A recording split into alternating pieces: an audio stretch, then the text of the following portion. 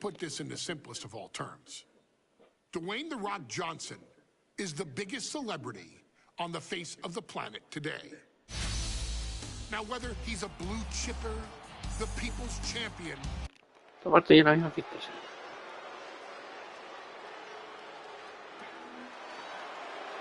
and here comes the #1 contender, at least for tonight, Rocky Maivia. The following contest, scheduled for one fall, is for the WWE Intercontinental Championship.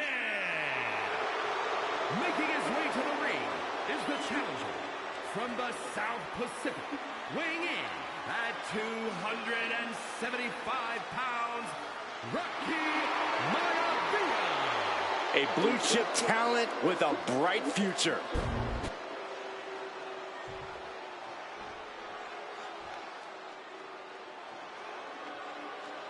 On his way to defend the Intercontinental Championship, Hunter Hearst Helmsley. Si soy sincero, no me acordaba From Greenwich, Connecticut, que tuviese tenía esa canción. 246 pounds. A title coveted by legends and hungry young talent alike.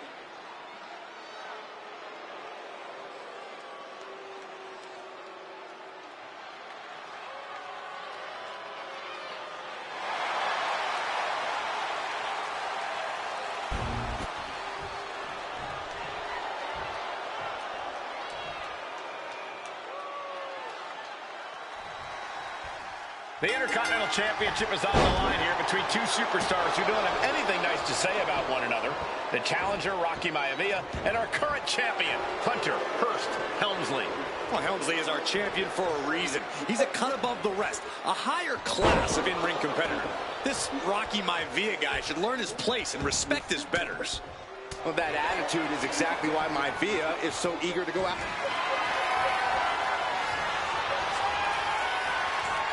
Vintage move here. The Cobra Clutch.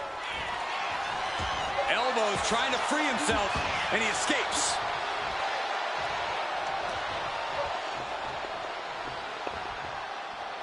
Oh, look at this. Look at this suplex off the top rope. Early cover for the title. He kicks out almost immediately. Too soon for a cover. Oof.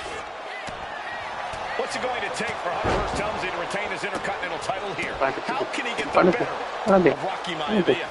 Well, the champ needs to put this young upstart Maivia in his place with unrelenting offense. No time for graceful bows and upper-class taunting. Just beat Rocky down. Back and forth, counter after counter. And this one could be moving to ringside. there it is, the people's punch. And Rocky there not showing any signs of being intimidated. Right to the back. And Rocky is delivering solid damage, but needs to remember to get Helmsley in the ring. The title can't be won outside of the squared circle. Before this match, I was talking to Helmsley, and he said he can beat the snot out of this Maivia kid in less than 10 minutes. In fact, he was showing me on his watch. Did you know he has a timepiece that costs $20,000? Confident words from Hunter Hearst Helmsley. Not sure how relevant his timepiece is to this match, though, Corey. It isn't relevant. I just wanted to share an example of how far ahead in the game of life Helmsley is. Oh, brother. Power slam. The champ with the cover. The challenger gets a shoulder up. I think this ref might be a little slow on the count. Oh, he timed that counter well. Back and forth we go. Ooh. It looks like we got ourselves a brawl here. Giving up now is not an option. They have to finish this. Who will break first? That is the question. Boom. The willpower. The sheer guts of these two. Ooh. Exhaustion setting in, and neither one of them is letting up. Nothing pretty about this. Just a good old Donnybrook here. Looks like we know who won that exchange. In the face. Deeper into this match now, and I think it's Helmsley who's reaching peak frustration. Lift off. Splash. Helmsley has no control here. Maivia keeps bringing the energy, and Helmsley has no answer. Maivia took to the sky and executed that high risk up high. Diving crossbody! Throwing all caution to the wind. Takes another trip to... Hunter whipped into the corner. Nobody home. Rocky hit hard. And now Hunter looks to take over this match. Helmsley muscling Maivia up to the top turnbuckle in a big right hand.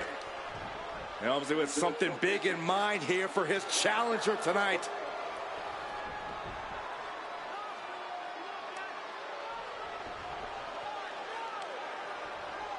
Well, this is just blatant disrespect from the arrogant champion. Almost daring Rocky, hey, you really want my title? You really think you're going to be Intercontinental Champion? Up to the top. Hooking Rocky into a superplex. This could be it. Can Hunter capitalize? This could be it. Hook of the leg and a cover, and Rocky stays in it, getting his shoulder up. Still not enough to put out the flame of Rocky Maivia. Hunter has to be asking himself, what else do I have in my arsenal? And I think we may get our answer, gentlemen. Yeah, it's just a matter of time, I believe, before this one's over. Hunter hooking Rocky, taking his time, looking to put him away. Maivia just collapsed. This just shows you how much damage Hunter Hearst Helmsley has inflicted on the challenger in this matchup. I think Maivia's done. Official might want to step in, call this one. The official checking on Rocky. Hunter Hearst Helmsley believes this is close to being over. Lifting him back up again. Rocky rolls through. Shoulders down. Rocky wins the title. Rocky Maivia has shocked Hunter Hearst Helmsley. Here is your winner and the new Intercontinental Champion, Rocky Maivia. We have a new Intercontinental Champion. Ya, ¿no?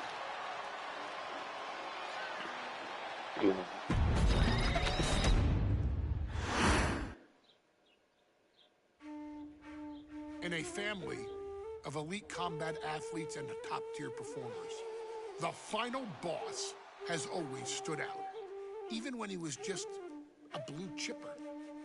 But there wouldn't be a final boss. There wouldn't even be a bloodline if it wasn't for The Rock's grandfather, the High Chief Peter Maivia. You can think of him as the first boss. Predecessor to the tribal chief. He is one of, if not the foundation for our family. The Anawa'i Fatu Maivia wrestling dynasty. I don't think there's anybody more responsible for what's going on now than the High Chief himself. Peter Maivia isn't simply one of the two principles behind the sacred blood bond. He's also an incredibly decorated professional wrestler who traveled the world and won titles everywhere he went. New Zealand, Japan, Europe, and here in the United States, where he enjoyed especially successful runs in Hawaii and California. Maivia would eventually find his way to WWE, engaging in legendary battles with the likes of superstar Billy Graham. His larger-than-life personality would win the WWE Universe over in short order, as it had throughout his entire career. In the ring, High Chief Peter Maivia was a potent blend of brawn and grappling technique, often muscling his opponents down to the mat through a variety of joint locks and then switching to more painful holds once grounded. His sleeper hold and stump puller were both feared and renowned, and make no mistake about it, Maivia knew there was always more than one path to the ultimate victory. Out of the ring, High Chief Peter Maivia also ran one of the most successful wrestling promotions on the planet, Polynesian Pro Wrestling, based out of Hawaii, showing his mastery of the business in every aspect. His induction into WWE's Hall of Fame class of 2008 was supremely deserved, forever enshrining Peter Maivia as the legend he always was. And now, we present to you the opportunity to walk in the boots of the legendary High Chief Peter Maivia, facing off against one of the most legendary WWE rivals, George the Animal Steele. You will settle this score once and forever and showcase the overwhelming strength of Peter Maivia, which has ever since remained as a hallmark for every single solitary member of this bloodline. Steele is no easy battle, though. He thrives in the chaos, one of pro wrestling's true madmen.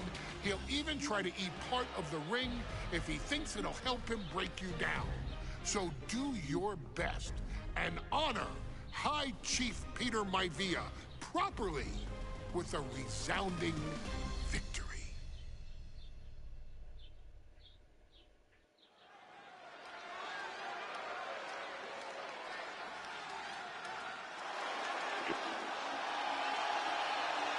Uh-oh, somebody called the local zoo. No hizo. Your following contest is scheduled for one fall and is a steel cage match. Introducing first, from Detroit, Michigan.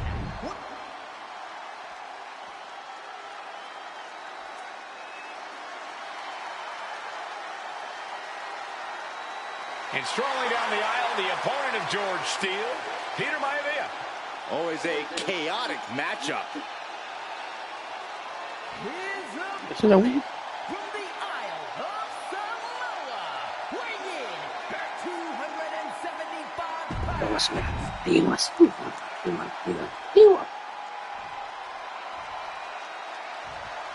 Y ese simio, weón. Steel cage match underway. Peter Maivia versus Bueno, George que the me Animal gusta Steele. estar Most of the preparado matches between para Peter darle Maivia and porque George Steele have ended in conclusion.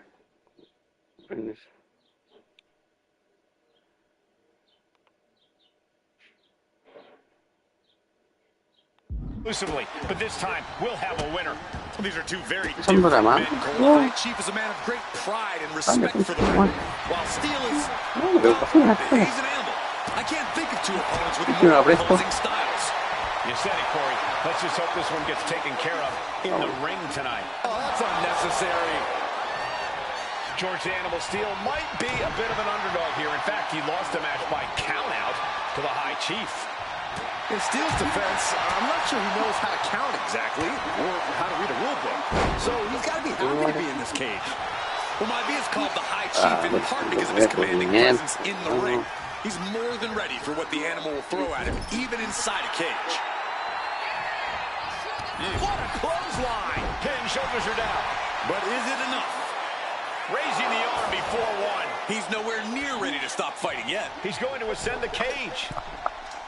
Each inch you climb puts you in more of a precarious position. Imbécil.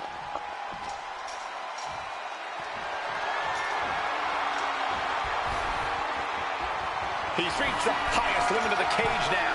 And he's straddling the top of the cage, just feet away from making it to the outside. Oh, he's almost there. He better move. Some folks call Peter Maivia the Right, Flying Hawaiian, and the reasons are obvious for that moniker. But guys, how has he earned the other nickname of the High Chief? Well, Cole, Peter Maivia is very close to the Anawa'i family. In fact, Peter's considered a blood brother to the patriarch of that clan. When you add on the fact that Maivia was born and raised in Samoa, you can see the great pride he has for that land and its people in the tribal ink that covers his body. Now for the hard part. He can taste victory now. Oh, what a headbutt. Going to try and scale the steel cage wall. Making a move, but is it the right moment? You cannot waste any time when you start the climb. In a vulnerable position here, caution is paramount. The High Chief Peter Maivia really making a name for himself at WWE, but he's had plenty of experience on the way up. Plenty of championships on the West Coast, but he's made the biggest Oh, he splash in took a big Hawaii, where on. he earned multiple tag team titles. Oh, yeah, Maivia is a huge celebrity on the islands. In fact, I've heard some consider him the personification of Maui. Evades the attack. And a heinous attack to the knee. The High Chief just refusing to be intimidated. The animal has no idea what to make of Maivia. Vicious headbutt.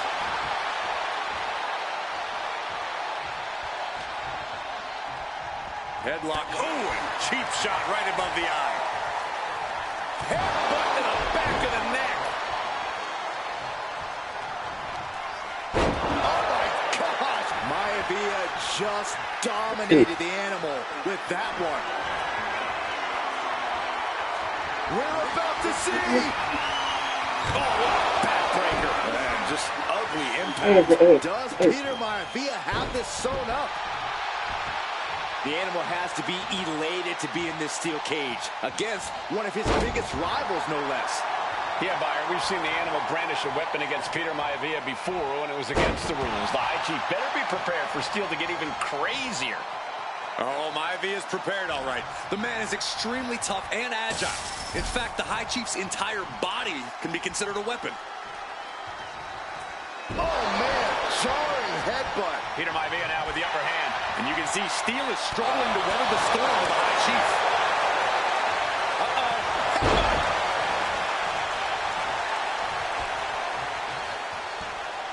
He's clawing his way up the side of the cage here. Perched up top. Brace for this impact. Like a guillotine. Gentlemen, we've touched on the differences between Maivia and Steel as competitors. One man based on order, the other on chaos, but it's reflected in their looks, too. Indeed, Michael. Just look at the sculpted physique of the High Chief. And the tribal tattoos on his body are extremely intricate and definitely eye-catching. And Steel is, well, taking flight. Maivia able to evade.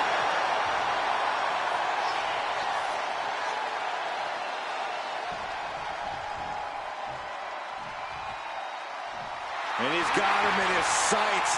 Got him right where he wants him. Oh, no. Getting in position. What's he planning to do here? The arm's trapped. Not finding an easy way to get out of this one. Able to punch his way out.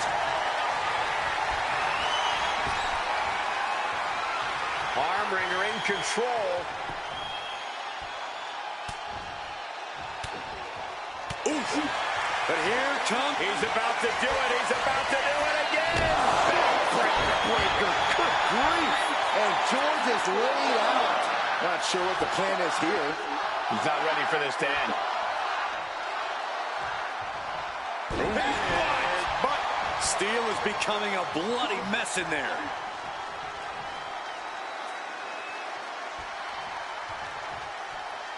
Uh-oh. Nothing fancy there.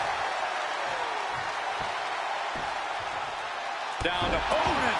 And a double axe handle smash. Ooh, right to the throat.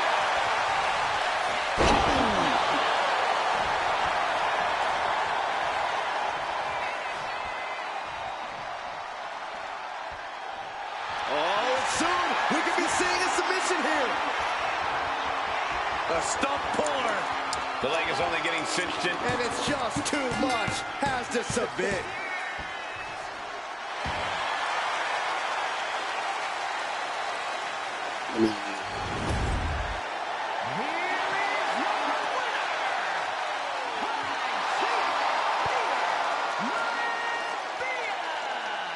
Anytime these two have faced off, it's been eye for an eye. But the steel cage has finally delivered a decisive victory for the High Chief, Peter Maivia. George Steel is one tough animal, but the way Maivia faced him in the cage tonight just reinforced what everyone already knew.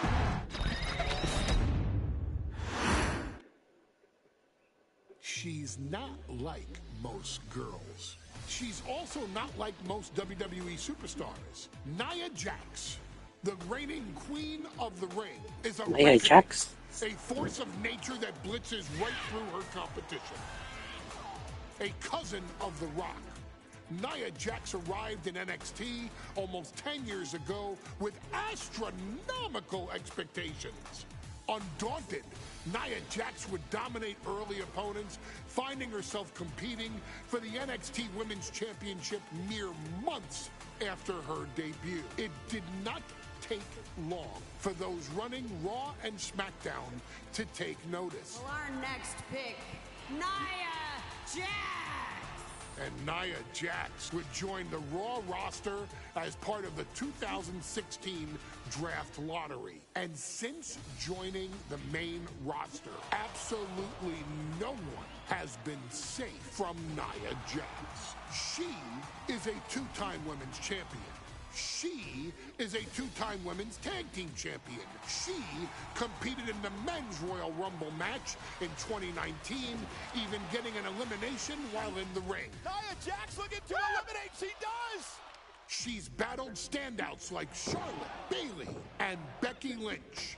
And all the while, she has left undeniable destruction in her wake.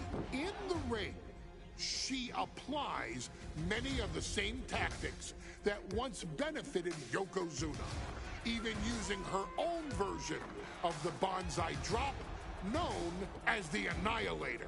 And just like its namesake, if it connects, your night is over. And Nia Jax remains driven for even more success, jumping at any opportunity to prove her dominance.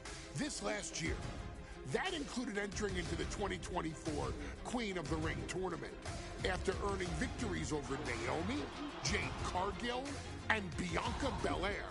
Nia Jax would fight her way into the finals, taking on former NXT Women's Champion Lyra Valkyria. Valkyria built a lot of momentum, defeating Dakota Kai, Zoe Stark, and Io Sky to punch her ticket into the final at the Queen and King of the Ring. With an obvious game plan, Lyra would look to stick and move, avoiding the colossal attacks of her opponent. Unfortunately, as often happens when competing against Nia Jax, Lyra made one miscalculation, and that error in judgment provided Nia Jax with the opening she needed to annihilate her competition. This is your opportunity to crown the first queen in Bloodline history. Make Lyra suffer. Make her regret ever entering your ring.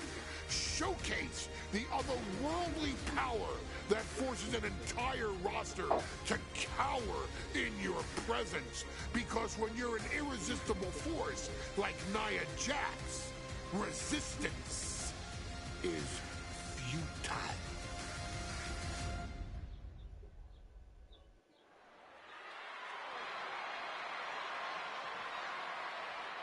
And now a dark horse will face an unforgiving titan in hopes to don the crown. Lyra Valkyria versus Nia Jax in the Queen of the Ring finals. Here's the final match in the Queen of the Ring tournament.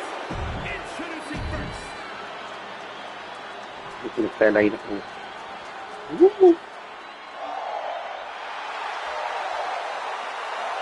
Lyra Valkyria fancies herself a Morgan, which is an Irish goddess of war. As they were on the battlefield, they used to take the shape of ravens to fly around and decide who would live and who would die. That is what Lyra Valkyria is bringing to the ring here tonight.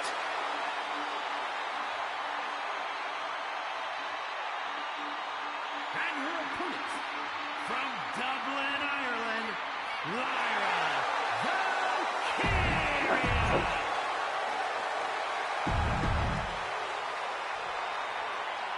And it's all come down to this, the fun. And Nia now misses wildly. Lyra goes up over the top. Nia's got it caught, though. Lyra trying to rely on her technique to bring down the irresistible force, but having no luck at the moment.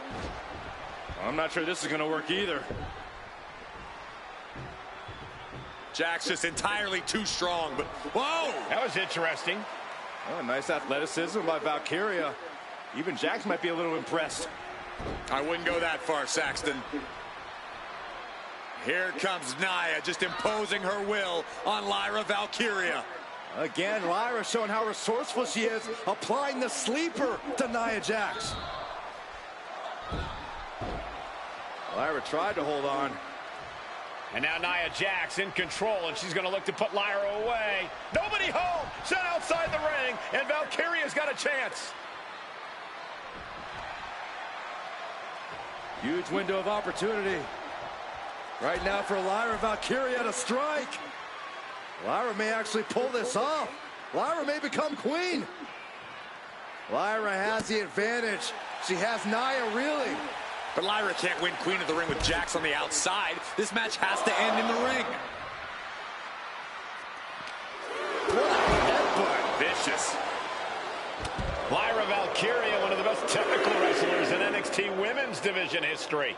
But the game is about so much more than technique. It's about experience and timing, knowing when to tap into certain parts of your psyche. Nia knows this, and we've seen it for years. The big question is, does Lyra? Kick to the cranium of their opponent. Disgusting behavior. There was no respect shown there. Throws her back in from ringside. Reaching the end of the official's count. Come on, let's not end things like this. Oh, that opens the door for Valkyria. In the corner now, she doesn't want to stay there. Big headbutt. In just a matter of minutes, we'll have our second Queen of the Ring. The first, of course, being Zelina Vega. But you've got to believe that Zelina will want a shot at whichever woman wins this. She beat the woman now known as Piper Niven that night, so you know Queen Zelina can strike down an enemy of any size.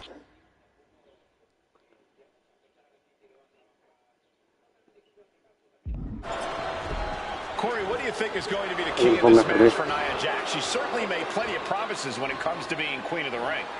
What Nia brings to the dance, Cole, is raw power, the likes of which you rarely see from most men, let alone women. Nia has absolutely no problem using that power, and the same goes for her throwing her weight around in the ring. Lyra Valkyria might just learn that the hard way tonight.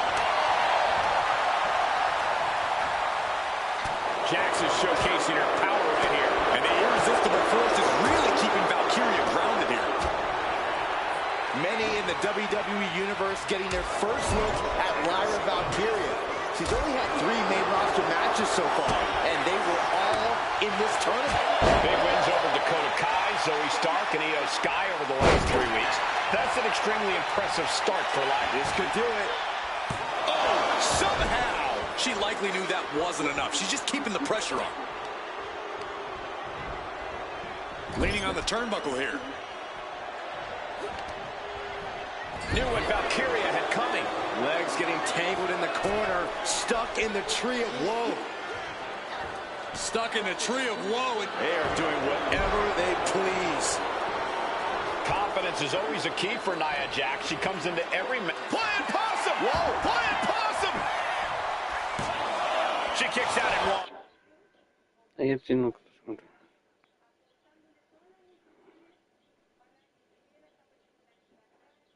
Yeah, she probably knew that cover wouldn't do it. I can't believe Jax is looking to go airborne. From the top. Diving double axe handle.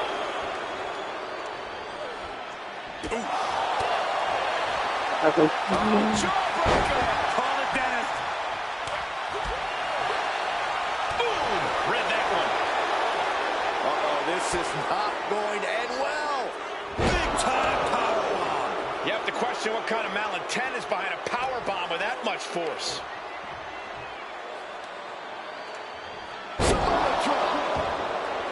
There's so many moves at Nia's disposal that she can end this match with. For Lyra, not nearly as much. Yeah, I can't imagine it would be easy for Valkyria to pick up Nia Jax and drop her with the Nightwing.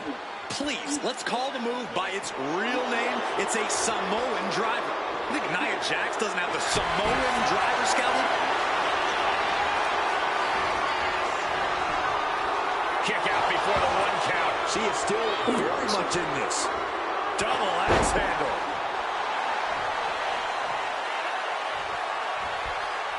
Bam! She flipped that attack around. Getting out of harm's way. Taking a moment to get pumped off of this crowd's incredible energy.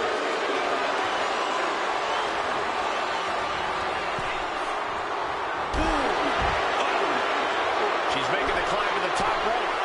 From the top. Crash and burn. That misstep could have cost them this match entirely. Landing for sure. Action spilling toward us. This is probably a good time to take our things and go. Like a brick wall running into you. Hey, let's go. Don't worry about that now. Just get out of the way, Saxton. No, you know what? Stay right there, Saxton.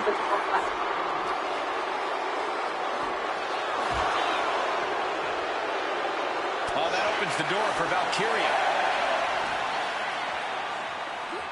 Whip back into the ring.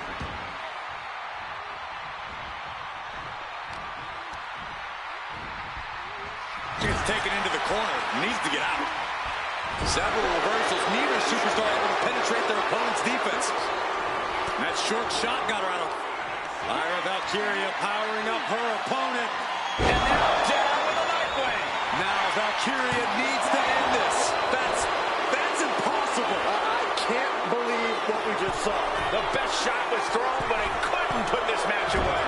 Ooh, amazing agility. Oh, boy. I think the crowd knows what's coming. She saw that coming. Could be felt throughout the arena. Valkyria crushed in the corner by Jax. Squashing Lyra in the corner, and the beginning of the end may be near. And Nia now, with Lyra on her back, going to climb up to the second rope. This is a scary situation for Lyra. Oh, look at this. Maybe not. No way. There's no way. Oh, my. Oh, no. Good night, Annihilator. Here is your winner and the new Queen of the Ring, Nia Jax. What a victory to the brand new Queen of the Ring. Nia said she would do it, and she backed up her claims. And now the Chief Content Officer of WWE and Triple H going to come in to congratulate Nia Jax and officially crown her the Queen of the Ring. Absolute dominance by the new queen.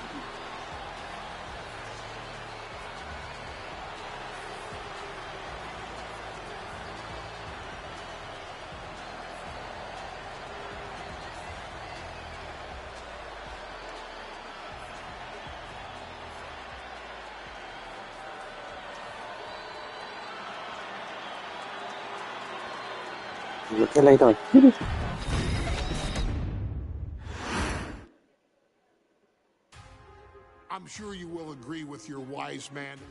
Many WWE superstars say they will do whatever it takes in order to achieve success.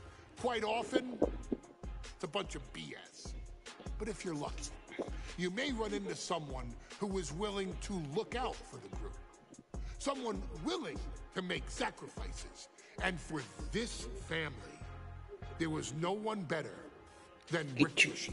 After the Head Shrinkers run in WWE came to an end, Rikishi, then known as Fatu, would go on a journey of self-discovery. This journey would lead to him taking on the name Rikishi, a subtle nod to his cousin Yokozuna, as well as an opportunity to start fresh with a global audience.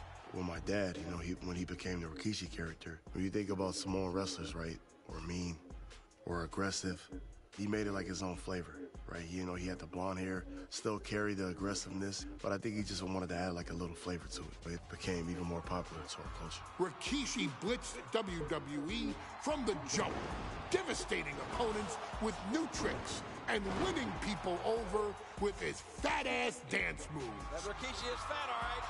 P-H-A-T.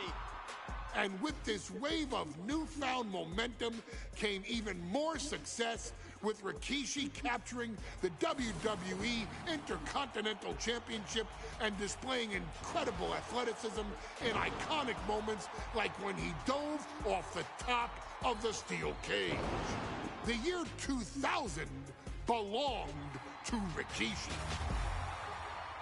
But little did anyone know, Rikishi held a dark secret regarding a decision he'd made not for his own benefit, but for the benefit of the family. It was at the 1999 Survivor Series that Stone Cold Steve Austin was hit by a car in the arena parking lot, forcing him from the main event later that night for the WWE Championship. For nearly a year, all of WWE was consumed with figuring out who was driving that damn car and why Austin was targeted in the first place. The verdict came in. The car was driven by Rikishi. Rikishi would stand strong. Stone Cold Steve Austin. I didn't do it for me. I did it for The Rock. What? Rikishi would lay out a years-long gripe that WWE preferred Steve Austin to The Rock, and so Rikishi had made sure that The Rock's only competition had been removed from the picture. Rikishi sacrificed his own popularity to reach this goal. The Rock thrived while Austin was on the shelf. For Rikishi, the struggle and fall was all worth it. Rikishi knew that he would eventually have to face off with the Texas Rattlesnake to answer for his sins. And he welcomed that meeting with open arms. What Rikishi was unprepared for was for WWE to stack the deck entirely, looking to make Rikishi pay for taking out their golden goose. Stone Cold Steve Austin was allowed to drive his truck directly to the ring and was generally given the freedom to do whatever the hell he wanted in the name of revenge. We are going to make things right. This time, when Rikishi and Stone Cold Steve Austin lock horns, there will be no stacking of the deck. Someone willing to give of himself so that his family, this family, can succeed, deserves better.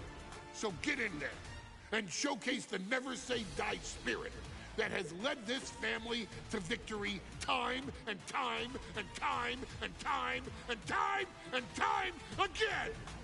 Use whatever weapon you can get your hands on and prove to Stone.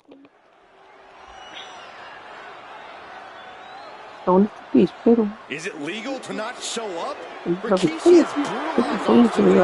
Austin will be here, Byron. I just refuse to think anything else.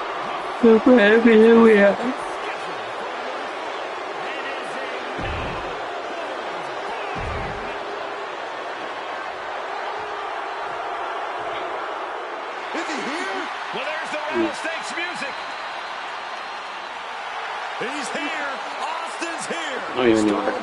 Steve Austin came here with no fear, no hesitation, just revenge. His opponent from Victoria, Texas, weighing in at 252 pounds, Stone Cold Steve Austin fought for his life to make it back here, to make Rikishi pay. Now there is no way Rikishi can escape the Texas Rattlesnake. It's been almost a year since Austin competed in the ring. Austin is a man possessed. Rikishi feels good about running over Austin and said he'd do it again.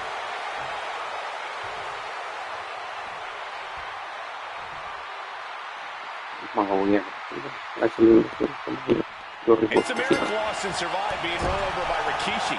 Now a pissed off Texas Rattlesnake is on the loose and out for revenge. It took Austin almost a year to recover from the injuries he suffered in that heinous attack. You can't blame Austin for the damage he inflicts on Rikishi tonight. Byron, a lesser man wouldn't have survived. Stone Cold promised that Rikishi's days of walking above ground are over.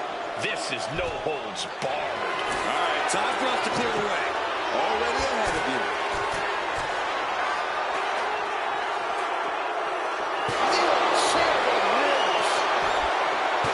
Got out of the way.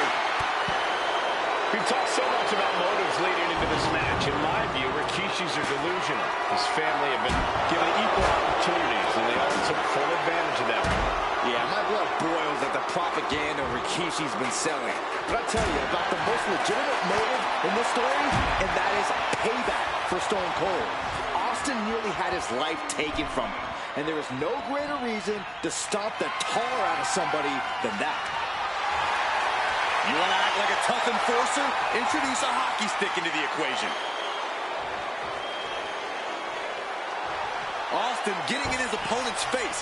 I don't think the censors would like the venom that's coming out of the rattlesnake's mouth right now. DDT plants them. Straight into the pin. Two, big kick out. He got close there. It could be do or die time.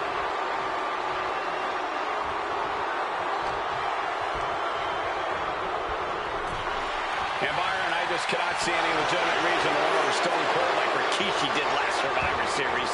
I mean, Austin does ruffle the feathers of a lot of people, Michael, but I don't think any of his rivals would go to the disgusting lengths that Rikishi's gone to.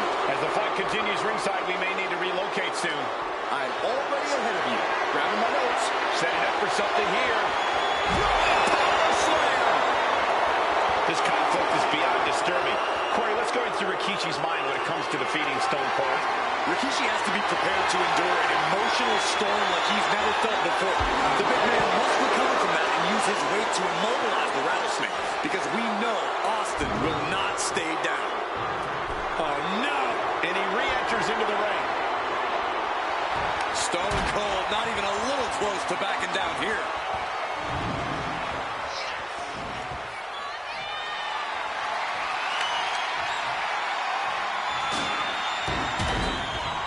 What's he hoping to find down there? And he's got the hardwood in hand, and you have to imagine a sinister plan for what comes next. Oh my God, a clothesline! And though The Rock wants nothing to do with this altercation, we have to mention the sadness Rikishi has brought to him. Rock might be innocent in this whole ordeal, but I feel that somewhere inside his soul, The Rock is happy with what Rikishi's done. The Rock is proud to have Rikishi and his family. No, Corey, what kind of lies are you trying to spread? We've heard Rock say Rikishi deserves what Austin is going to bring him. There's no family pride in that statement. I'm just saying that blood is thicker than water, and it's been an easier ride for Rock without Austin in the picture. And that's thanks to Rikishi. Sounds more like Rikishi is trying to take credit for all The Rock's success. And he has an answer for Rikishi, taking things back into the ring. And looking at my monitor, it just makes me sick to my stomach watching Rikishi. This is a man who has no remorse and feels justified for running Austin down like a dog. Look, to be devil's advocate, you've got to look at Rikishi's perspective. He's proud of his Samoan lineage and saw an opportunity to give his people a leg up in the Shark Tank that is WWE. Oh, are you serious, Corey? Rikishi ran over another human being. We're fortunate that he only put Austin on the show for 10 months instead of his whole life. It's sick that you would even condone what Rikishi did. Don't twist my words, Saxton. I'm not saying I condone Rikishi's action. I'm just saying I understand them. This might be the end here. He forces a break before the count of two. He's still in this.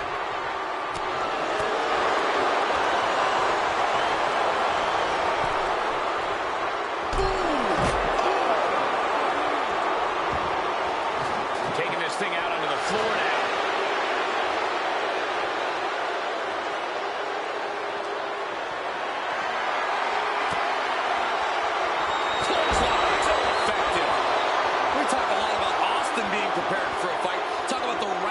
Preparing to make Rikishi a dead man. Well, right now it's Rikishi doing the brawling. Rikishi's disdain for Austin looks greater than even we anticipated.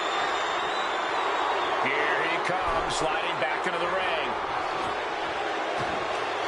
Stone Cold letting his feelings towards his opponent be well known. Dominating shoulder tackle.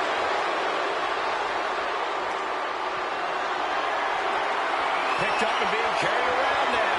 Oh, man, through the table. My gosh, he suffered the full brunt of that. Forget about the table being broken. I think he's broken. Well, he can't be in any fighting shape after what we just saw. Big punch finds its mark.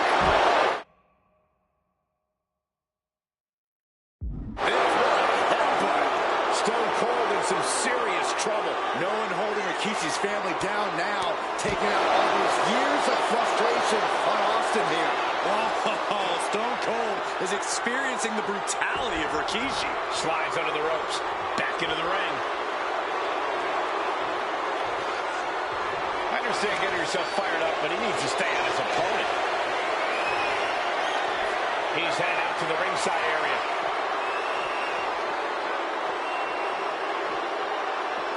Dominating shoulder tackle. Taking this fight to such a dangerous area. There's potential danger everywhere you turn.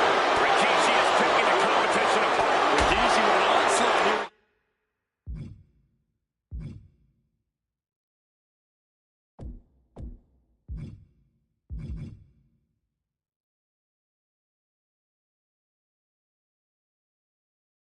Against Austin, dare I say, Stone Cold could be in trouble. And the probability of serious injury just skyrocketed as the action moves onto the staging area. Rikishi looking to finish the job from 10 months ago.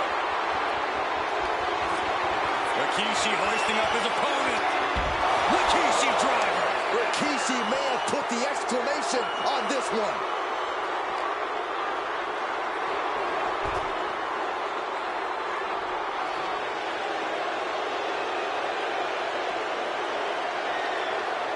Any and all momentum has been taken from Austin, but you can never count Austin out.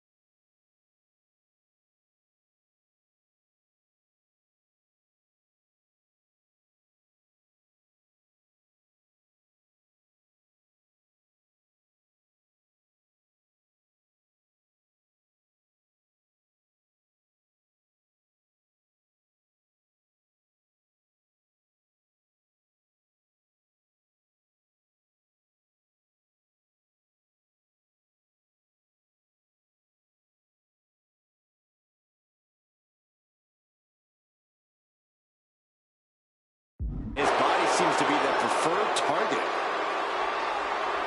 Getting up real slow. Not quite all there.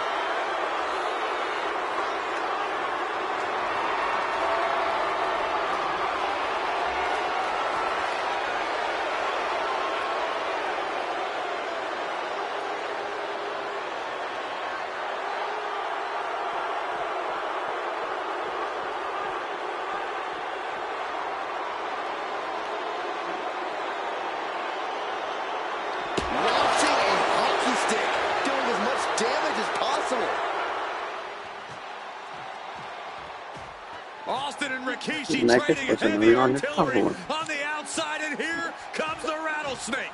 Stone Cold Steve Austin fired up and revenge on his mind. You got to think about how bad Austin has wanted this ever since Survivor Series last year. Been dying to get his hands on Rikishi.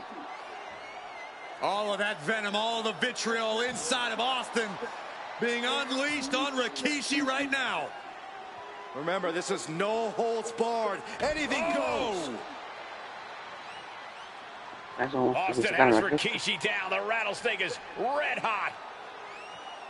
And do you hear this capacity crowd? They want more from Stone Cold. All that he wants to see Rikishi get beaten down like a pile of human filth. Everything he can do to create space here.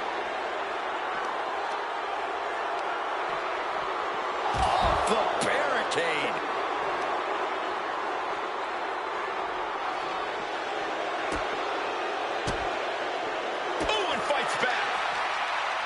And Rikishi lately has been calling himself a visionary, a pioneer.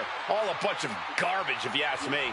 Well, those aren't self-imposed labels, Cole. Those labels are coming from the family, coming from a group of wrestling legends who are proud of Rikishi for standing up and making a change in this business. I have a few labels for Rikishi. Coward, liar, embarrassment. Sounds fitting, well. Looks like he's coming back in. You going?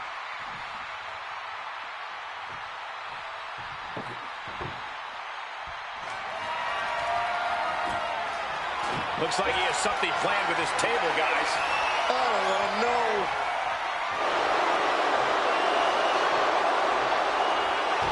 Austin just looking to humiliate his opponent.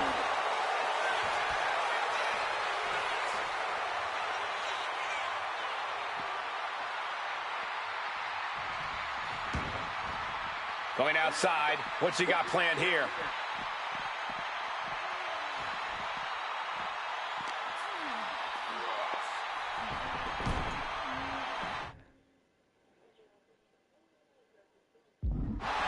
Stone Cold, not even a little close to backing down here.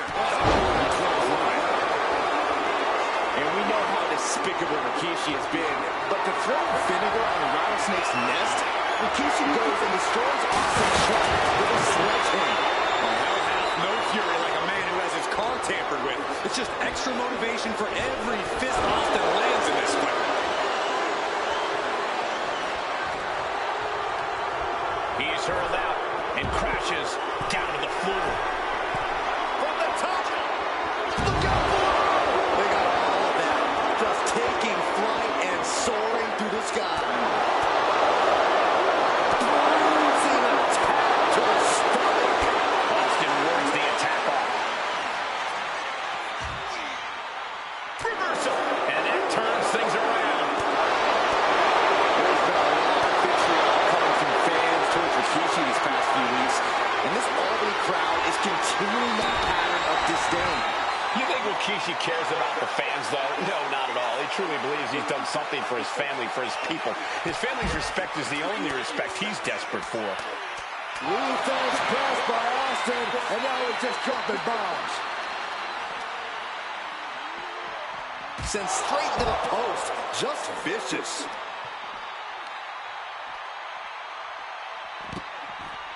He gets into the ring.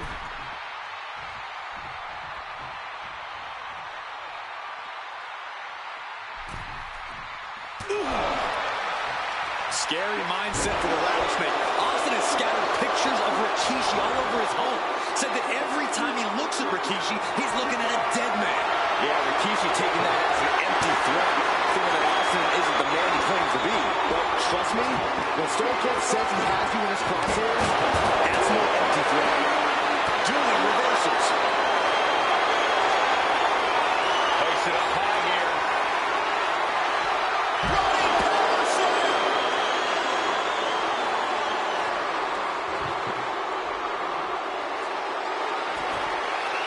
He's got a flip. Oh, no, are they setting the table on fire? This is too damn far. Lift it up. What's next? Great escape there. Ball to the back of the knee. Now here in front of us. Guys, we may need to move soon.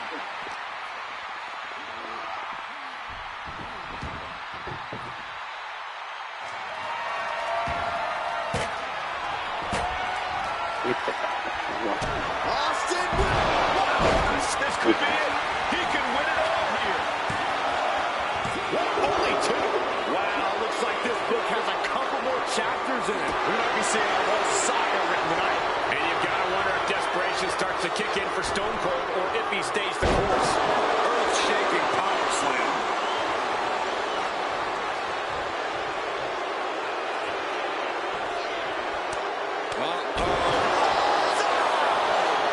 Heavy artillery on display from Rikishi. Just straight up squashed him. Goes tumbling to the outside. Bringing this back into the ring. Flying. Stone Cold avoids the attack.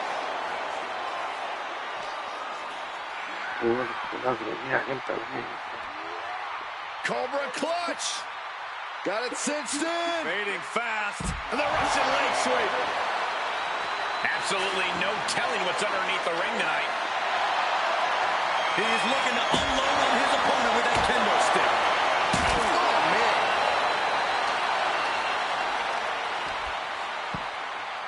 Oh, my goodness. Just punishing their opponent. And the scariest thing here is the amount of enjoyment Austin is having. There is no amount of pain on Rikishi that Austin will ever be fully satisfied with. Strong impact. And things aren't looking good here. I think the ref might need to put a stop to this. Those focused attacks on the torso might have done some serious internal damage. No matter who you are, when you crash on the floor, a searing pain races through your body. And gets tossed back into the mat.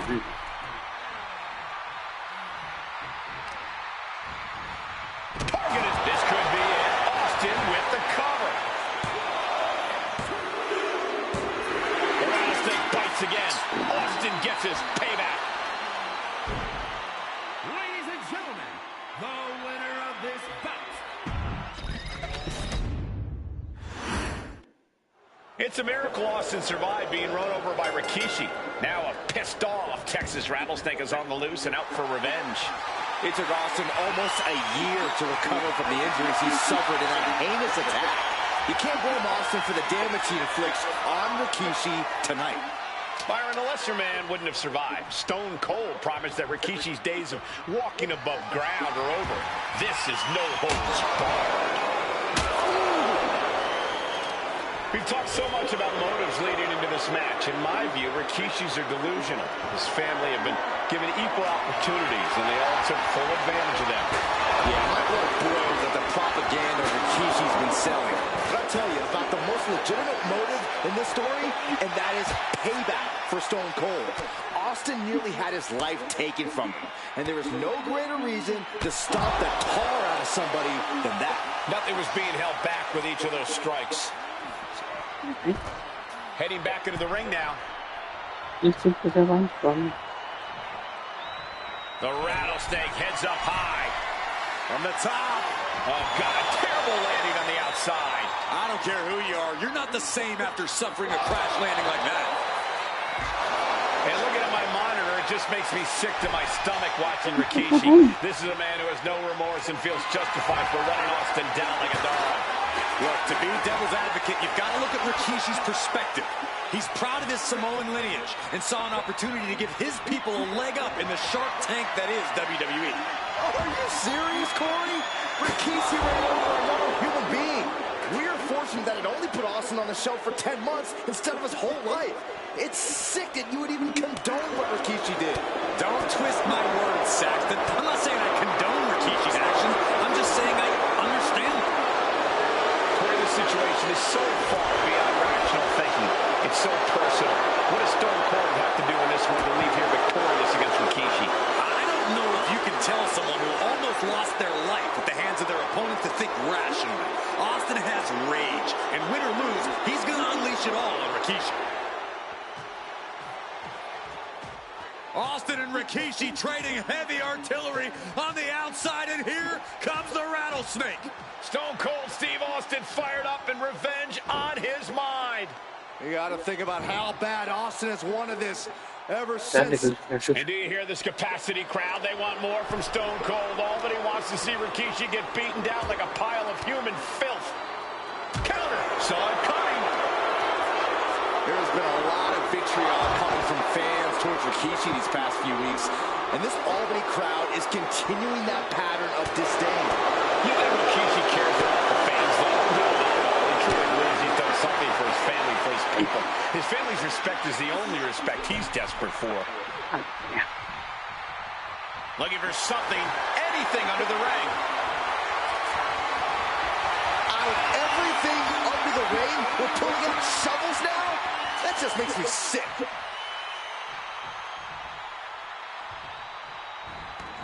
Exiting the ring, taking the action outside. Let's hope this thing doesn't get any closer to us. And Rikishi slows Austin down with a thunderous right. Austin's in trouble. And now steel chair. Oh, and Austin, he just averted disaster there. And now Austin gonna deliver the punishment with the steel chair.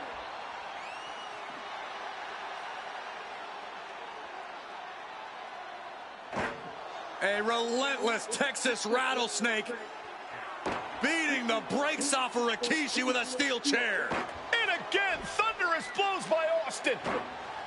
Down goes Rikishi. Austin beating the hell out of him. I know Austin has good reason to be doing all this, but he could be taking it too far at this point.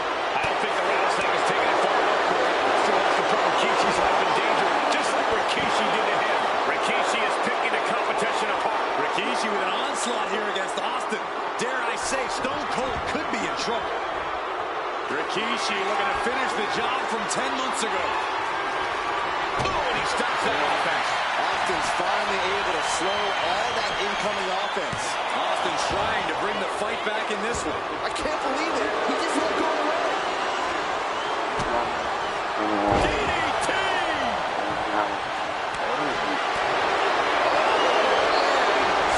Coming and avoiding. Austin with a Dez press. Now rapid fire rights from the...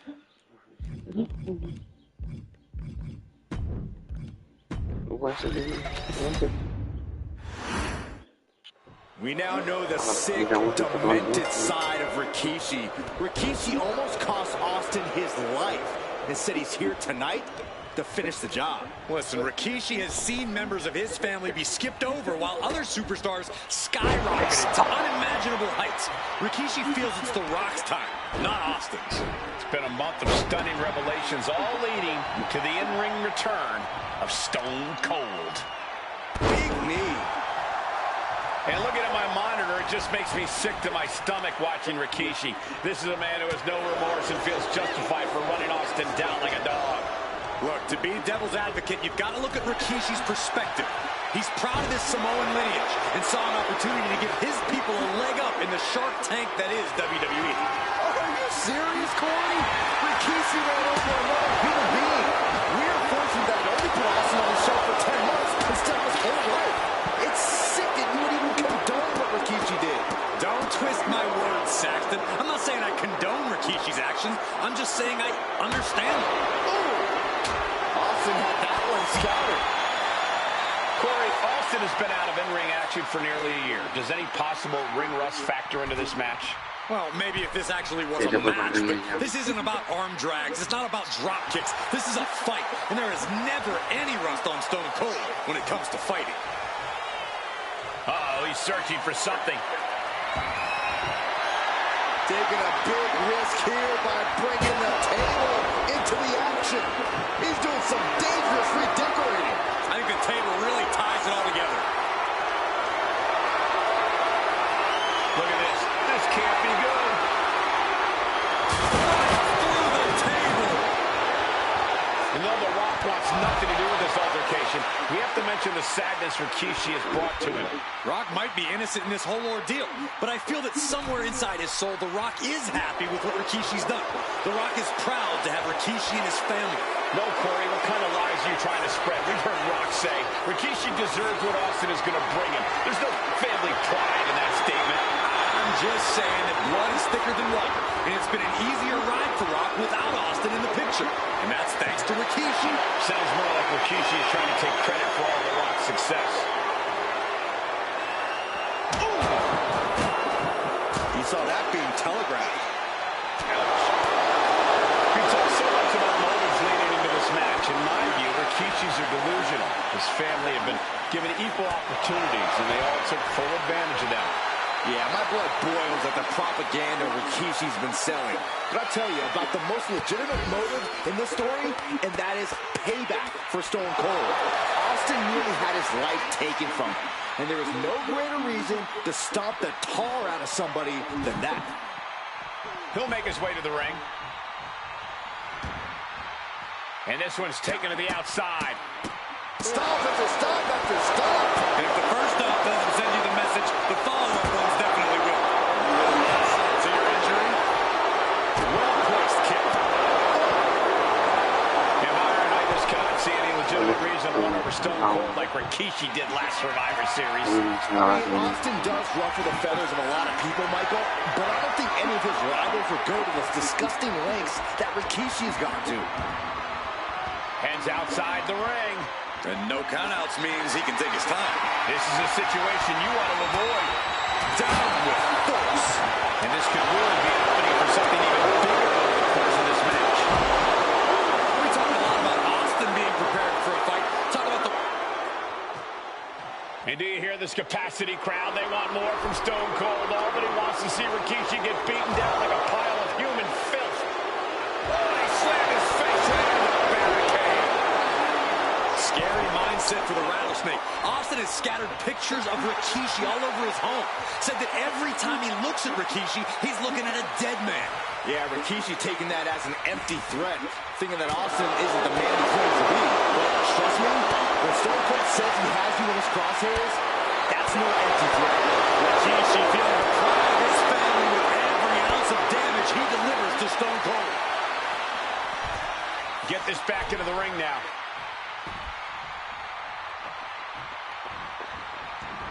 Looks like he's got something in mind for ringside here.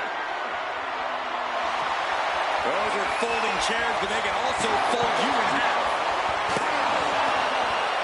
Oh, man. And Rikishi lately has been calling himself a visionary, a pioneer.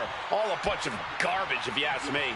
Well, those aren't self-imposed labels, Cole. Those labels are coming from the family, coming from a group of wrestling legends who are proud of Rikishi for standing up and making a change in this business. I have a few labels for Rikishi. Coward, liar, embarrassment. Those fit him well. And he retaliates. Oh, did you hear that? Where this is going. This is the possibility of completely unraveled here. Stone Cold reverses. Caught the leg. Counter after counter. Neither superstar getting the clear advantage. And dropping bombs. Good grief. Austin getting himself...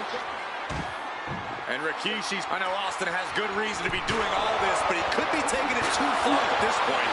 I don't think the Rattlesnake has taken it far enough, Corey. Austin wants to put Rikishi's life in danger, just like Rikishi did to him. Attack after attack coming from Austin.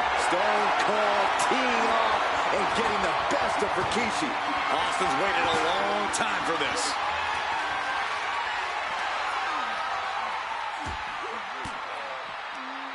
A defensive elbow to the gut ends that. Bang! Vicious boot. Rikishi looking to finish the job from 10 months ago. Scooped up. Here it comes. Rikishi. Driver. Is that enough to take out Austin? And he now slides back into the ring.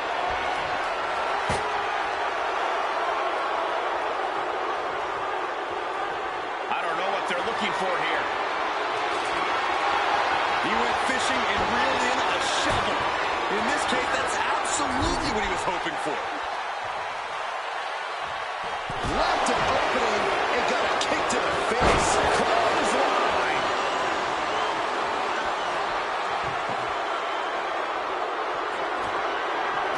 Oh my God, are you kidding me? This is too far. I can't watch this.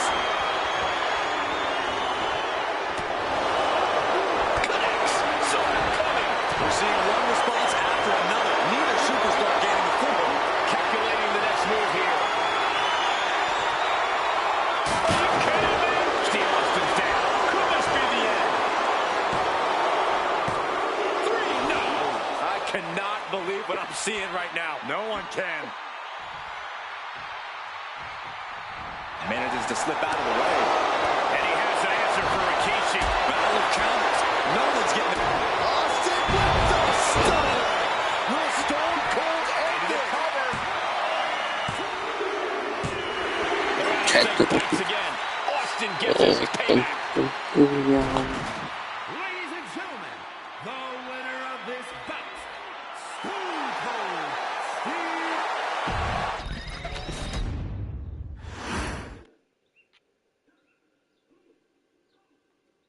Let's get what the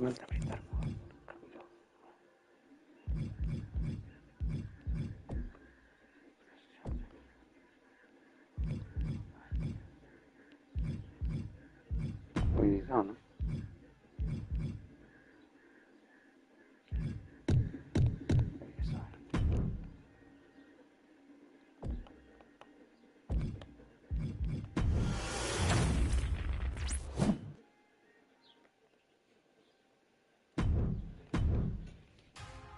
I'm sure you will agree with your wise man.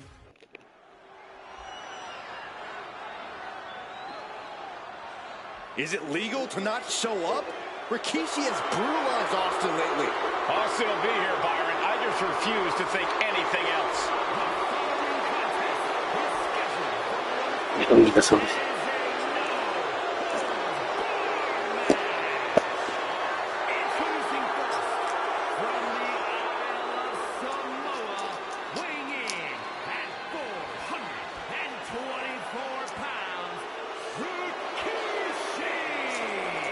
We have learned more about Rikishi in the last couple of weeks than we knew about him his entire career here in WWE. He said he ran over Austin not for himself, but for The Rock.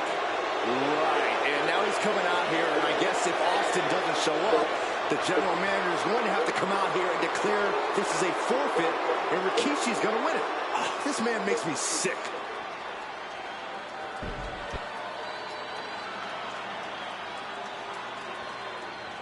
Is he here? Well, there's the Rattlesnakes music.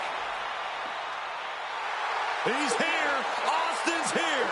Stone Cold Steve Austin came here with no fear, no hesitation, just revenge. His opponent from Victoria, Texas, weighing in at 252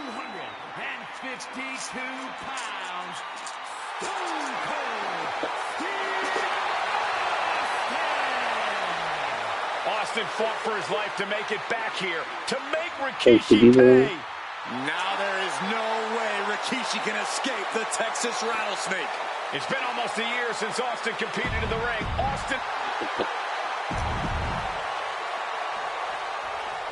It's a miracle Austin survived being run over by Rikishi.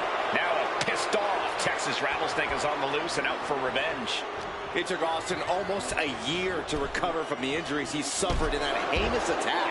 You can't blame Austin for the damage he inflicts on Rikishi tonight. Byron, a lesser man wouldn't have survived. Stone Cold promised that Rikishi's days of walking above ground are over. This is no holds barred. Double axe handle. And though The Rock wants nothing to do with this altercation, we have to mention the sadness Rikishi has brought to him. Rock might be innocent in this whole ordeal, but I feel that somewhere inside his soul, The Rock is happy with what Rikishi's done. The Rock is proud to have Rikishi and his family. No, Corey, what kind of lies are you trying to spread? We've heard Rock say Rikishi deserves what Austin is going to bring him. There's no family pride in that statement. I'm just saying that blood is thicker than water, and it's been an easier ride for Rock without Austin in the picture. And that's thanks to Rikishi. Sounds more like Rikishi is trying to take credit for all the Rock's success. This conflict is beyond disturbing. Corey, let's go into Austin and Rikishi trading heavy artillery on the outside, and here comes the Rattlesnake.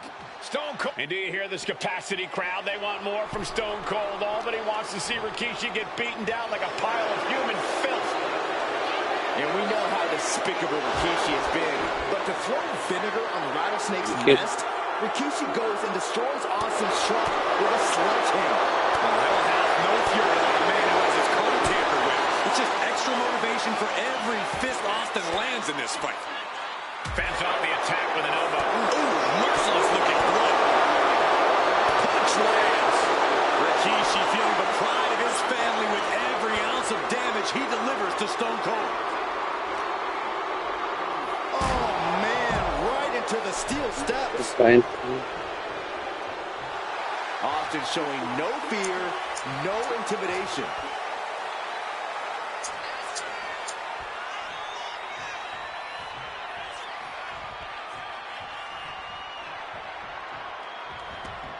He wants this fight on the outside. And Rikishi slows Austin down with a thunderous right. Austin's in trouble. And I know Austin has good reason to be doing all this, but he could be taking it too far at this point. I don't think the Rattlesnake is taking it far enough.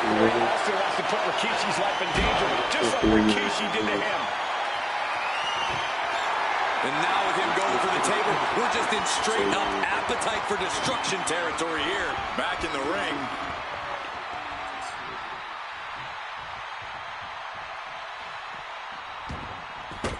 No count out as he takes things out of the ring. Fez press and the piston-like right hands. Fez press. This could be it. Austin with the cover. Yeah, no, he doesn't get the three. Somehow, some way, he is still in this. Austin with cold stone. Can Rikishi come back from that? The Rattlesnake bites again. Austin gets his payback. Ladies and gentlemen, the winner of this bout, Stone Cold Steve Austin.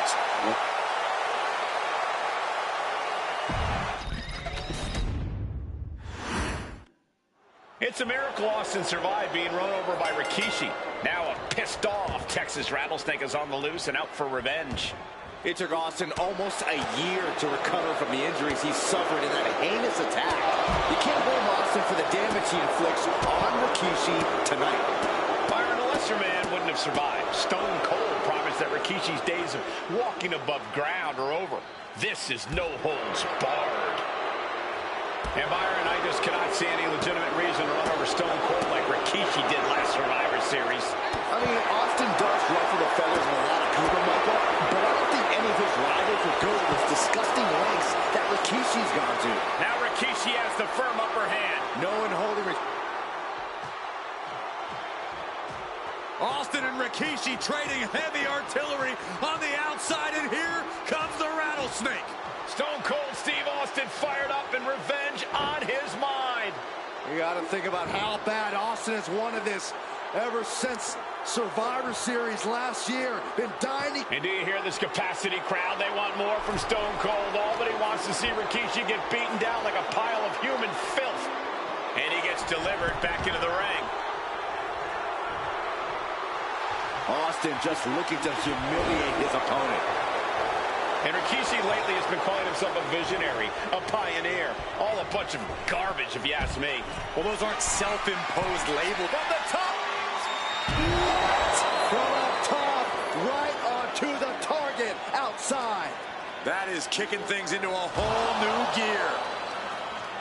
Face first off the barricade. And Stone Cold can't find a way off the blocks. Rikishi with an onslaught here against Austin. Dare I say, Stone Cold could be in trouble. Perhaps looking for some kind of equalizer here. Grabbing a kendo stick, any connection with flesh will definitely leave a welt. Cover here. Is it enough? Kicks out at just one. Close call, but not enough yet. Corey, this situation is so far beyond rational thinking. It's so personal. What does Stone Cold have to do in this one? From the top! Diving elbow drop! Are you kidding me? Ouch. And we know how despicable Rikishi has been. But with Cold Senator on the Rattlesnake's nest, Rikishi goes and destroys Austin's truck with a sledgehammer. Well, hell hath no fury like a man who has his car tampered with. It's just extra motivation for every fist Austin lands in this fight.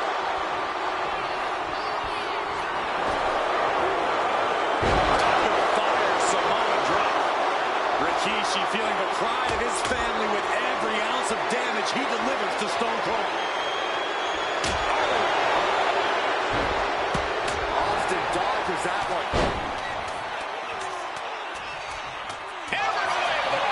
Rikishi is down. It could be over. And a kick out at two. What a match. Austin having flashbacks to Detroit. Rikishi's about to meet a stunner.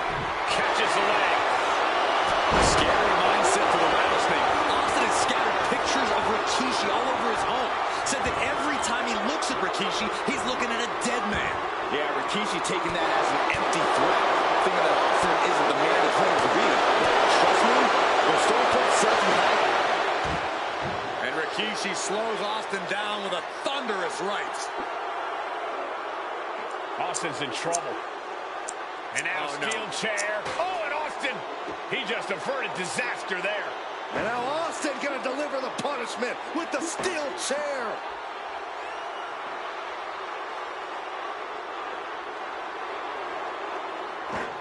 A relentless Texas rattlesnake beating the brakes off of Rikishi with a steel chair.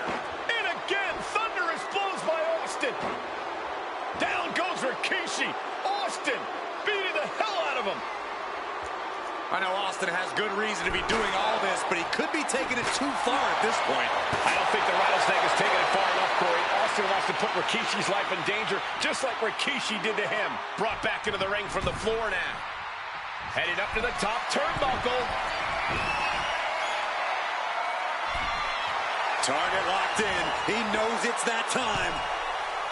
Here we go. Oh, he paid for that high risk. Rikishi hoisting up his opponent. Rikishi driver. That's it. Austin is out. And quickly now, shoulders down for the win. What a kick out by Austin. You can never count the rattlesnake out. And there needs to be a refocus now. That was the moment that could have ended things. A moment that's being replayed in their heads right now. No, he gets the shoulder up. Shoulders down. Forces the shoulder up after two. How in the world did he kick out? Ooh, brutal forearm. He averts the offense. Delivers the bulldog. Taken to the floor, and he's got no worries about the count.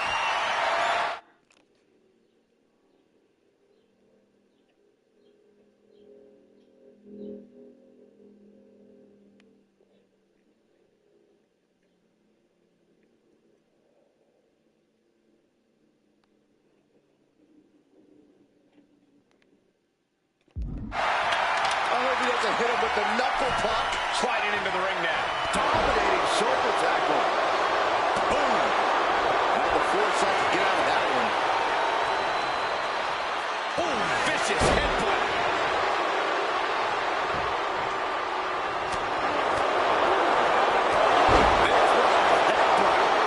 Boom. Strong kick. Boom. That's just disrespect right there. I kind of like it. Stone Cold boards the attack.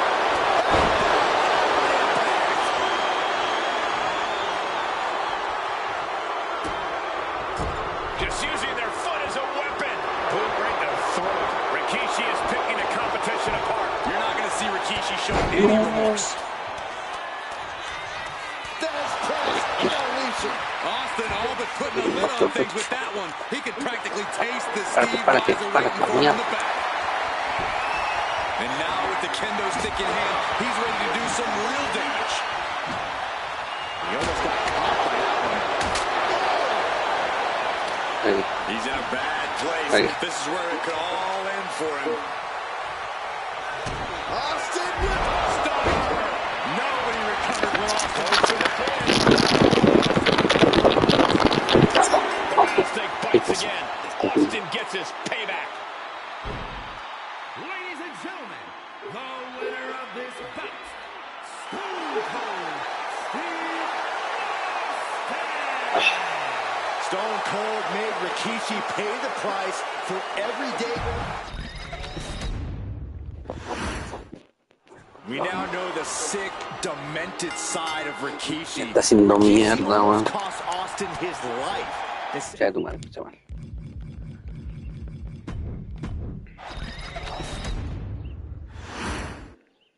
We now know the Repetido como 20 demented veces. side of Rikishi. Rikishi almost cost Austin his life.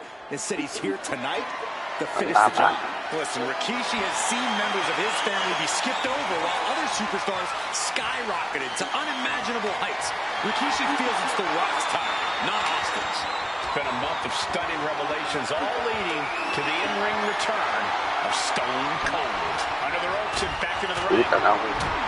And looking at my monitor, it just makes me sick to my stomach watching Rikishi. This is a man who has no remorse and feels justified for running Austin down like a dog. Look, to be devil's advocate, you've got to look at Rikishi's opportunity to give his people a leg up in the shark tank that is WWE. Are you serious, Corey? Rikishi ran over another human being. We're fortunate that it only put Austin on the show for 10 months instead of his whole life. It's sick that you would even condone what Rikishi did. Don't twist my words, Saxton. I'm not saying I condone Rikishi's actions. I'm just saying I understand. Corey, Austin has been out of in-ring action for nearly a year. Does any possible ring rust factor into this match? Oh, maybe if this actually was a match, but this isn't about contracts. It's not. Now down into the cover. Kick out before the ref's count. Wow. Man. And Byron, I just cannot see any legitimate reason to run over Stone Cold like Rikishi did last Survivor Series. I mean, Austin does ruffle the feathers of a lot of people, Michael, but I don't think any of his rivals would go to those disgusting lengths that Rikishi's gone to. Getting close. He's reaching into the ring for anything useful. A table. The WWE Universe is going wild. Heading back to the ring. No count out as he takes things out of the ring. Punch connects. Ooh, what a damaging blow.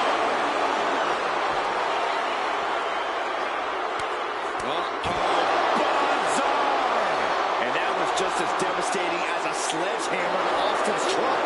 Such thunderous impact. And though The Rock wants nothing to do with this altercation, we have to mention the sadness Rikishi has brought to him. Might be innocent in this whole deal, but I feel that somewhere inside his soul, The Rock is happy with what Rikishi's done. The Rock is proud to have Rikishi and his family. Well, Corey, what kind of lies are you trying to spread? We've heard Rock say Rikishi deserves what Austin is going to bring him. There's no family pride in that statement. I'm just saying that blood is thicker than water, and it's been an easier ride for Rock without Austin in the picture. Thanks to Rikishi. Sounds more like Rikishi is trying to take credit for all The Rock's success. Una mierda, weón. Oh, that'll weaken your arm. Austin is like a man possessed. It's been almost a year since Austin's been in the ring. Bang! He finds a counter. We talked so much about motives leading into this match. Nadie ya estuvo en el espacio, que Laira Valkyria no aguanta tanto. Qué bueno aguanta caleta. And do you hear this capacity crowd? Siempre They want more from Stone Cold. toda la cinemática, Wants to weón. see Rikishi get beaten down like a pile of human filth.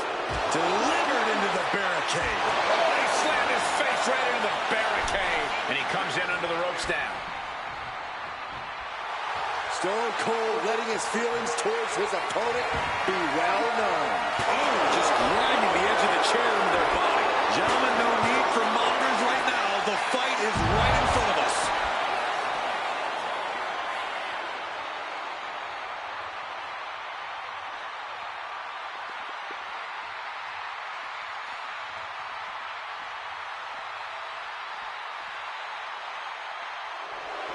And Rikishi putting a little you-know-what on it right here. And here he is, heading back into the ring. This one's heading to the outside. Set straight into the barricade.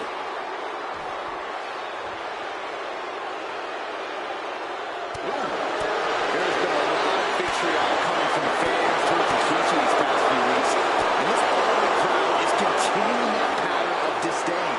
You think Rikishi cares about the fans, though? No, not at all. He truly believes he's done something for his family, for his people. His family's respect is the only respect he's desperate for. Now bringing the fight back into the ring. Oh, what a kick! Right to the gut. Oh, what a hip toss. He's headed out to the ringside area.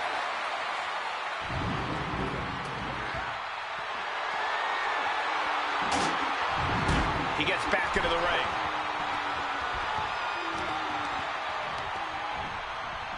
And into the corner he goes. Clothesline in the corner. And we know how despicable Rikishi has been, but to throw the vinegar on the right. Got the cover. This might be the end. It's still in this. And you got to think he's just one final blow away from nothing. Austin Rikishi is down. It could be over. It's the cover. The rattlesnake bites again. Austin gets his payback. Ladies and gentlemen, the winner of this bout,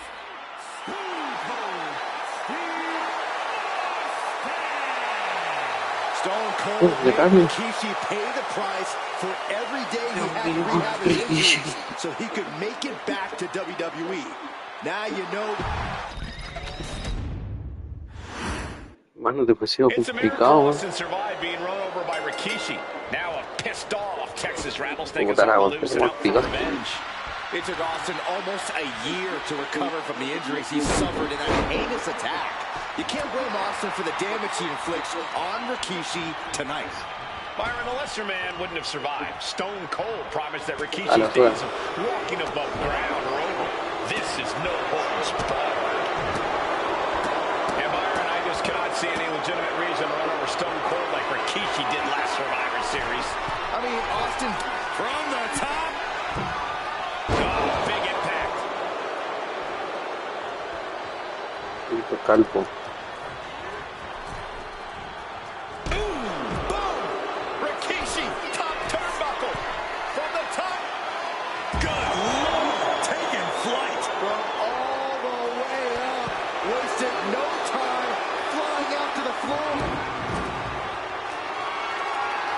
Digging the steel steps right into them. Disgusting. Anything Austin is trying is being suppressed. No one holding Rikishi's family down now, taking out all those years of frustration on Austin here.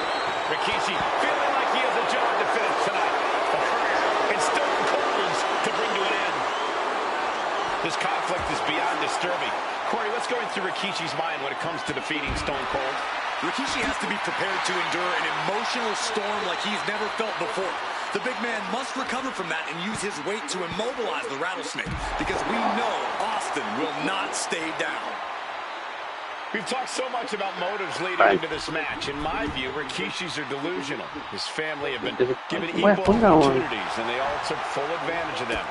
Yeah, my blood boils at the propaganda Rikishi's been selling. But I'll tell you about the most legitimate motive in this story, and that is payback for Stone Cold. Austin nearly had his life taken from him, and there is no greater reason to stomp the tar out of somebody than that. Oh, man, he's got him in the crosshairs. Denied via a wicked punch to the stomach.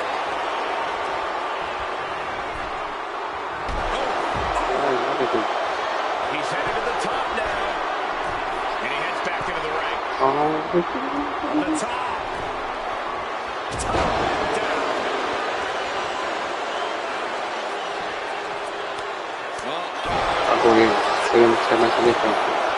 Two count. Kicks out. He just won't give up.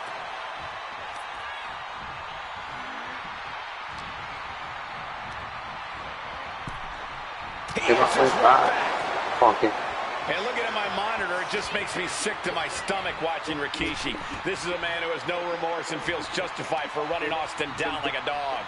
Look, to be devil's advocate, you've got to look at Rikishi's perspective. He's proud of his Samoan lineage and saw an opportunity to give his people a leg up in the shark tank that is WWE. Oh, are you serious, Corey? Rikishi ran over another human. The cover.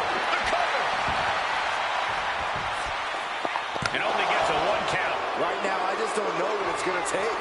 Oh, man. Stone Cold with a one-time shot.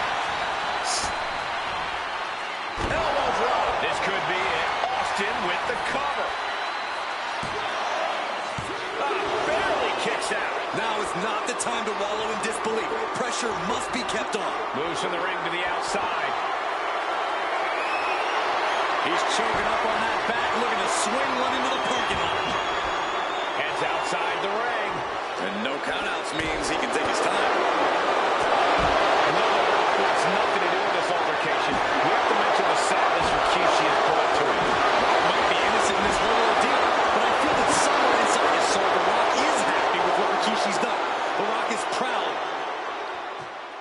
And do you hear this capacity crowd? They want more from Stone Cold. All that he wants to see Rikishi get beaten down like a pile of human filth. Back into the ring here.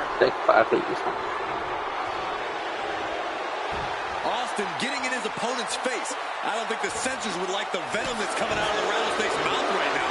Now Rikishi has the firm upper hand. Rikishi with an onslaught here against Austin. Dare I say, Stone Cold could be in trouble.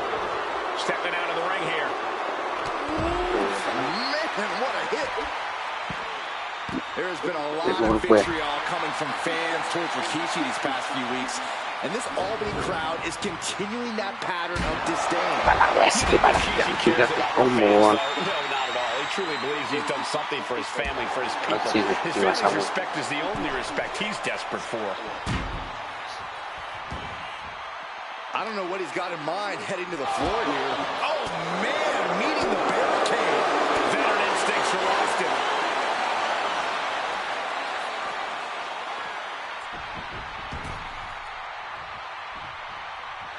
He's looking lost out there. Looking like an easy target. Stops the kick. And Rikishi lately has been calling himself a visionary, a pioneer. All a bunch of garbage, if you ask me. Well, those aren't self-imposed labels, Cole. Those labels are coming from the family, coming from a group of wrestling legends who are proud of Rikishi for standing up and making a change in this business. I have a few labels for Rikishi. Coward, liar, embarrassment. Those fit him well. He's leaving the ring now. No countouts to worry about. Austin just stomping away. Getting dangerously close to our announce table. And Austin's plans fail there. A critical counter being put on by these competitors. And now thrown back into the ring.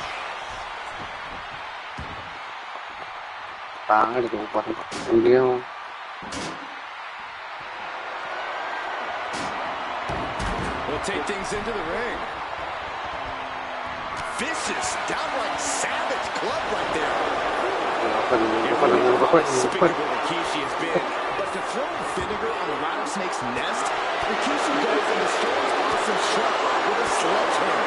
Well, that'll have no fury like a man who has his car tampered with. It's just extra motivation for every fist Austin lands in this fight. Caught that and reversed it. Targets the gut to end the offense.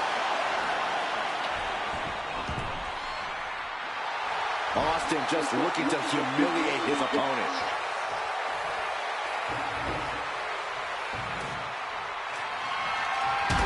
He dodges out of danger. No idea where this one's heading. He's headed out to the ringside area. Shoulder tackle. Scary mindset for the rattlesnake. Austin has scattered pictures of Rikishi all over his home. Said that every time he looks at Rikishi, he's looking at a dead man. Yeah, Rikishi taking that as an empty threat, thinking that Austin isn't the man he claims to be. But trust me, when Stone Cold says he has you in his crosshairs, that's no empty threat. And he tosses him back in now.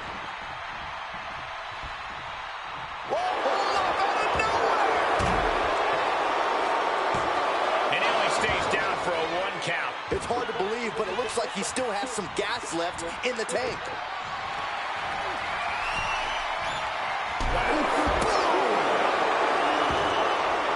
He's making his way to ringside now.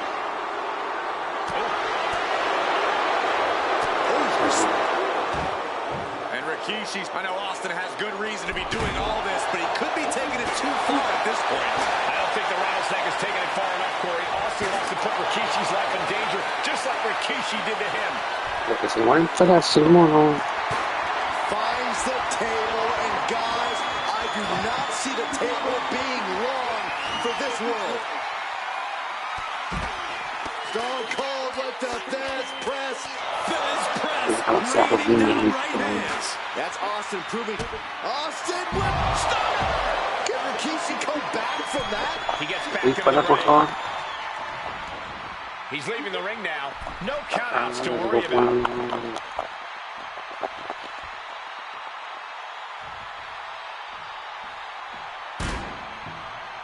Into the ring again now.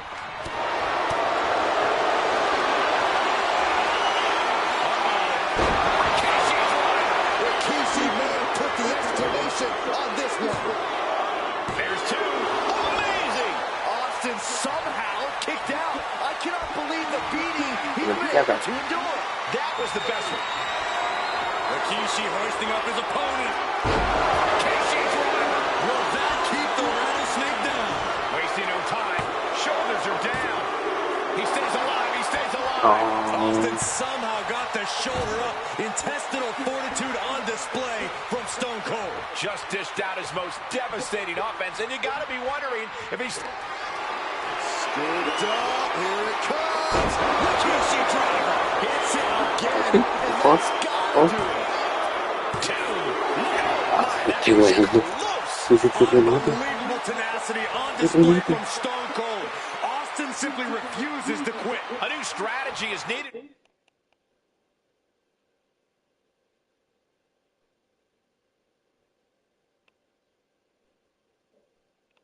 Right about now, if that couldn't end things. And slides back into the ring. Inside cradle applied, shoulders down. Oh my God! What an incredible match we are witnessing. And one punch connects after another. Kick gets caught. Clothesline takes him down. Forget about it. You can feel the utter hatred these men have for one another. There is nothing more they want to do than end each other's career. A hockey stick? I see. He does not just want to win the competition. He wants to embarrass them.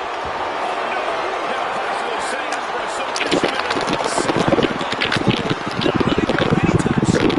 Agonizing to be in the submission. He lets go of the hole, but I don't see any reason for it.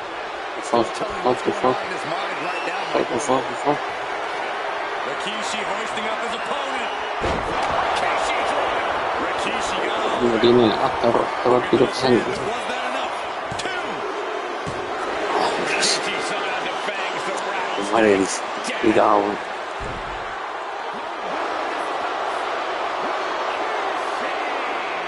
This is not what many of us expected to see. We wanted to see retribution, but Rikishi was too much of a monster for Stone Cold tonight. The vitriol that consumed Rikishi powered him to finish the job and leave a battered Austin in his rear-view mirror.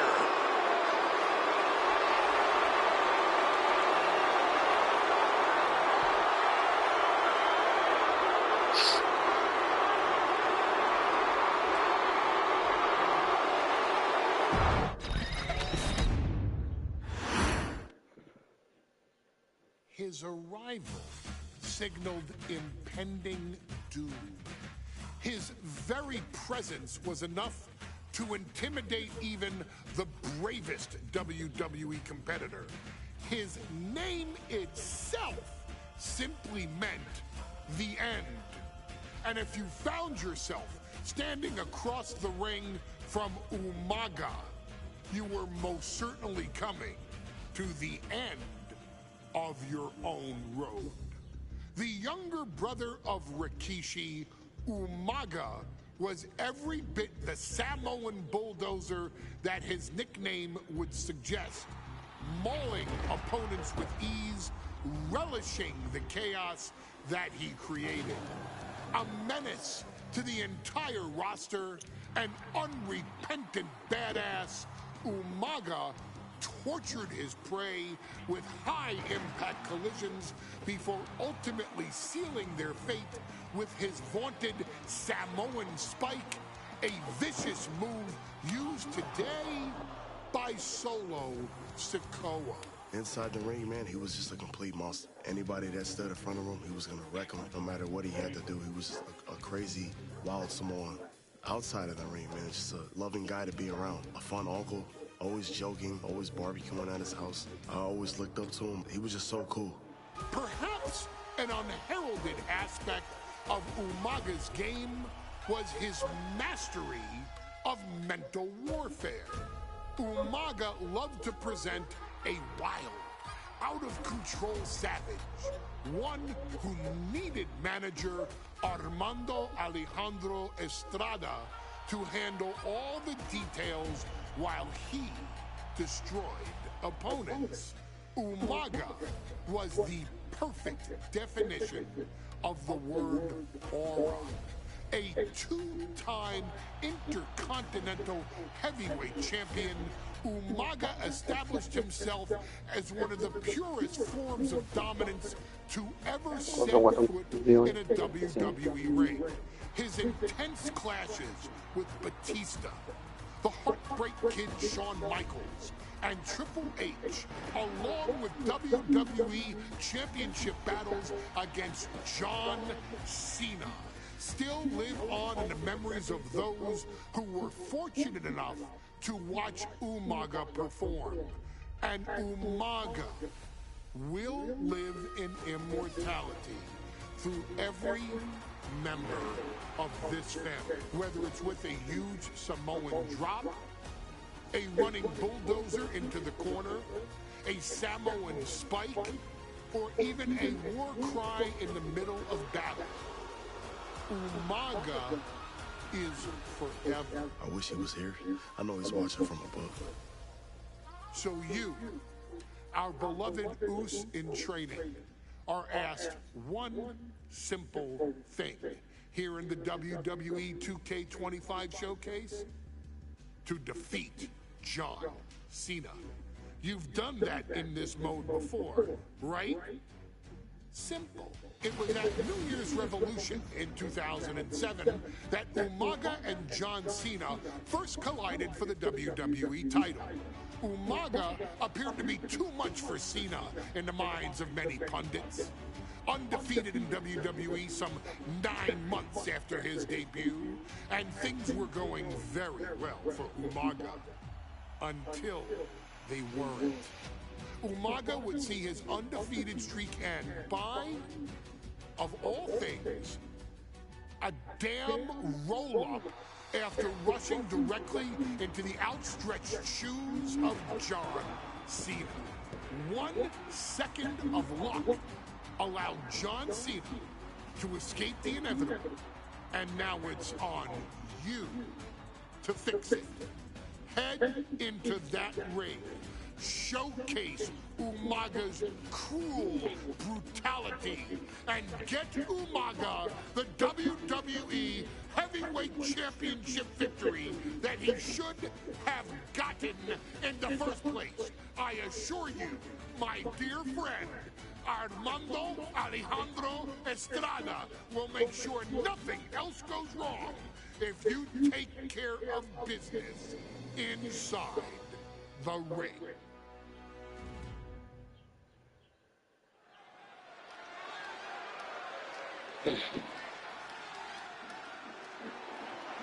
Well, ladies and gentlemen, here he is. He can be the next WWE champion, the near 400-pound Umaga. A man that since debuting right after WrestleMania 9 months ago has remained undefeated. And Umaga has been in the ring, Byron, with the best of WWE. Dynamics.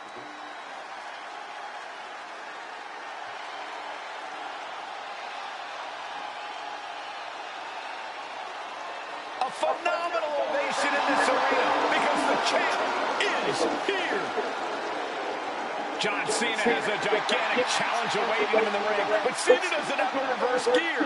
Absolutely not. The champ only goes one way, and that's straight at you.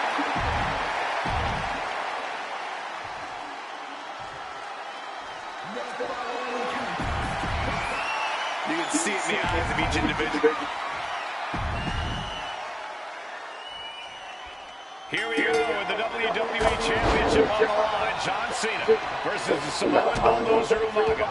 He could be looking for a submission here. Camel clutch applied. Oh, look at that arc. That's not the way into it. Nice escape.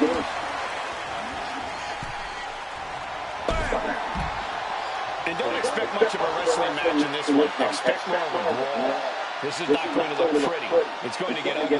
This is 2 trains on a track to a head-on collision.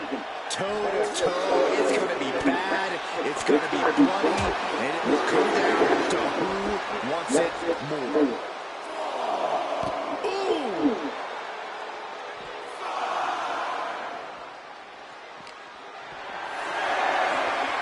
Caught in a bad spot.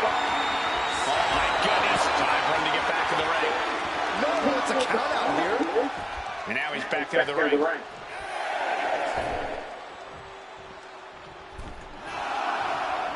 and just barely made it back in. Cena tonight attempting to do something no one else has been able to do.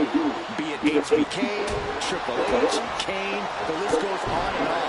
No one has been able to beat Umaga. Since debuting in last year's WrestleMania, he's never been pinned, never been submitted. Umaga is a man who's decimated every single thing in his path. It's not hyperbole to call him a dangerous and deadly savage. Stamina is going to be a key factor in this match tonight. Can Cena weather Umaga's vicious attacks? Can Umaga keep up the offensive pressure as Cena drags this into deep waters? I think you're right, Cole. This might just come down to who has more gas in the tank. Momentum fully shifted to Umaga. Cena has no response for Umaga's savage and brutal offense. Here it comes! Samoan Spike! The challenger comes up big! Umaga is truly a specimen to marvel at, Corey. And his handler, Armando Alejandro Estrada, knows he has a thoroughbred on his hands. What's the difference? Nothing fancy here. Taste of victory! Don't pin to decide the championship. He's got something else in mind, I guess.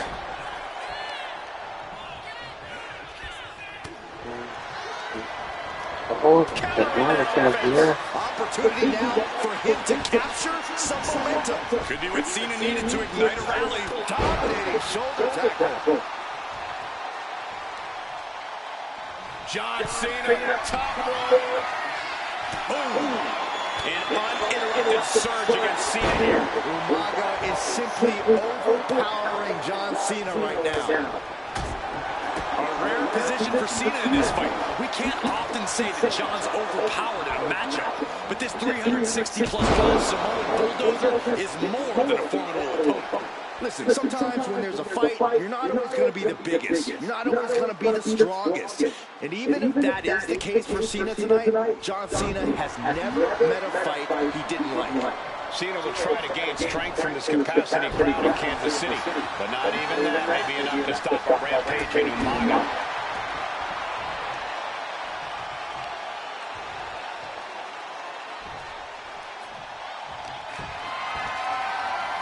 This is just ridiculous. Look at the power. This is downright superhuman.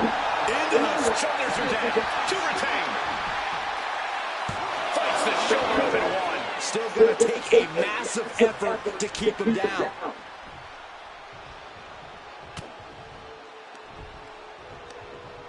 All the way up. Driven down with a sidewalk slam. The champion into the pin.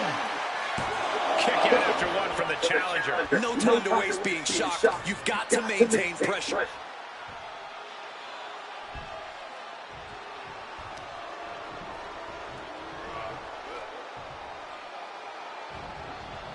He saw that one coming. The lariat. Oh, look at this. Boot right to the throat. And Umaga, of course, coming from a very rich heritage. Some of the greatest athletes in any sport come from the Samoan heritage. Umaga's aggressiveness can be traced back to his bloodline. When you're fighting a Samoan, you are battling a tough, scary human being. Umaga with a crazed look in his eyes, staring down Cena. Here it comes! Samoan spike. Could that be enough to gain the title?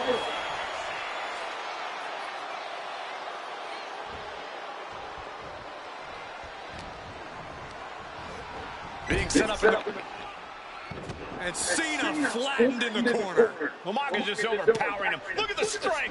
Into the corner, just setting Cena up.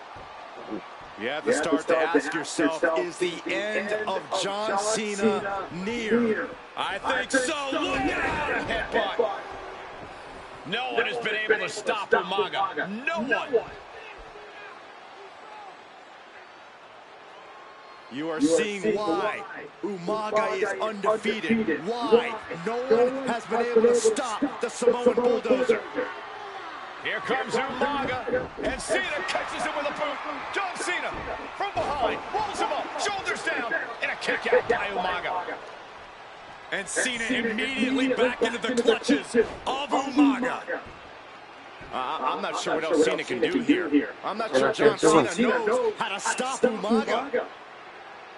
And Corey, you know there's no force equal to being on the receiving end of a headbutt from Umaga. It's in Umaga's DNA. Generations have perfected the art of using their own skull as a weapon that could stop an elephant. And that cuts Cena right off. Sometimes I look at Umaga and it just scares me. I think he forgets that he's even in a championship match. Estrada is very aware of it, but Umaga sometimes looks oblivious to what's going on, other than the fact that he knows he's supposed to hurt his opponent. Having no conscience is Umaga's gonna fly!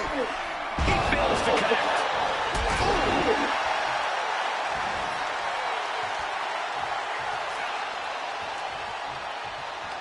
Counter from Umaga. Spinning heel kick.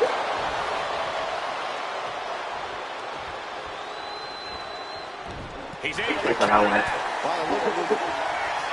Cena, look at this power. Onto his shoulders. Attitude adjustment. The champ is taking care of business here. 2 count. He kicks out somehow. This puts the pressure back on the champion. Can the champion respond with their back against the wall? And Cena has to hammer down now. He was only inches away from gaining the 3 count. Got out of the way that time. Spinning heel kick. 2 powerhouses, a championship on the line. We knew this would be a battle. Umaga and Cena aren't giving up any ground here. Getting it right into the corner. Caught him right in the jaw. What a shot. Sharp punch. Boom. Big kick. Good Lord. Exerting his dominance. And now, no idea what he's planning here. And I don't think it's anything good, Cole.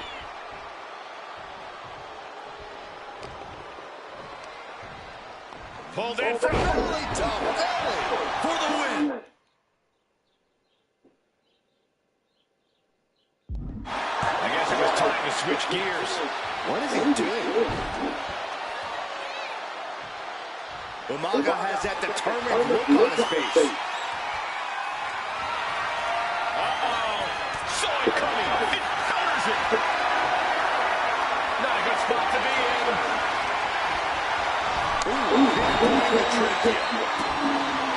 Cena and Umaga are out of control, taking each other to their absolute limits. This has been as physically intense as we expected. Umaga fends him. This'll do it. Umaga. Oh, saw that spike. That might have just sealed the deal with us having a new champ. Kick out. I thought it was finished off for sure. The title still hanging in the balance. Resilience of a champion on display. And I think we all know this is only going to make a monster like Umaga even angrier. Decides to leave the confines of the ring.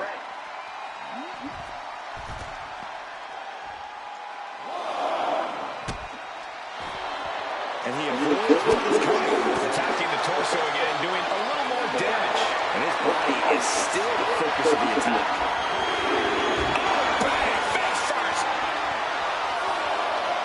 That unraveled on Umaga. Ooh, what a punch. Has to monitor the referee here. Has to avoid the count on the top.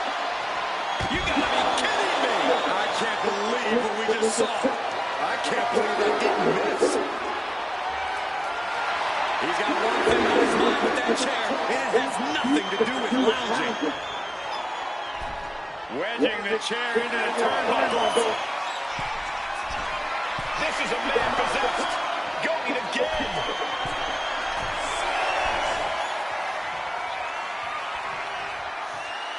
And the man many consider the greatest of all time playing to the crowd.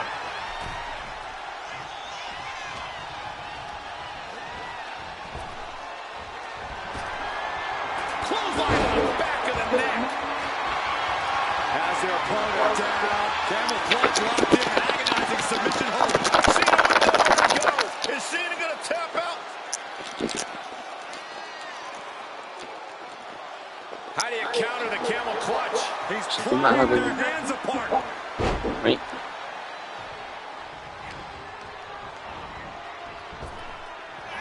Here's Cena. Holy shit. And there it is, the title not going anywhere tonight. Oh my God. You gotta be kidding me. What just happened? I don't know, but I think it just blew the roof off this arena. And Cena has to remain undaunted now. He can't let up.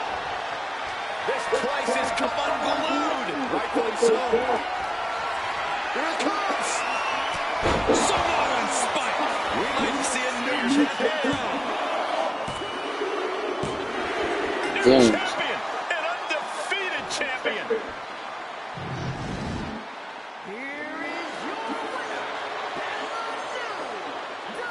WWE Champion. This proves it. Truly no one can withstand Umaga. The Samoan bulldozer has wrecked his way straight to the WWE Championship. Cena's title reign is over. An incredibly impressive.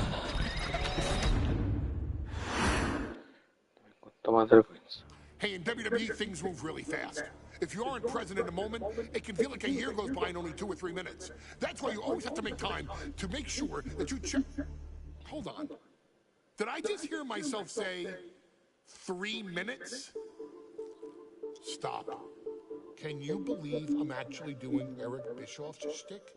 In the early 2000s, few words sent a shudder through the roster like the words 3 minutes, summoning the fearsome duo of Rosie and Jamal, collectively known as the 3-minute warning.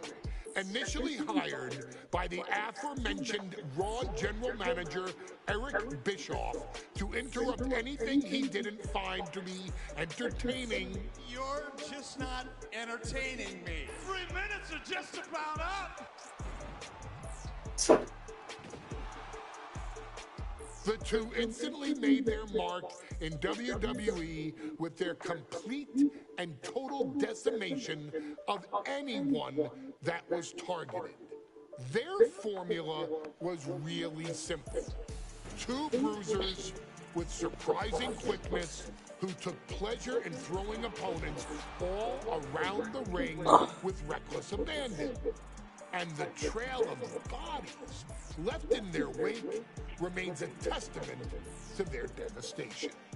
Rosie, older brother of your tribal chief, Roman Reigns, and Jamal, who would in time develop his skills further and take the name of Umaga, were about instant gratification. They treated matches like a race, seeing how much damage they could fit into the shortest time possible. The 3-minute warning with my brother and my cousin, it was just one of the coolest gimmicks of all time to me. It was catchy, you know what I mean? Like, you kind of knew what was happening, and I feel like we all remember when the 3-minute warning hit for the first time. You know, the whole Den TV area just lit up. Every match was a train wreck, as the two would use their size to overwhelm most opponents, coupling that with incredible tag team maneuvers to increase the carnage to its maximum levels. That approach, maximizing damage while minimizing time, was a 3-minute warning signature. The team itself saw its run in WWE last for a little over a year, but in that time managed to make such an impression with the WWE Universe that it still resonates today. They are proof of the impact anyone...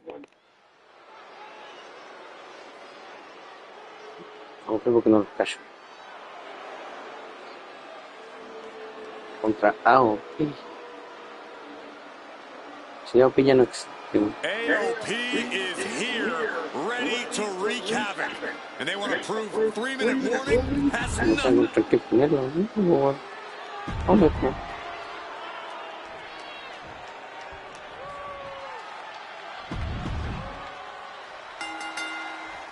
We got 3-minute warning in the Office of Pain clashing tonight in what should be a harrowing Extreme Rules match. Considering the teams involved here, it comes as no surprise that we have medical teams standing by backstage. Yeah, these are two of the most merciless and physical teams we've ever seen.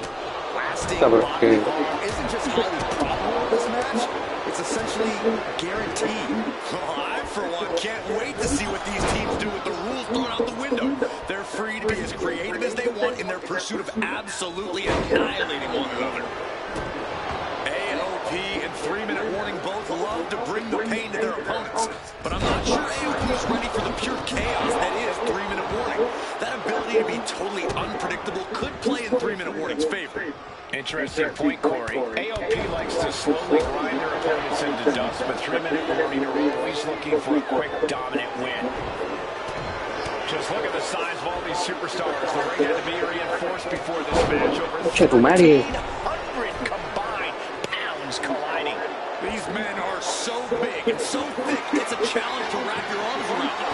It's really just best to find weapons and whack away. Yeah, there's plenty of weapons to choose from tonight. Wicked kick. He's getting rid of the turnbuckle pad. Throws it in too loud, Saxon. You might get caught. That has to take all the breath out of you. Uh-oh. Full mount. Hammer fists. Striking at will. The ref might want to stop this one. And Razor's confidence has to be rocked after that. Rosie held nothing back on that attack. Rosie lining him up from the top turnbuckle. Perched up top.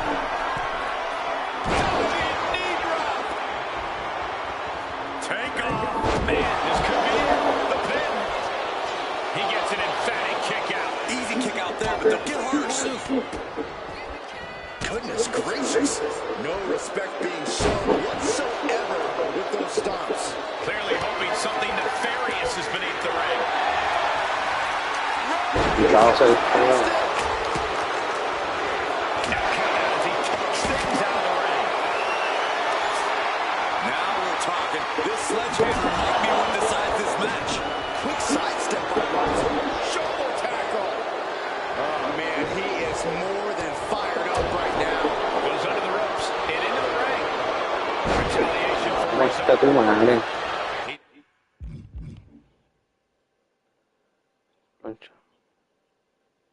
looking to go high risk from the top rope. Vicious, aggressive attacks. Man, Rosie and Jamal representing the biggest, most important teams WWE has ever seen. Both teams don't care. You might actually get the win here. Makes the save, and they continue this match. What the heck is this manager doing looking under the ring? He can't be acting like this. Not so fast. Reversed into the heel toss. And he comes in under the ropes now. Blast off! Oh, high risk, but was off the mark. Just got the finish. We knew this would be a grueling and punishing match. The and are exceeding all expectations. Rosie and Jamal tell their victims that they will feel the 3-minute warning. What does that mean, Corey? Well, it means a lot of superstars will get run over by the pain train, and it's only going to feel like the longest 3 minutes of their lives. When you're as big and strong as Rosie and Jamal, that's how quickly it can be over. This is a whole new level of chaos and brutality. 3-minute warning and AOP just keep upping the ante on each kick right to the face. 3-minute warning might just be done messing around. Great athleticism. Underhanded face rake throws off the attack. Into the Samoan. Jamal pins the shoulders down. And he fights it off. Almost inhuman at this point. Leg drop. Pay special attention to Rosie in this matchup. Oh no, Corey, the table's just been set on fire. This is too far. Wrench in the arm. Man, what a clothesline. Oh my, what a splash. Boom.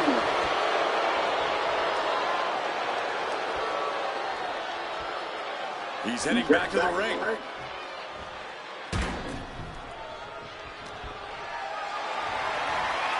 Getting carried to a vulnerable position here. gets driven into the corner.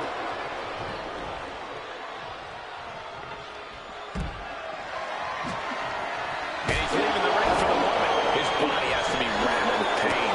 Yeah, Extreme Rules matches eventually take their toll on everyone. Oh, sent crashing right into the ring post. Ooh, great anticipation. He quickly gets out of dodge. And we know when he has a chair in hand, things get messy in a hurry. Uh-oh, taker in the ring. I don't like what I'm about to see. Diamond suplex. Goodness gracious, destruction everywhere. With authority. Taking out the knee. And enters back. Here we go again. You can tell he's feeling it now. This fight is... Bump handle locked in. Death Valley driver. AOP might have just passed their final testament.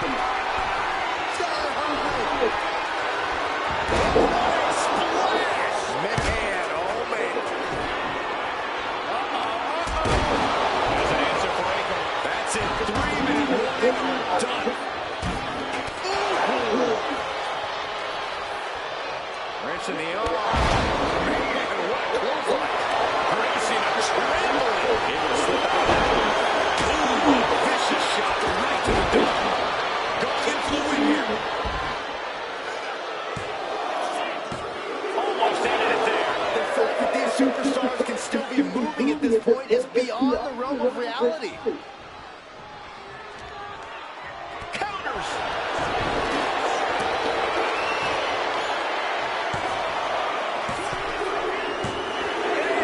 Cái bà nào Grabs the victory. mà đâu giảm hai cái đâu rồi xem. Here are your winners.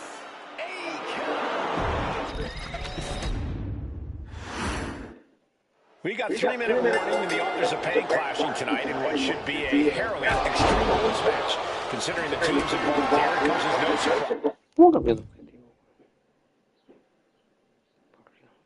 I expect they will have met the team standing by backstage. Yeah, these two trying to put this on. Shoulders down, roll up. It's going to take more than that to keep his shoulders down. Still too fresh to stay out. Rosie and Jamal tell their victims that they will feel the 3-minute warning. What does that mean, Corey? Well, it means a lot of superstars will get run over by the pain train, and it's only going to feel like the longest 3 minutes of their lives. When you're as big and strong as Rosie and Jamal, that's how quickly it can be over. AOP and 3-minute warning both love to bring the pain to their opponents, but I'm not sure AOP's ready for the pure chaos that is 3-minute warning. That ability to be totally unpredictable could play in 3-minute warning's favor. Interesting point, Corey. AOP likes to slowly grind their opponents into dust, but 3-minute warning are always looking for a quick, dominant win. Dribbling the opponent's head like a basketball. And what need is there to go looking under the apron like this? He is looking to do some serious harm. And a double axe handle smash. Watching the hardcore style of 3-minute warning. Both of these men are from the hood, so to speak. On the streets, brought up to be tough. Rosie and Jamal, tenacity. A duo that couldn't care less about headlocks. They're just all about beating the hell out of you. 3-minute warnings, thug-like tactics need to be respected. Rosie and Jamal only care about one thing, and that's the win.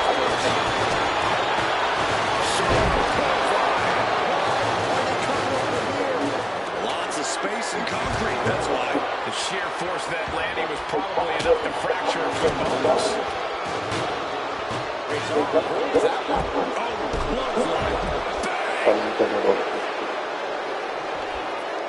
He's out of the ring. What does he have in mind now? Oh, did you hear the impact? Man, Rosie and Jamal, Akam and Razor, representing the biggest, most imposing teams WWE has ever seen. Both teams don't care what the motive is, don't care who the target is. Their goal always remains the same, and that is complete destruction of the opposition.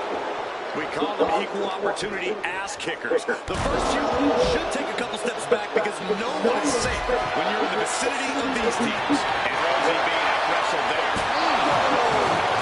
And getting the cover here. Hitting the shoulder for 2. tells me the end is not near. Golly, what Here's the cover. I think this may be away. No. not like this. He narrowly avoids the count. And frustration might be starting to set in. Here he comes, sliding back into the ring. And what's he looking for here? He's got a ladder now. He could be contemplating something very risky. Razor cuts him off. Just look at the size of all these superstars. The ring had to be reinforced before this match. Over 1,300 combined pounds colliding. These men are so big and so thick, it's a challenge to wrap your arms around them. It's really just best to find weapons right away. Yeah, there's plenty of weapons to choose from. The WWE Universe is pouring more fuel on his fire.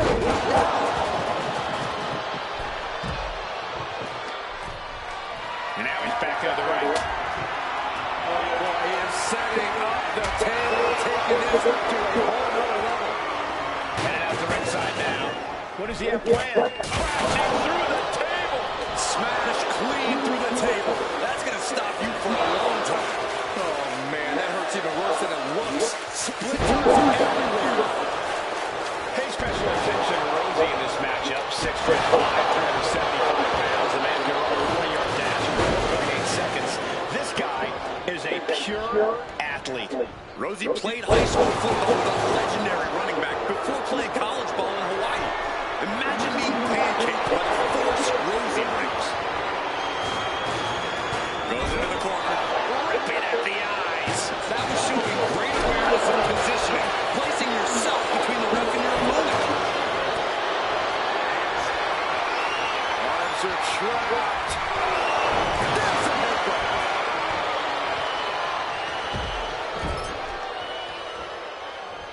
Boom! What a headbutt.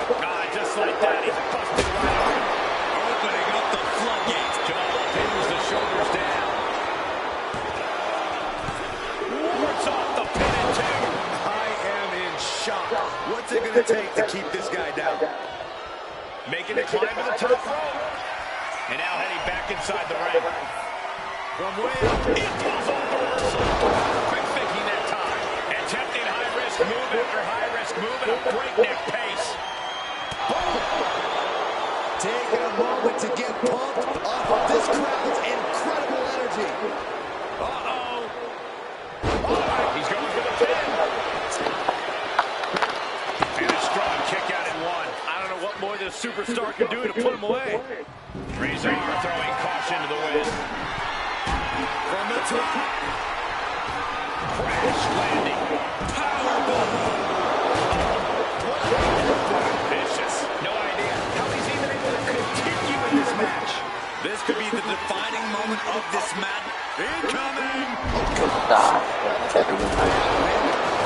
Looking to put this one away here. And he kicks out of the pin at one. He refuses to stay down. Pure instinct. We all know what's going through their head here. Yep, destruction, revenge, annihilation. Yeah, but they should be thinking about this coming out of their paycheck. How much more can you take? And in these situations, it's hard to not get desperate, to start going for Hail Mary plays. Run out of ringside and back to the mat.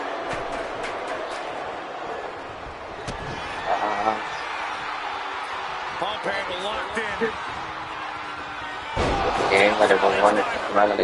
AAP might have just passed their final test. T-bone into a power slam.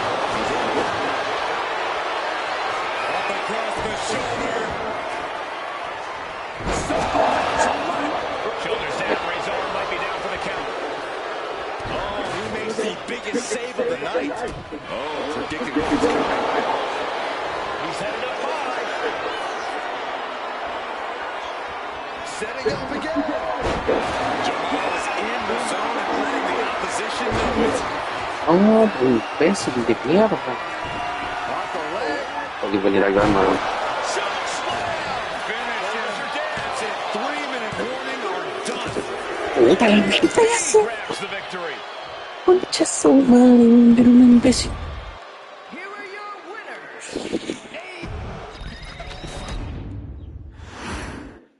Here we go Sí, with AOP and comentario, 3-minute warning going head-to-head. This is an Extreme Rules match, and tipo la it's a good impresión thing it de is, humor. because neither one of these teams likes to play by the rules or limit their aggressive tendencies. There's nothing on the minds of these men except dealing as much damage to one another as possible. Both 3-minute warning and the AOP excel at brutalizing their opponents and inflicting massive amounts of pain. But only one of them can be the best at it. Puta sale. Predict that this is going to be an exceptionally gruesome and painful match to watch.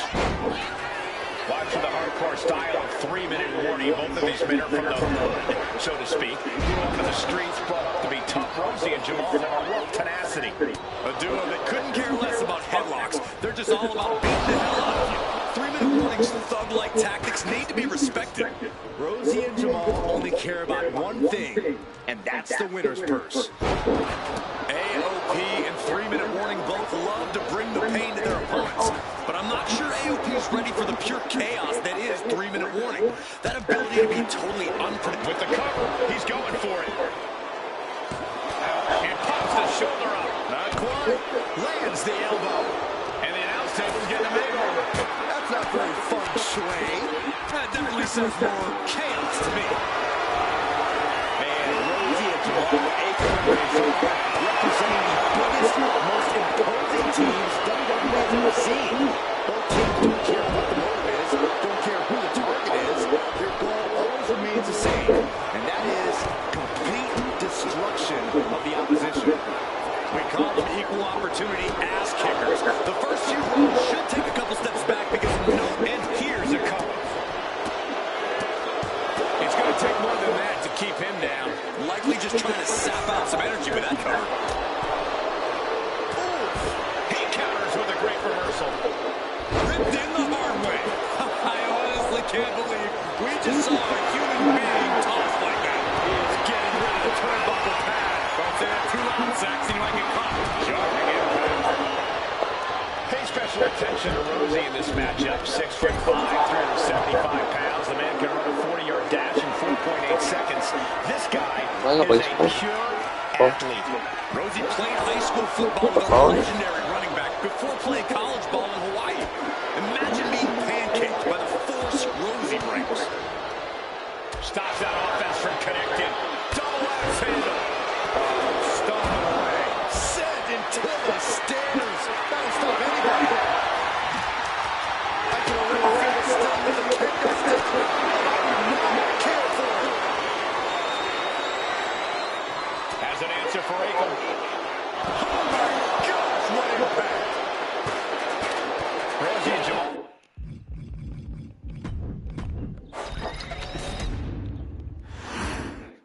Here we go with AOP and 3-minute warning going head-to-head. This is an Extreme Rules match, and it's a good thing it is, because neither one of these teams likes to play by the rules or limit their aggressive tendencies. There's nothing on the minds of these men except dealing as much damage to one another as possible. Both 3-minute warning and the AOP excel at brutalizing their opponents and inflicting massive amounts of pain. But only one of them can be the best at it. We can safely predict that this is going to be an exceptionally gruesome and painful match to watch.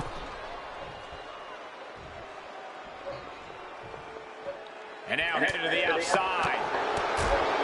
Pay special attention to Rosie in this matchup. 6'5", 375 pounds. The man can run a 40-yard dash in 4.8 seconds. This guy is a pure athlete. Rosie played high school football with a legendary running back before playing college ball in Hawaii. Imagine being pancaked by the force Rosie brings.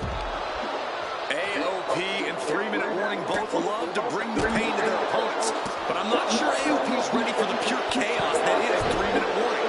That ability to be totally unpredictable could play in 3-minute warning's favor. Interesting point, Corey. AOP likes to slowly grind their opponents into dust, but 3-minute warning are always looking for a quick, dominant win.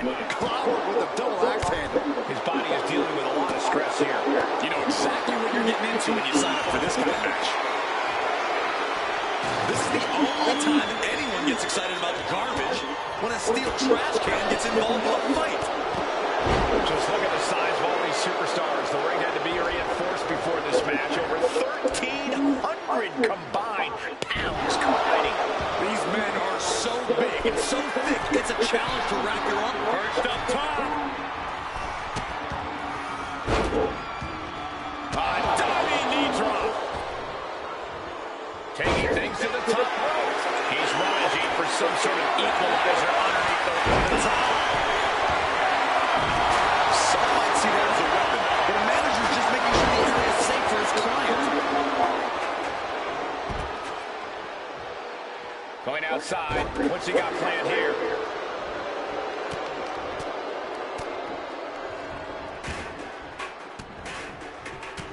My God, what a striking display. Rosie and Jamal tell their victims that they will feel the 3-minute warning.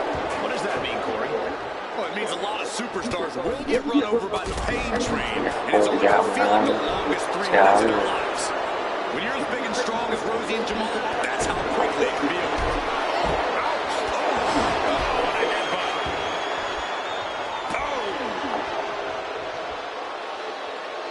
Back into the ring now. Oh, and that'll take a bit of the play out of Aiko. Yeah, Rosie can't prepare for this matchup. And you're looking to cause quick, sharp damage. You can't go wrong with the kendo stick. Oh, man. Man, Rosie and Jamal, Aiko and Razor, representing the biggest, most imposing teams WWE has ever seen. Both teams don't care what the motive is, don't care who the target is. Their goal always remains the same, and that is complete destruction of the opposition. We call them equal opportunity ass kickers. Here we go. It connects. You got to be a certain kind of crazy to even think about attempting that kind of offense. I can't say it didn't pay off. Taking to the floor, and he's got no worries about the count. Oh, man, come on now. Not a sledgehammer. Sledgehammer right to the gut. Jamal saves himself. Watch for the hardcore style of 3-minute warning. Both of these men are from the hood, so to speak. Grew up in the streets, brought up to be tough. Rosie and Jamal have a rough tenacity. A duo that couldn't care less about headlocks. They're just all about beating the hell out of you. 3-minute warnings, thug-like tactics need to be respected. Rosie and Jamal only care about one thing, and that's the winner's purse. Striking down with the axe handle. Aiko with a course correction. Oh, knee just being torn apart now. Turn it around with a reversal. Oh, heavy contact into the steel steps. On the outside, look out, snake up! That's it. Razor, nasty kick to the face. Look at it, AOP just fell to their demise. We knew this would be a grueling and punishing match, but AOP and 3-minute warning are exceeding all expectations.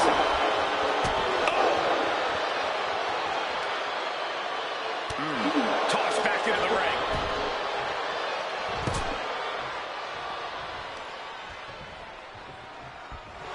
Double leg takedown, got the shoulders down. He knows the goal is to win the match, right? Yeah, what's he doing? Counter. He knew just what to do. And able to beat Jamal to the punch. Uh-oh. Pin attempt by Aiko.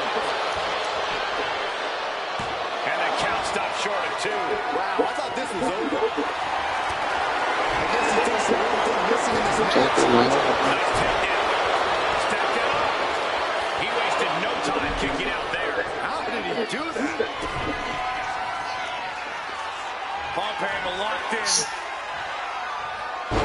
Death Valley driver. AOP might have just passed their final testament. Things are heading ringside now. This is a whole new level of chaos and brutality. 3-minute warning and AOP just keep upping the ante on each other. And he re-enters into the ring. Oh, imbécil de mierda. What a display of strength here. Retaliating with a knee to the face.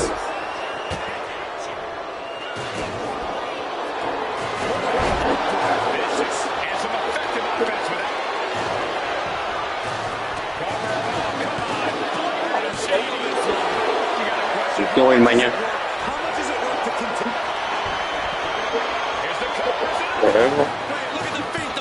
La toma de China.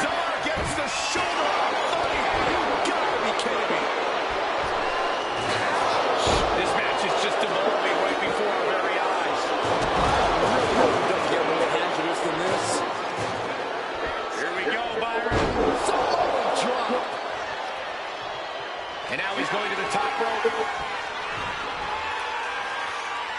Take him. Down with force. 3-minute warning might just be done messing around. 2. Rosie and Jamal survive Extreme Rules.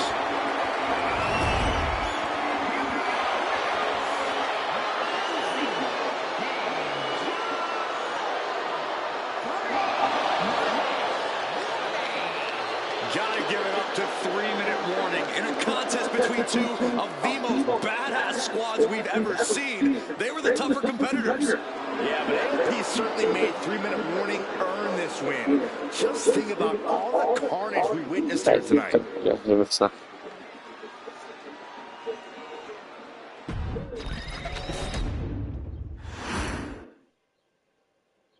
We've come to the part of the showcase where we get to talk about Tamina.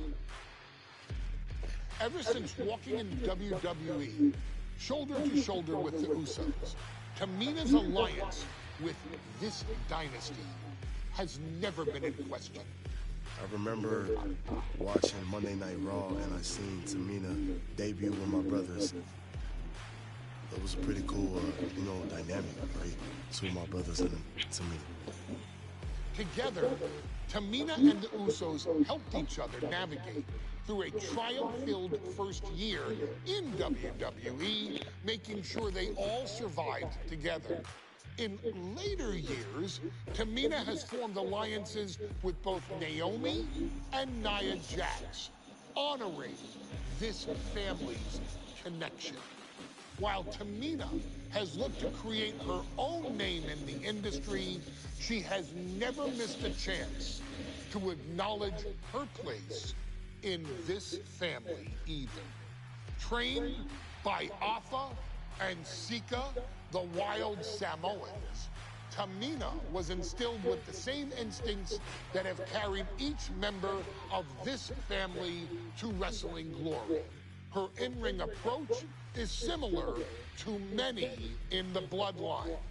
Quick striking, high-impact attacks, and smothering holds. As capable with a super kick or a big splash as anyone else, Tamina has maintained a remarkable level of success in her WWE career.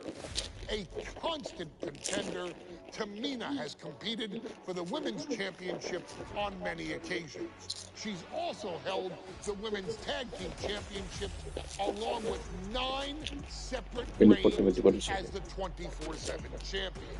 Tamina has proven capable in any environment against any opponent. Tamina is always the perfect test for a rising contender.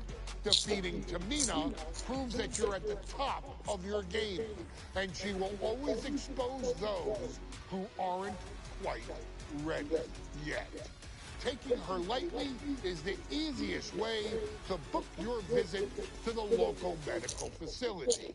Tamina has taken part in many memorable moments, but in the 2K25 Showcase, we're going to give you the chance to make history.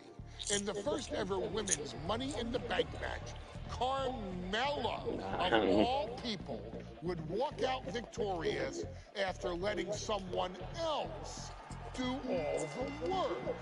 Tamina, Becky Lynch, Natalya, and Charlotte Flair were all robbed of a great opportunity that night by Carmella.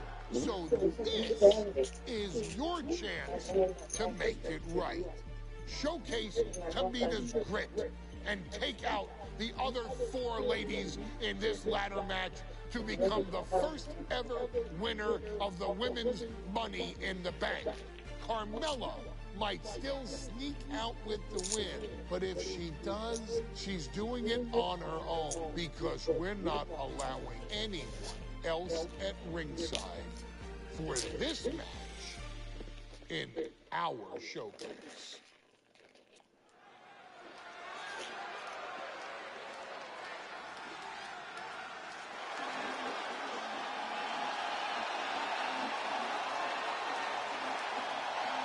We are making history tonight here in St. Louis, the first ever women's Money in the Bank ladder match.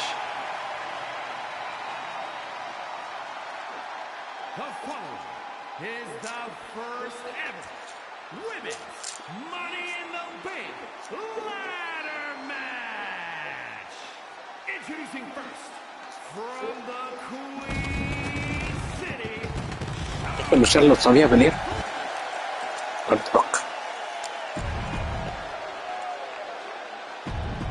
Becky. Oh man. This new generation of female superstars are providing yet another milestone moment here. Tamina, Charlotte, Carmella, Natalya, and Becky Lynch will climb the ladder and retrieve the briefcase, becoming the first ever Miss Money in the Bank. And looking at the playing field, the majority of these women love to utilize their submission offense to put opponents away. Tapping someone out won't win this match, but these women should not shy away from using the biggest weapons in their arsenal. We've heard Becky say she was going to rip arms off tonight. You can't exactly climb a ladder with no arms. Remember, the first woman to climb the ladder and retrieve the briefcase will become the first ever Miss Money in the Bank. No countouts, no disqualifications in this match. Everybody is coming in with a different strategy, but remaining close is the key. Luck is going to play a part, but you'll increase your odds if you stay close to a ladder and close to the briefcase. That's going to sting. Leading her into the corner now. Three second-generation superstars competing in this match. Carmella, Charlotte, and Tamina. And Natalya, of course, a third-generation superstar. Women bred for these kind of moments. Any of these women will have a significant chapter to her legacy if she can become the first Miss Money in the Bank. Not the prettiest thing you'll ever see, but it sure looks effective from here. Becky experiencing firsthand just what kind of a challenge this one's going to be. Got them off their feet here.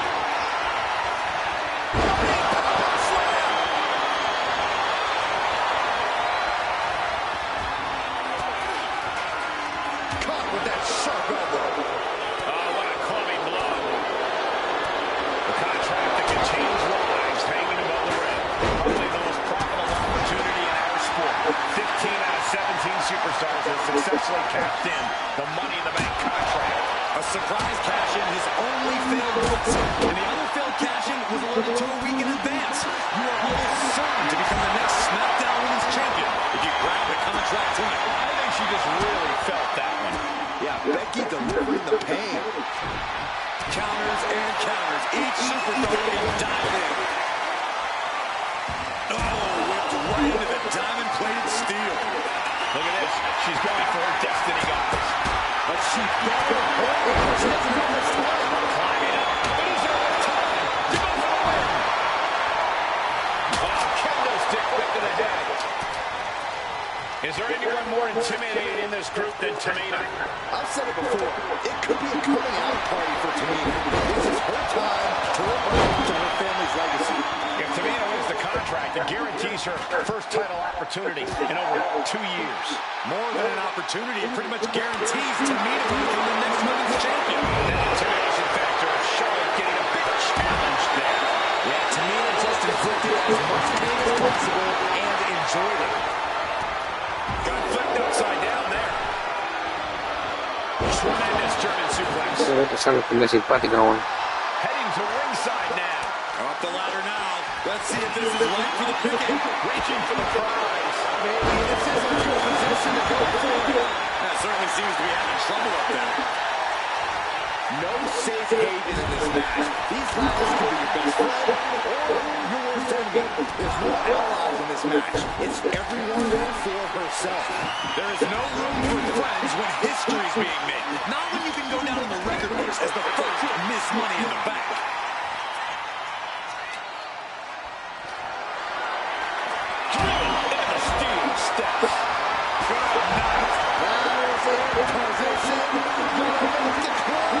She stretches some time, but you got to just keep going. Sidewalk slam. Her endurance is really being tested now. Yeah, Cole, taking this much damage now seriously impacts your speed up the ladder. Goes without saying, but a leg injury will hamper your ability to do just about anything. Trying to put the ladder in the middle of the ring. This is where you want it. Right place. Is this the right time? Oh, man. Hands on, but can't pull the rug. All eyes are glued high above the ring. Carrying the opposition. What's the thought here? Well, now finding yourself on the wrong side of momentum. Mel's being systematically worked on. Tamina heading up.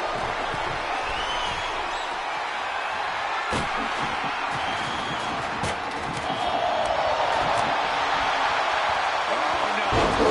First DDT. Snapmare takedown. Man slam with some attitude. Lynch with a shot between the shoulder blades. Here it comes. Manhandle slam. Money in the Bank briefcase still hanging on. This is what it's all about. The opportunity of a lifetime. What are you willing to do? How much can you sacrifice to be the first Miss Money in the Bank?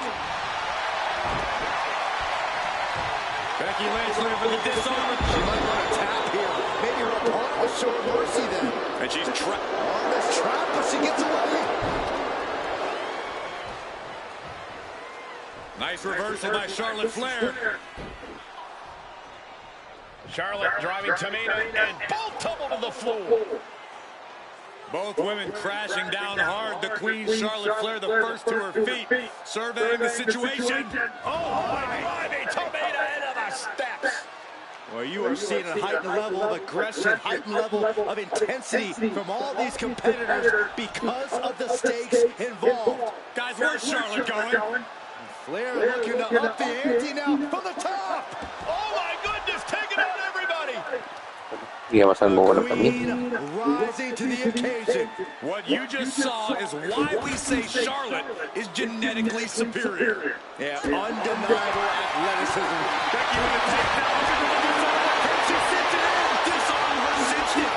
Somebody get in there and stop it. There's no damn reason to put her out here. Let's go for submission hold. Not sure what she's got planned here. Victory is literally within her reach here. The crowd is going absolutely crazy right now. They know this could be it. Put focus on obtaining the prize.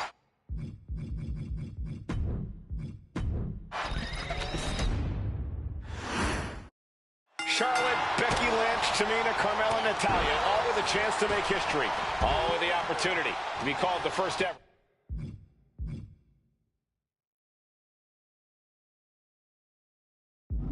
Miss Money in the Bank.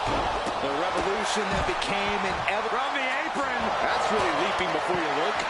Could be a tide turner in this match. The contract that can change lives hanging above the ring. Probably the most profitable opportunity in our sport. 15 out of 17 superstars have successfully cashed in the Money in the Bank contract. A surprise cash-in has only failed once, and the other failed cash-in was awarded to a week in advance. You are almost certain to become the next SmackDown Women's Champion if you grab the contract tonight. Remember, the first one to climb the ladder and retrieve the briefcase will become the first ever Miss Money in the Bank. No countouts, no disqualifications in this match. Everybody is coming in with a different strategy, but remaining close is the key. Luck is going to play a part, but you'll increase your odds if you stay close to a ladder and close to the briefcase. No safe haven in this match.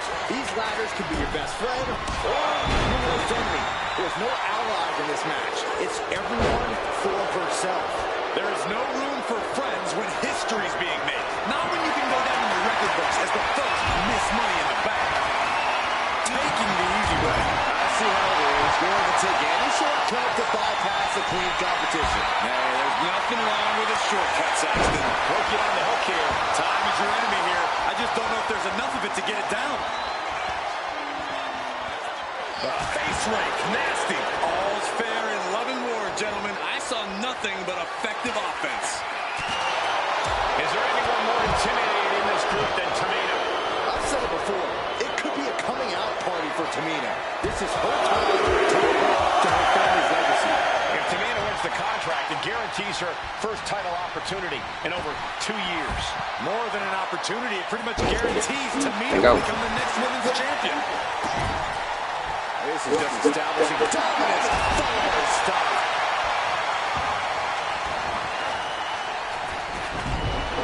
Flair just ragdolled to the outside. And gets sent right into the corner. Unloading! You can feel the resentment building with each stomp there. Tamina not caring that Becky's a fan favorite. The crowd's adulation is meaningless. All that matters is the contract suspended above the ring. Tamina's been showing so much dominance in this match. 3 second-generation superstars competing in this match. Carmella, Charlotte, and Tamina. Natalya, of course, a third-generation superstar. Women bred to these kind of moments. Any of these women will add a significant chapter to her legacy if she can become the first Miss Money in the Bank. And what a throw that was. It wasn't the higher distance that caused the damage, but they certainly contributed. Take a seat at the table. You can see Charlotte's expert game plan experiencing a minor hitch there. My beautiful Carmella looking to push the advantage after that. Oh, come on, just take it back. That's Soaring. Double team. And looking at the playing field, the majority of these women love to utilize their submission offense to put opponents away. Tapping someone out won't win this match, but these women should not shy away from using the biggest weapons in their arsenal. We heard Becky say she was going to rip arms off tonight. You can't exactly climb a ladder with no arms. She's starting to feel the effects of that offense. Yeah, Becky. What you just saw is why we say Charlotte is genetically superior. Puta la weá, te iba al tiro.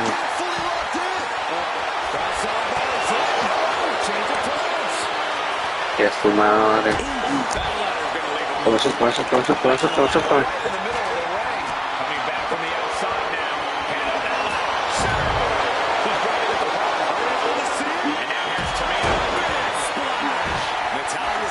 Just ended right there. She might not be in any condition to climb the ladder.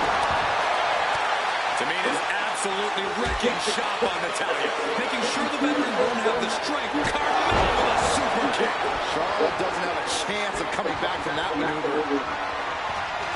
She's getting that ladder exactly where she wants it. Crucial step.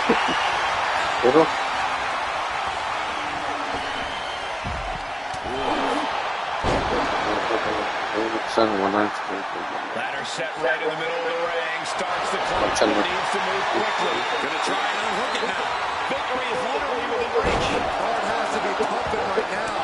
Needs to focus and pull it together.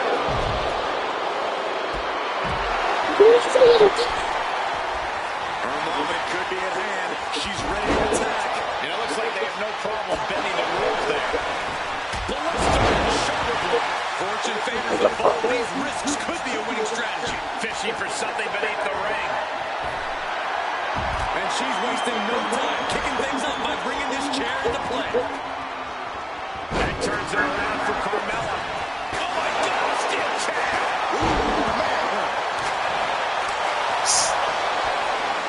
Here we go. Inverted DDT. Lights out. Thunderous club comes down. Very effective. She dodges out of the way. To the midsection. Carmella gets waylaid. History on the line. Guaranteed championship opportunity. Nothing but carnage happening in this one. 5 women fighting for their key to destiny. Willing to go through hell for it. And her torso really looks to be the big target here. Big plans for that ladder here. Yeah, obvious plans.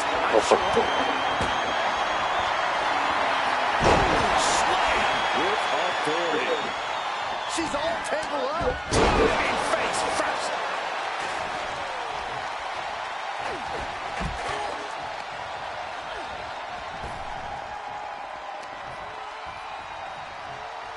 Double underhook applied. Butterfly suplex. She's being derailed here. Yeah, but when ladders are part of the match, you really can't expect anything less. Oh, man. Big time clothesline. Good grief. And she heads out to the floor. Obviously was in need of a breather. She's between a rock and a hard place right now.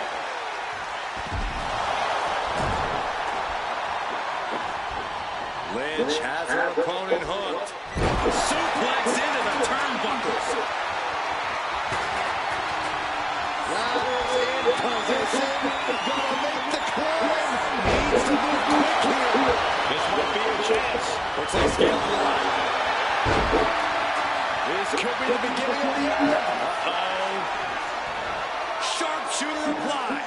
Submission maneuver is locked in. And she lets go of the hold. Maybe she didn't like the leverage or grip she had in that submission hold.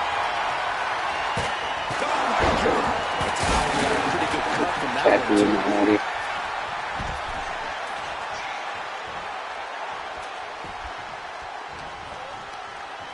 Hooked up. Oh, look at the power side slam.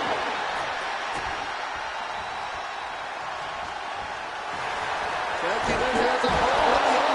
And the disarm is locked in. Trying to fight out of this submission. I bet we see a tap out soon. This isn't good. And she releases her own submission. I have to question as to why she would do that. This looks like she's setting the foundation for a masterfully laid trap. Becky's hope to reclaim her women's championship.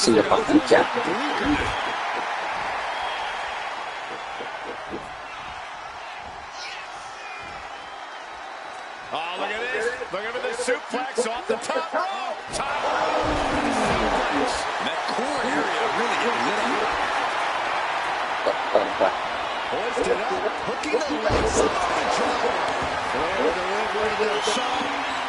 Oh, natural selection by Charlotte. The Queen has put an opponent in the dirt. And now the ladder to her throne awaits.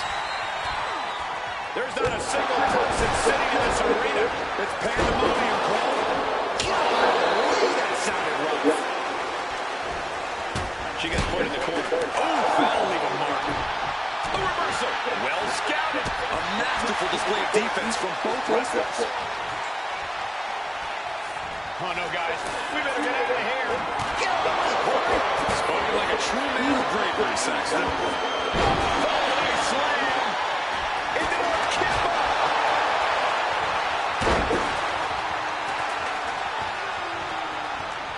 Oh, man. She finds a hard landing on the outside. She's getting back into the ring.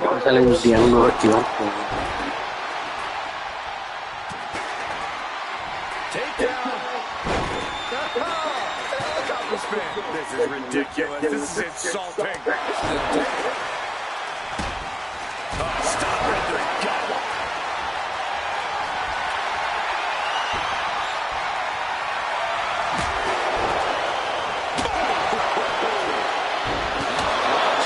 There's a scene to your face. Doing some more damage right in her ribs. Crushing the knee here. Lifted it completely helpless here. She's leading the ladder in the corner. I've never seen anything good come of this. Natural by nature.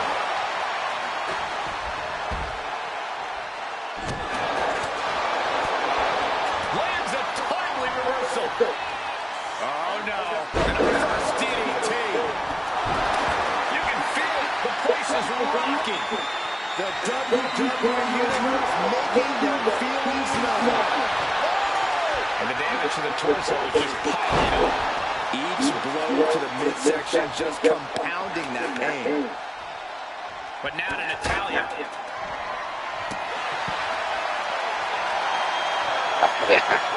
Thunderous power slam. Blow to the abdomen gets them out of that. Ooh, that was just disrespectful.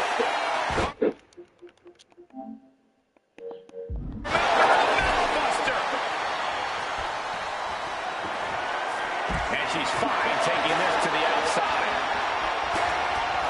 Charlotte Flair with a trademark chop and natural And now is the time to act and go for that brass ring. Send out the ladder in the corner.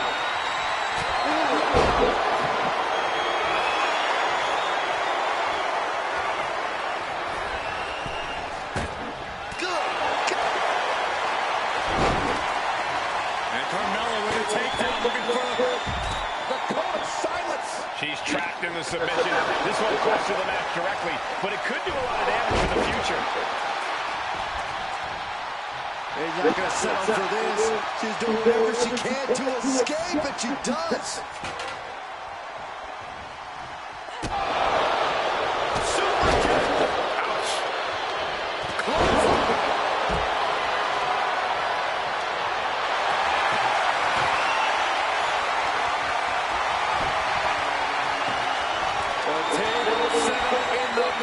She's got bad intentions in mind. Tossed by the neck. Double axe handle. And she's placed right against the table.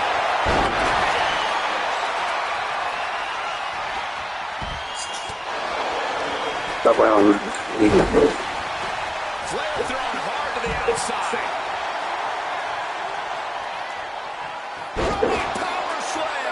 Non-stop attacks.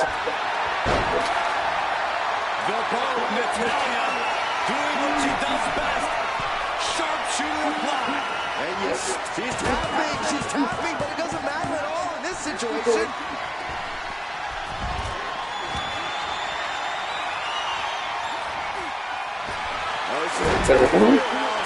The Hart family legacy lives on. Sharpshooter apply. She might want to tap here. Maybe her opponent will show her mercy then.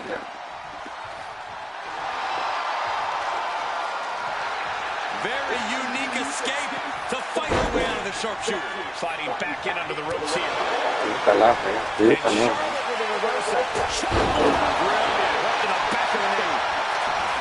And she had Natalya's number there. Nasty chop delivered by Shaw. Natural selection. And now she's hoping that will provide the space. Lynch. Suplex roll through into the armbar submission. Disarmor is cinched. Got the submission, but that's not going to win this. She releases the hold. No harm in changing things up if a submission isn't working the way you want it to. Tape blinder now in the line of fire. Absolutely shattering the table. Incredible impact.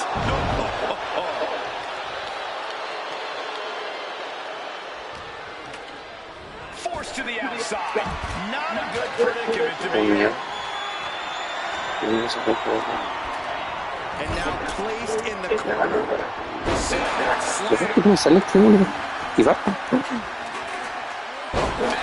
With some attitude. She's got the ladder position how she wants it. Creating a deadly situation in the corner.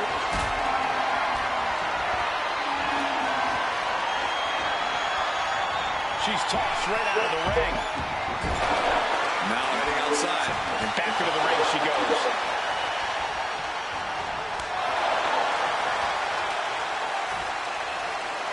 Set net slam.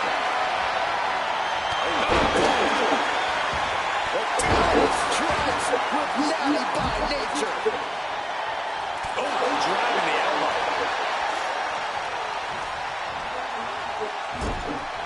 Headed up that ladder. Center of the ring.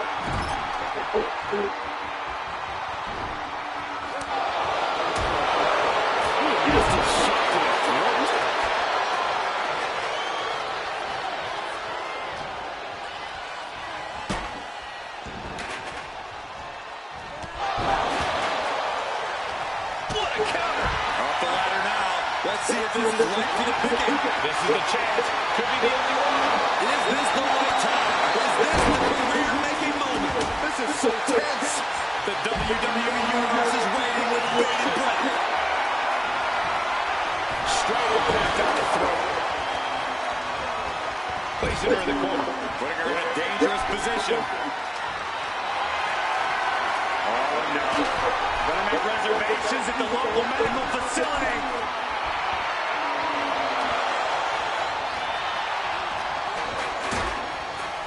she was ready with the counter. Back. What a shot. Finds the mark.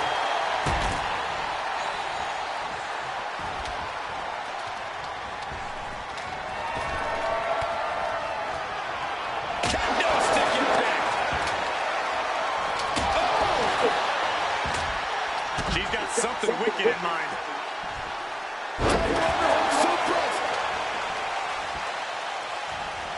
Might be going high risk here. Uh-oh. Oh, my God, what a move. Evasive maneuvering there. Wait a minute, setting in. Devastating submission coming.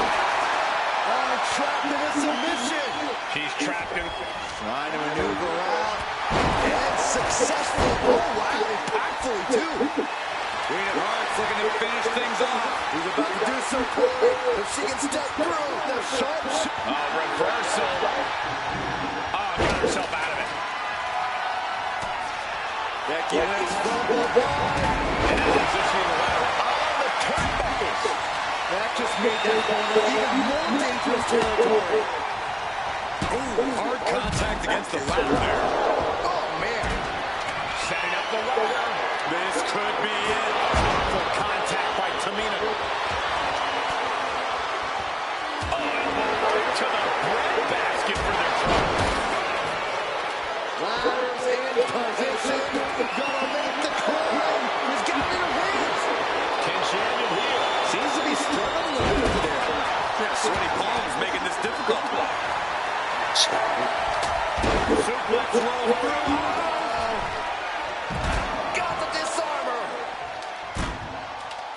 She can tap out all she wants. It's not going to put an end to the suffering.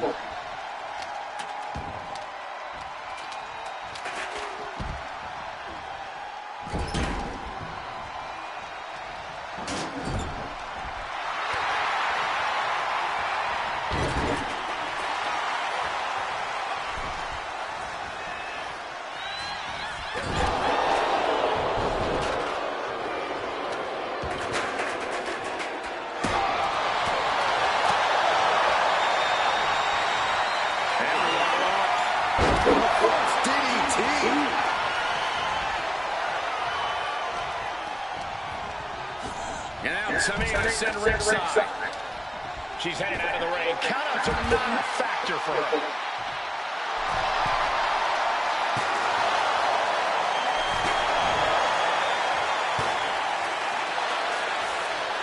Back off, staying. Yep. Ladder separated in the middle of the ring. Starts to climb, but needs to move quickly. Victory. Becky Lynch rolls through and Did she break her position hold? We don't see that often. that can either psych out her opponent or come back to bite her. Your winner of the Money Oh, para no. contract and the first ever Miss Money in the Bank, Charlotte Flair.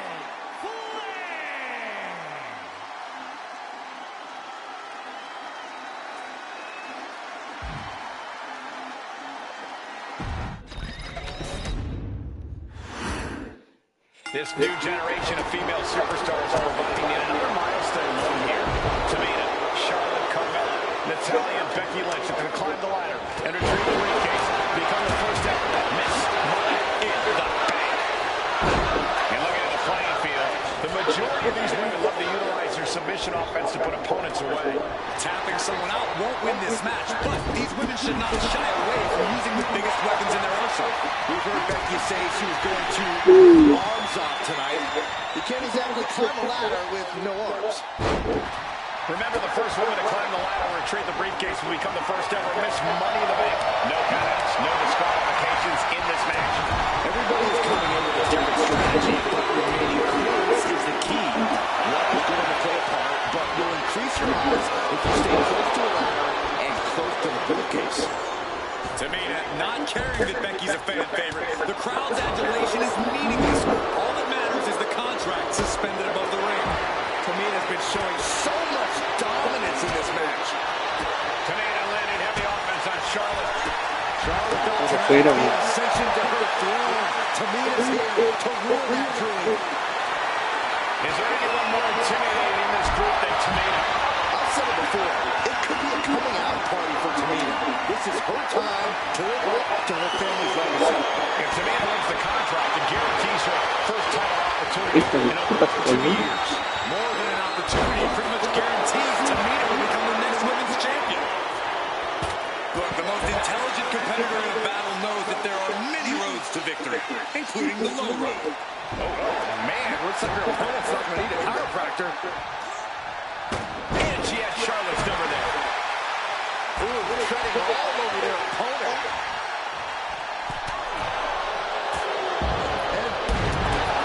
Three second-generation superstars competing in this match. Carmella, Charlotte, and Tamina. And Natalya, of course, a third-generation superstar. Women bred for these kind of moments. Any of these women will add a significant chapter to her legacy if she can become the first Miss Money in the Bank. And after that shot to the knee, what could be next? And that's not going to make Tamina happy.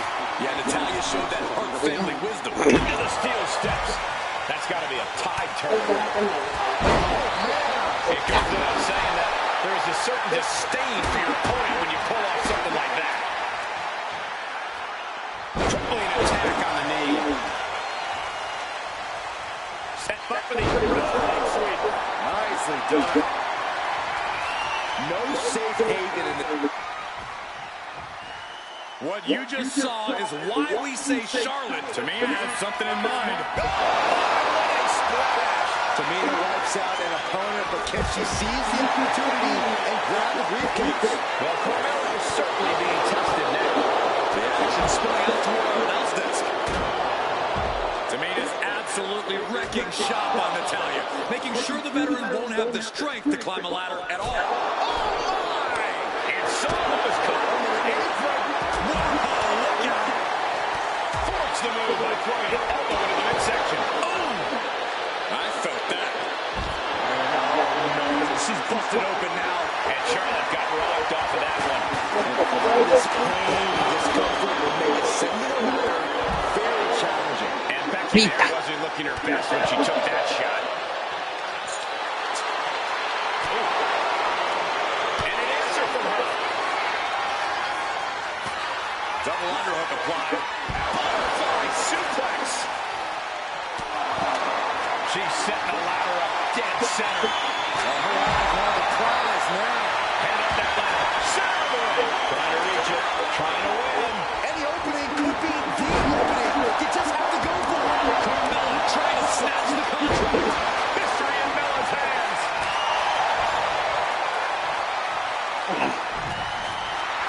Backbreaker delivery. And now applying extra pressure. This is agonizing.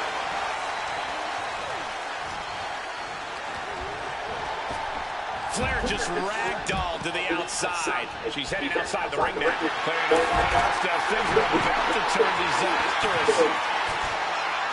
Does she think she's in a pose-off or something? This is a wrestling match. Getting the ladder into position here. Spot two. a la palma, inyectar. Así que, ¿verdad? Que salen a todos, yo pienso ya, pero mañana que ahora me voy, está trabajando en la feria de la plaza. Hola, ¿cómo estás?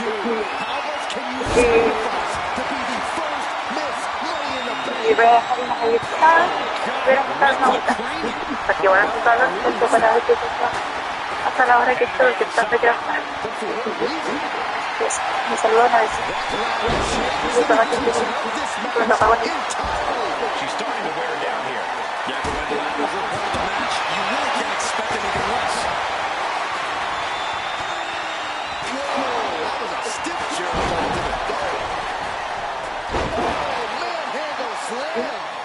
Lynch is feeling it. Has Charlotte square in her sights. Becky Lynch suplex rolls through into the disarmer. This could be over.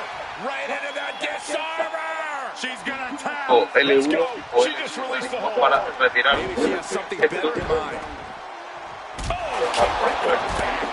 derecho o círculo, mantenemos L1 y lo llamamos aquí, mantenemos R2 y X, ya haríamos el remate.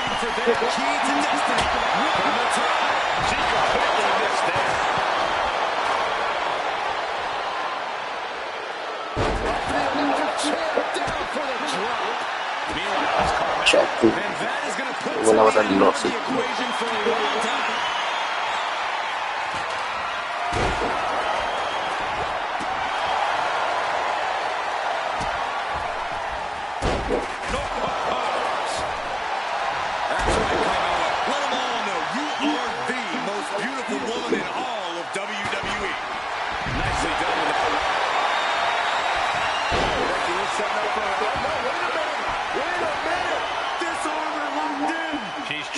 Submission.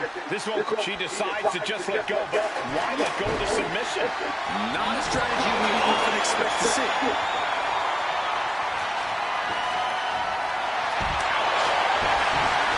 Dodges away. Not a single person in this place is sitting down. We might just be watching one of the greatest matches we've seen in quite some time here. And she heads out to the floor. Obviously was a little breather. Climbing up, but is there enough time to go for the win? She's reaching up to try to unhook it. From the top. Now it's Lynch sliding back into the ring.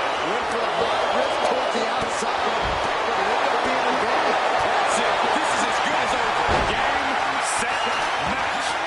That's it. Tamina has the briefcase. Tamina is Miss Money in the Bank. The winner of the Money in the Bank contract and the first ever Miss Money in the Bank.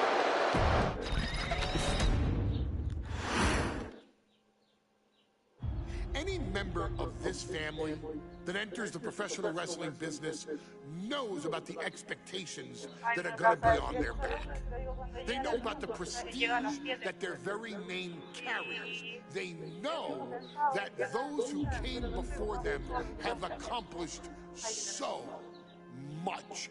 Bearing the weight of those legacies can prove to be way too much for almost anyone. But that was never the case for Jimmy and Jay Uso. Jimmy and Jay Uso looked to be stars from the very start, constantly evolving their look, style, and offense as they progressed in their careers. Face paint and war dances would fade away, and the two would embrace the day one-ish mentality, looking to punish opponents and send them to the Uso penitentiary.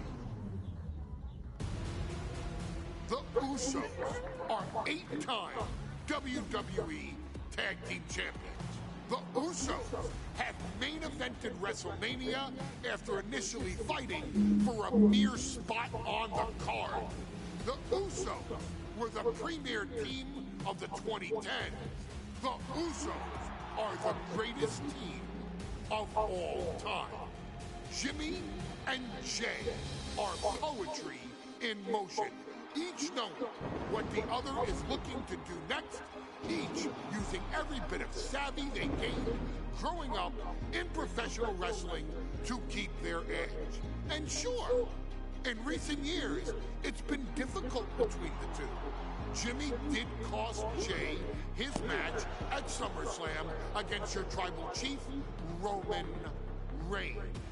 After months of the anger building between the two, Jimmy and Jay ended up as the first two entrants in the 2024 Royal Rumble match, bringing things to a head. But even that moment wasn't enough to settle the issue, and so they would fight again at WrestleMania 40. Jay Uso truly became main event and found his inner yeet, even adding another tag team championship with Cody Rhodes as his partner. As your wise man eventually would suffer as well, Jimmy found himself betrayed by Solo Sikoa and unceremoniously dumped out of Solo's version of the Bloodline. When Jimmy and Jay are a tag team, they are pure art. They are the reason for the resurgence of tag team wrestling's popularity over the last 15 years. And perhaps, oh, perhaps, their grandest moment came during the 2017 Hell in a Cell, when they would lock horns with perhaps their greatest opposition ever, the New Day. From July to October of that year, the SmackDown Tag Team titles would change hands 4 times between the two teams, both looking for ultimate bragging rights. The Usos' connection as twins always gave them an upper hand with most teams. But the New Day had their own trick, utilizing the Freebird rule to allow any 2 of the 3 members to compete in any match. Jimmy and Jay could never know for sure who the opponents would be, with a different game plan needed for each iteration. With nothing clearly settled after 4 months, the New Day would offer to defend inside Hell in a Cell, and the Usos gladly accepted. We've seen the Usos showcase tag team wrestling at its most beautiful. Now we want you to showcase the brutality that exists within Hell in a Cell. Big E and Xavier Woods are going to use everything at their disposal to take you down. But you've been down since day 1. Now it's time to force the New Day to realize there's nothing wrong with them being in second place, and there's nothing that's stopping you inside Hell in a Cell.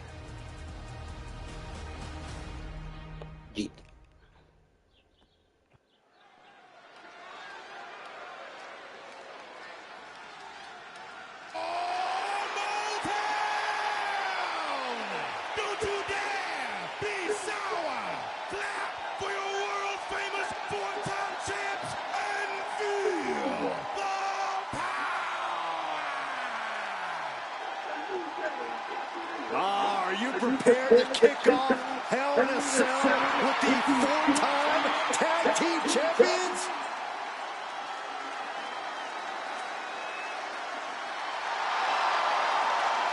The following contest is a tag team Hell in a Cell match, and is for the SmackDown Tag Team Championship, and accompanied by Kofi Kingston at a combined weight of 490 pounds. The SmackDown Tag Team Champions, Xavier Woods and Big E, the New Day. Well, I can't say that I'm ever prepared for a man swiveling his hips and playing the trombone on the road to the biggest fight of his life. This is our first Hell in a Cell match of the night. The New Day actually requested this match to defend their tag titles. Who would have thought 4 months ago when this rivalry began that it would end once and for all?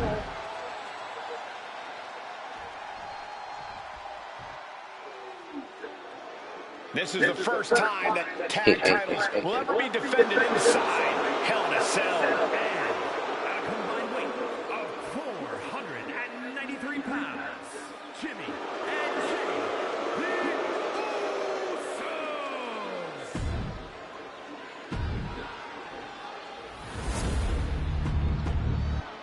One of these teams is going to have to work in unison from...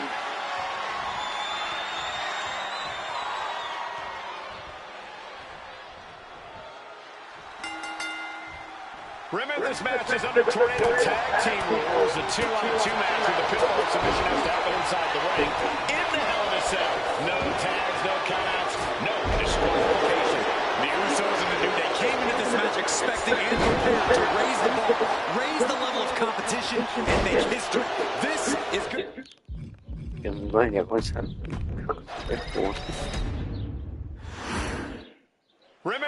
match is under Tornado Tag Team rules. A 2-on-2 match where the winner of submission has to happen inside the ring. In the Hell in a Cell. No tags, no countouts, no disqualification. The Usos and the New Day came into this match expecting and prepared to raise the bar, raise the level of competition, and make history. This is going to be unforgettable. The Usos following the footsteps of many great family tag teams, the Steiner brothers, the Head Shrinkers, who of course Jay and Jimmy's own father was a member of. Would be a very proud moment for the Anawani family if the Usos can capture their 5th tag team championship here. The apple doesn't fall far from the tree for Jay and Jimmy. Just a factory of elite specimens come from the Anawani blood. This cell is meant to contain all these superstars, but it's not to say this cell can't inflict unimaginable damage on those who step inside. We're going to see these teams tap into their barbaric nature. 20 years of Hell in a Cell, and this structure still surprises me with the ways it can torture every part of your anatomy. Stomping down! So many amazing matches between these two teams. They said it this past week on SmackDown. No matter where we are, we put on a show. The Usos and New Day have a unified goal to raise the bar of tag team competition, to bring the division to a whole level. You know, in basketball, they talk about super teams. Well, these two teams are the proverbial super teams in WWE. Off the mark with that one.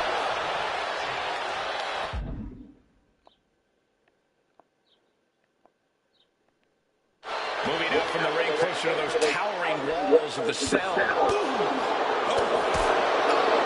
gosh. Big on the wrong end of things there. A prime example of that unique Uso offense. These attacks of the champ are adding up. Don't tell me what's underneath the ring tonight. The universal signal for extreme. The kendo stick has entered the fray. And here comes Old Faithful. The steel chair is in hand. Weapon in hand saying, I'm up in the ante. Headed back into the ring. Leading into this match, we've heard the Usos call the New Day, quote, 3 clowns on a tricycle. Look, the Usos love the trash talk, but they deliver. And don't act like the New Day don't throw verbal jabs either. We had Big E earlier saying how he's going to drop some gloom and doom, biblical proportions. A prophecy Big E is fully capable of backing too. I have a feeling the Usos' objective is to send the New Day to the hospital. Two teams so familiar with each other, some innovation with weapons almost becomes a necessity. Boom! Top rope! Uso splash! Innovative offense from the Usos could end it all right here. Shot to the throat. The Usos such a back and forth. Beautiful takedown for the victory. Instantly, yes. His shoulders up. Not a whole lot of luster behind that kick out. Spinning kick to the gut. Hurricanrana. He wastes no time dodging the attack. Sharp chop. I got right to the gut. And he now slides back into the ring. Usos and New Day going at it inside Hell in a Cell. And Jey Uso set outside the ring, and now the New Day on the attack. Big E, as aggressive as I've ever seen him here tonight. And Xavier Woods now with toys, kendo sticks in hand. And it's about to get more aggressive, more vicious, more barbaric.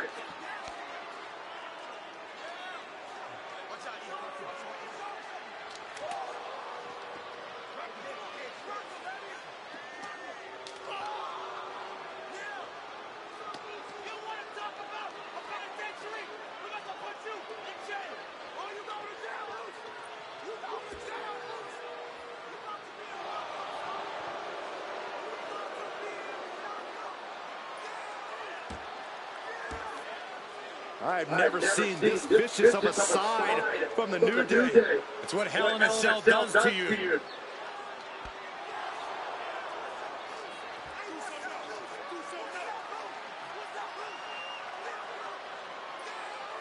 Oh, now with the kendo sticks, Xavier Woods unloading.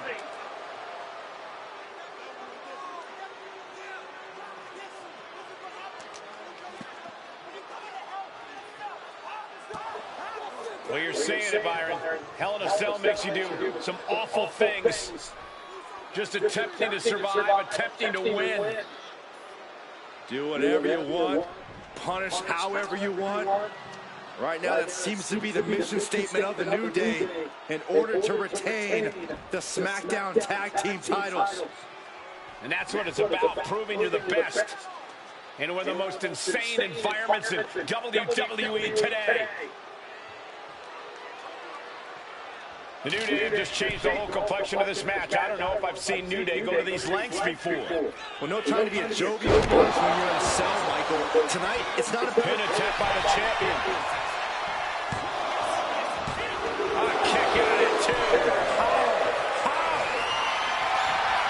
He's thinking a steel chair is just what he needs to wreak some havoc here. Inflicting more damage to the leg.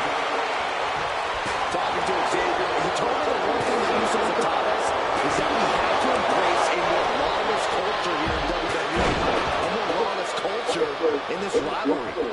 And that could be the reason the New Day chose to have this match in the Hell in a Cell. It's been such a chaotic rivalry. Therefore, only this kind of lawless match could finally put an end to it for good. Man, what an uppercut. Bam! Ooh! The champ struggling to fight back. These are the moments professionals train for. When you are at your breaking point. He's looking for an implement of destruction under the ring. A steel chair? Something we all know can be a devastating weapon. Oh, stiff uppercut. The Usos and the New Day have been trading title reigns for the majority of the year now. This is the contractual rematch for the Usos. If they lose, the Usos won't get another opportunity for the titles as long as the New Day are the champs. And just being around the Usos, it's not only about winning the tag team titles, it's about stripping the New Day of everything that made them popular with the WWE Universe. It's about making sure the New Day never competes again. It's never been just about the title, Saxton. It's about these two teams wanting to claim supremacy for themselves. Sliding back into the ropes here.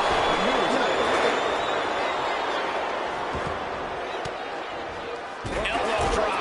Ooh, pull the elbow counters out. The challenger really struggling to avoid major damage. The way the cell tests your endurance, your resiliency is no joke. Ooh, with the right headshot. Just sickening. Oh, God.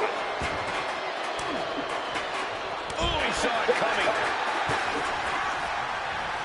Some good contact by Jey Uso. On point.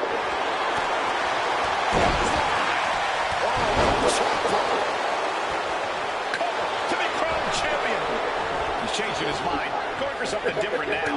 Forearm club. Oh, my God, a small package driver. The New Day might be on the verge of retaining. And that was some vicious DDT we just saw. Could that be enough? For the win. Xavier Woods up the turnbuckles. At the knee. On the top. Jimmy timed that.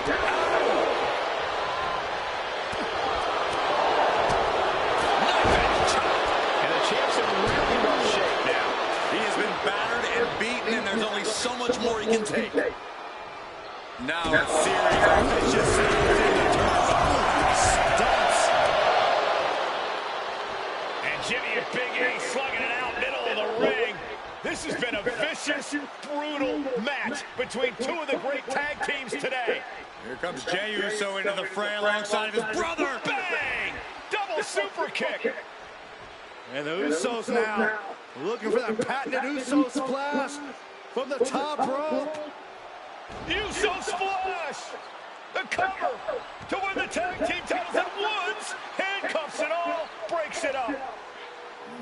At the last possible second, Xavier Woods saving this match for his team. Credit to Woods for his never say die attitude. But Xavier Woods is outgunned right now. And there's, look at Woods still fighting back. Yeah, with the handcuffs. Using the handcuffs as a weapon. That's smart.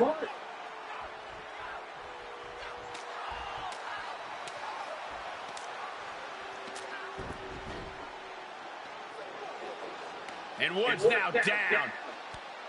And trying to still fight back. What heart from Xavier Woods.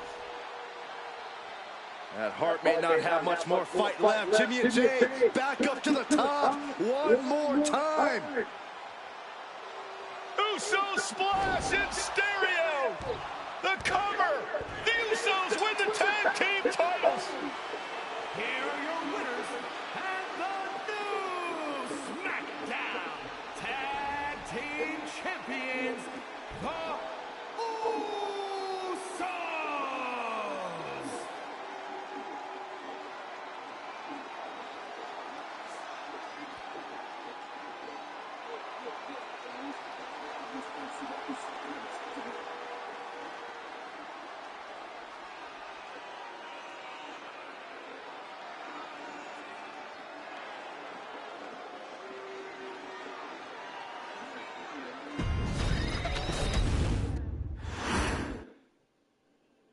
Next on our showcase is someone who wasn't born into this family, but has put in the time and more than earned her spot. She's always happy to leave haters in the rear view, and when she enters the room, you will undoubtedly feel the glow. Of course, I'm talking about Naomi, who many of you may know has reigned as Jimmy Uso's wife and queen for over 10 years. There's the old saying that behind every good man is an even better woman, and this could not ring more true than Naomi, who I will say is an absolute treasure. Jimmy will frequently speak during old bloodline planning sessions about how much her support and love drove him to improve as a superstar, always stressing her importance not only to the WWE Women's Division, but to his career and his life as well. In the ring, there is no denying Naomi's skills. The former women's tag team and two-time SmackDown Women's Champion has the mental tenacity to push through the toughest part of any match and possesses breathtaking physical skills.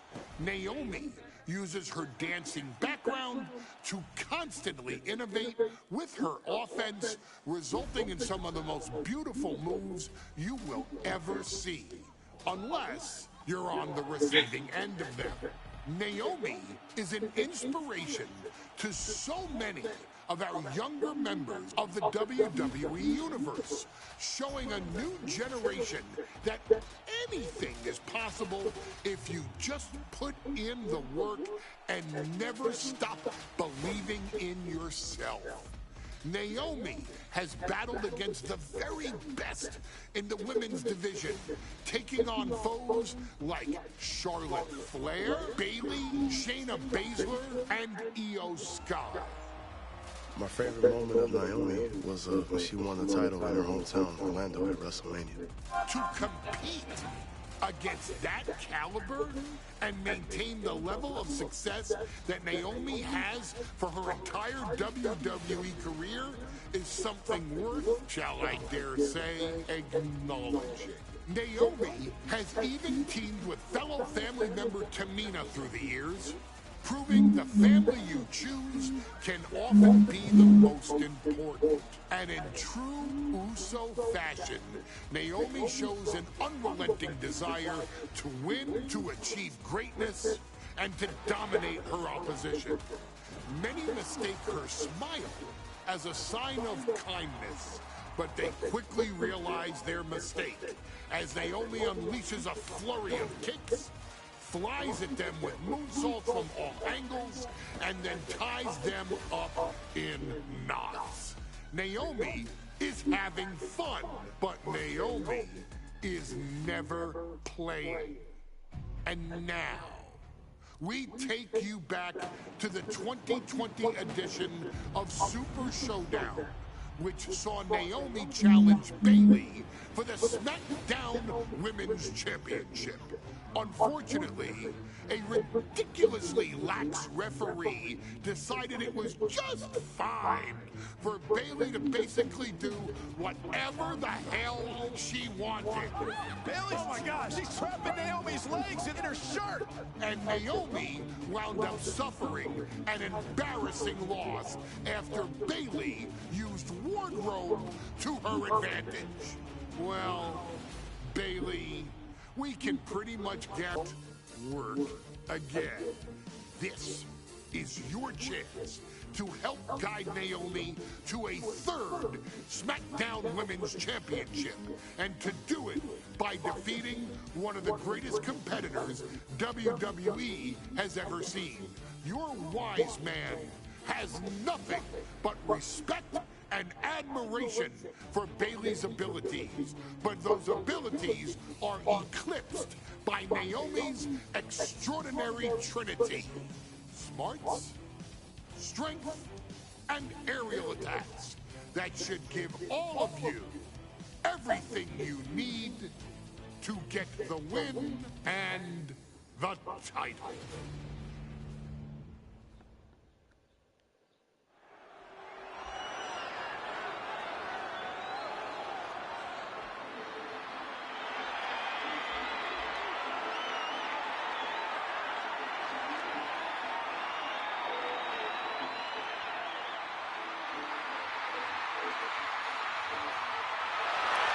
Gentlemen, it's glow time!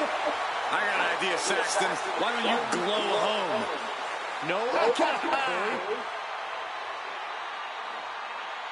When asked earlier this week about this matchup, Naomi said it is an honor to be here, an honor to make history, because for the first time ever, a women's championship will be defended in Saudi Arabia. Naomi certainly has momentum on her side, and as we've seen in recent weeks, it appears as though Bayley has at least a healthy respect for Naomi. Well, so much of Naomi's career has been predicated on making history. You think back to Naomi being the winner of the inaugural WrestleMania Women's Battle Royal, being the first African-American SmackDown Women's Champion, and tonight, once again, an opportunity to make history in her career.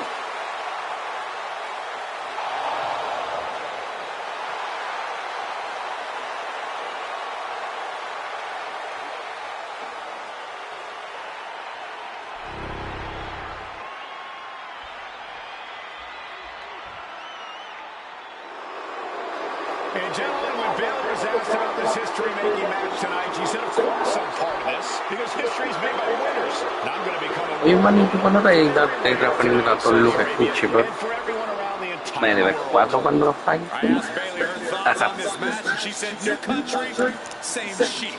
Bailey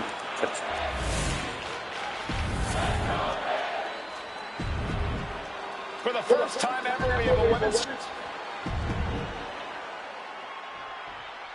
Guys, a very important component of this match. Bayley has won every title available in WWE. Bayley is a compositor, but the one thing Bayley has never done... Great quickness. Let's roll through. Into the pin. Great combination. Love the confidence, but it's a little early for that. And able to beat Bayley to the punch. Naomi has tested her mettle in recent weeks, as the road to this championship opportunity was a difficult one. Needed to defeat former SmackDown Women's Champion Carmella. We know Naomi has a heavy desire to become 3-time Women's Champion. Other superstars say they want the title. Naomi has said she needs her title back. Climbing up, she got something big planned here. Perched up top. Oh, she missed. Gets herself out of harm's way. Oh, that hurt. Bayley's being caught off guard by Naomi. The champ wasn't expecting such a flurry of offense from the challenger. The challengers, these two going straight for a strike, it seems. Two titans trading strikes and refusing to back down. Oh! Nothing pretty here, just good old-fashioned fisticuffs.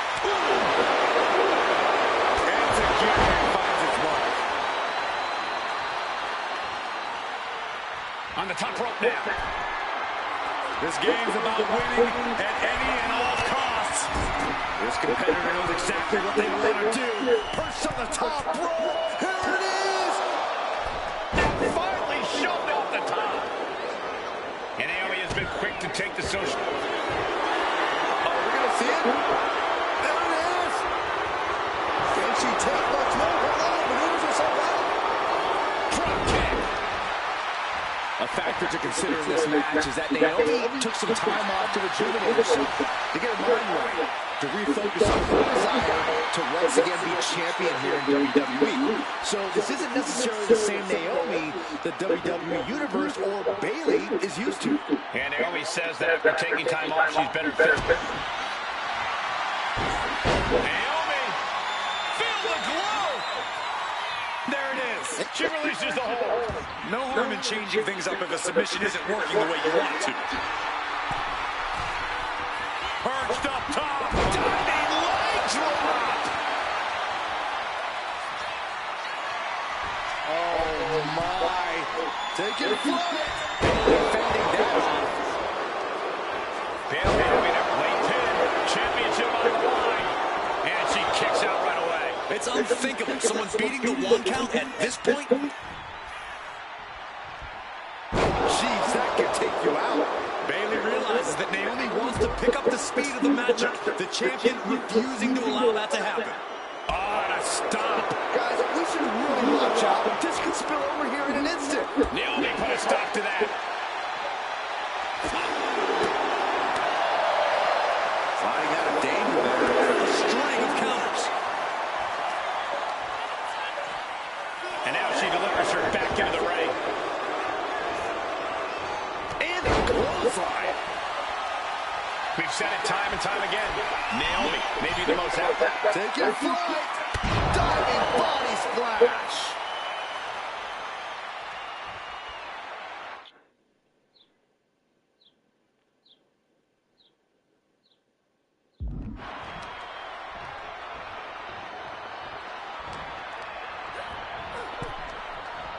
Oh, what a quick back to the ring.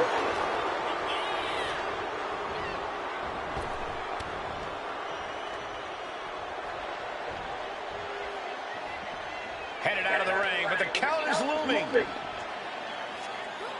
Oh, we have to get the hell out of the way. Oh, man. Naomi feeding off the WWE Universe, inching closer to recapturing the champion. Take your flight.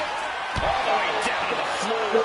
Good God, just a disgusting thud heard here at ringside.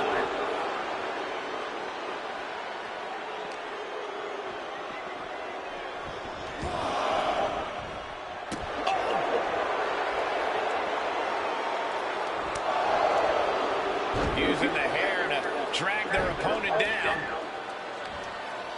Oh, no, look at this. Standing on the hair. Solid contact across the chest. Oh, my God. She heads out of the ring. Needs to mind the official count. Oh, the hood of the announce table just ripped off here on the monitors as well. Some bad intentions here, guys. Oh, that hurt right in the kidney. Where's the other? Bayley turning up her approach, showing that never vindictive side. Shinbreaker. Not done yet. Dragon screw. Beautiful. An overbearing amount of offense against Naomi here. Bayley wearing Naomi down. Keeping Naomi from picking up the pin. From the top. Taking a fight to nowhere. That didn't look good at all. A ringside doctor's on hand if needed. Naomi's heading up top. Perched up top. That's going to be on highlight reels for a long time. Incredible courage to take it forward. Good Lord, taking flight. Coming down on their opponent like a sack of bricks.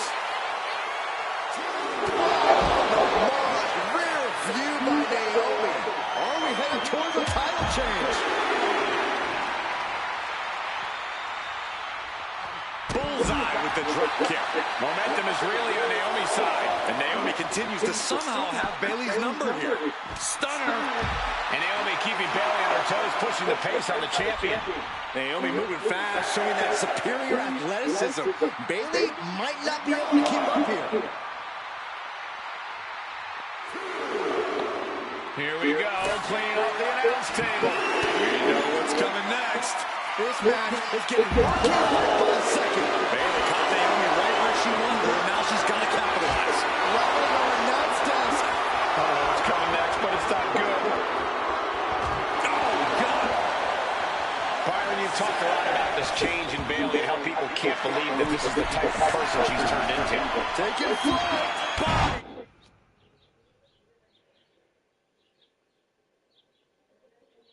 Splash.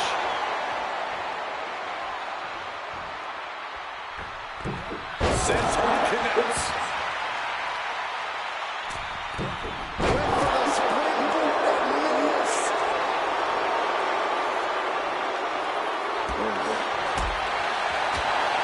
Scissors kick, sucker. We've already seen a few blows land above the neck.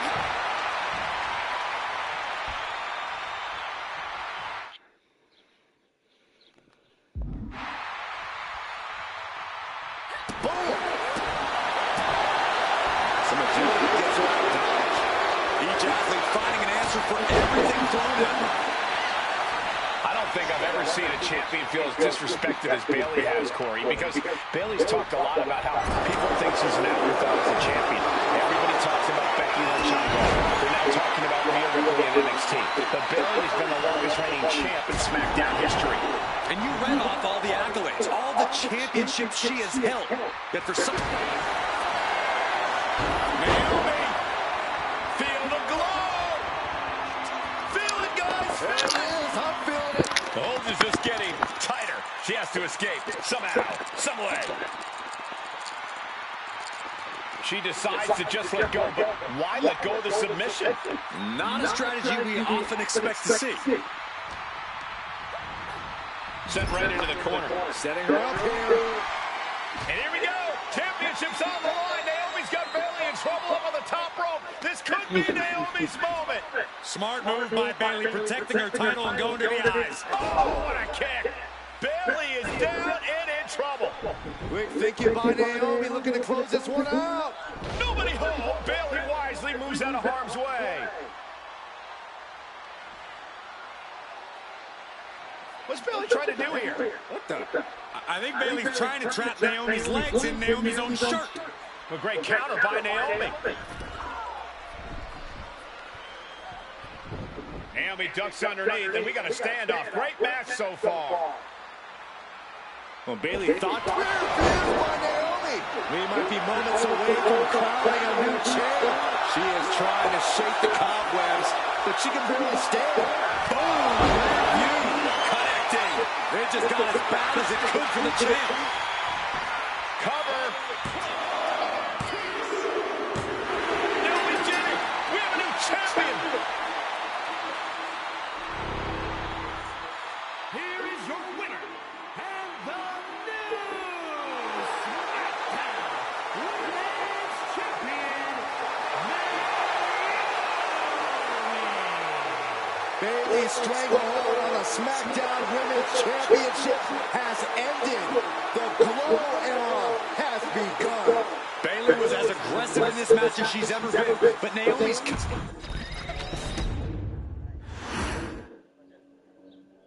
Ladies and gentlemen, if it weren't for the next two superstars in our showcase, none of this would be possible.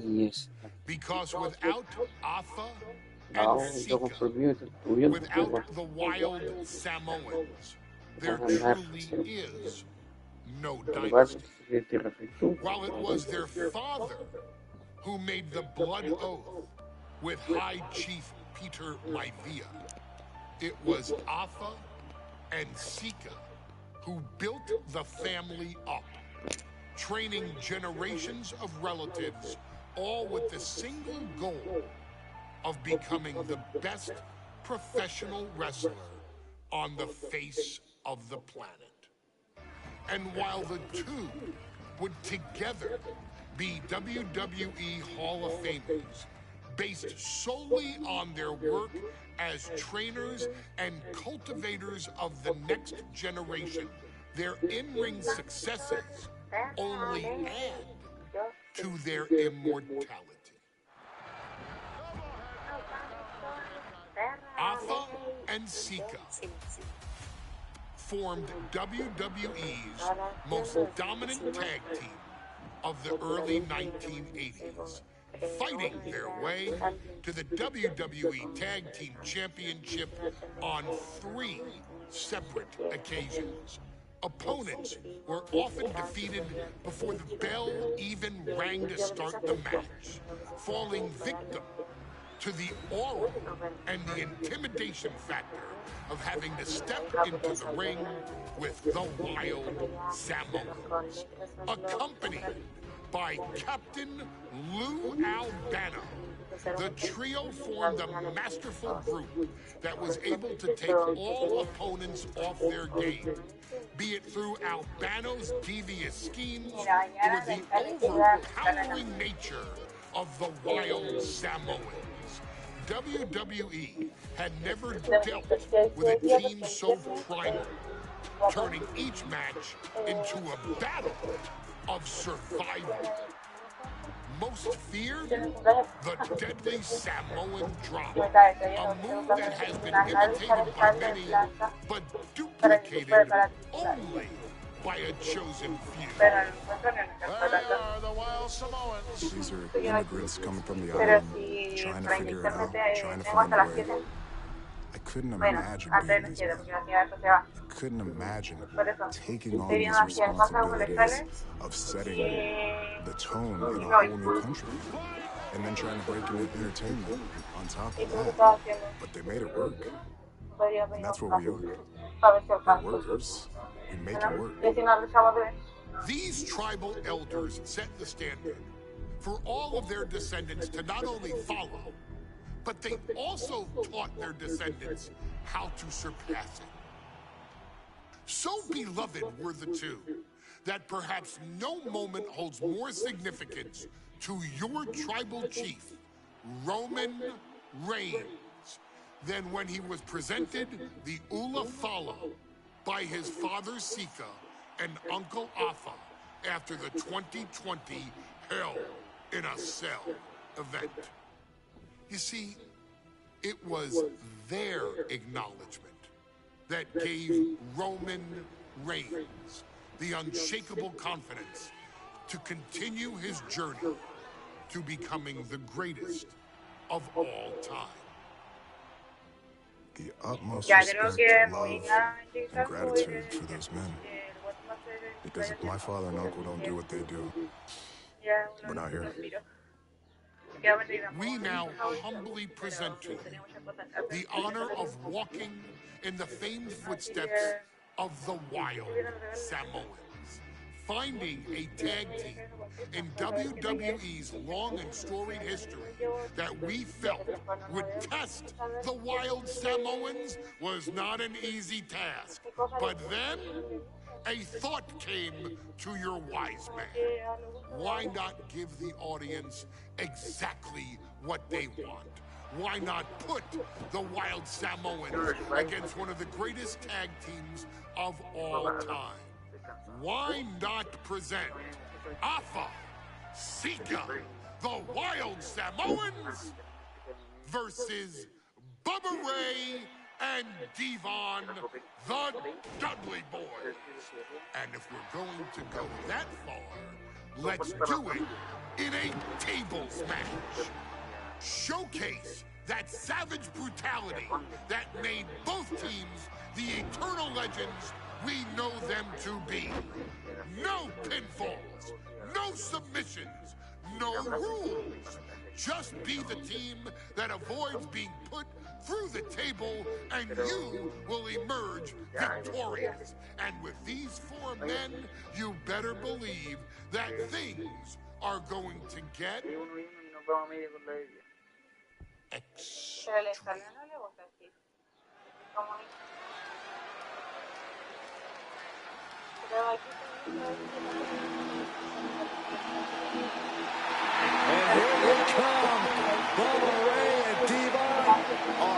for a fight.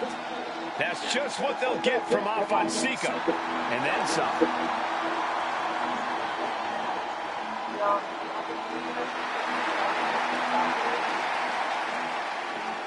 The following contest is a tag team tables match. And a combined weight of 603 pounds. Bubba Ray and Divine, the Dudley Boys. It takes a strong brotherly bond to agree to go into battle against the Wild Samoans. But that's... Here's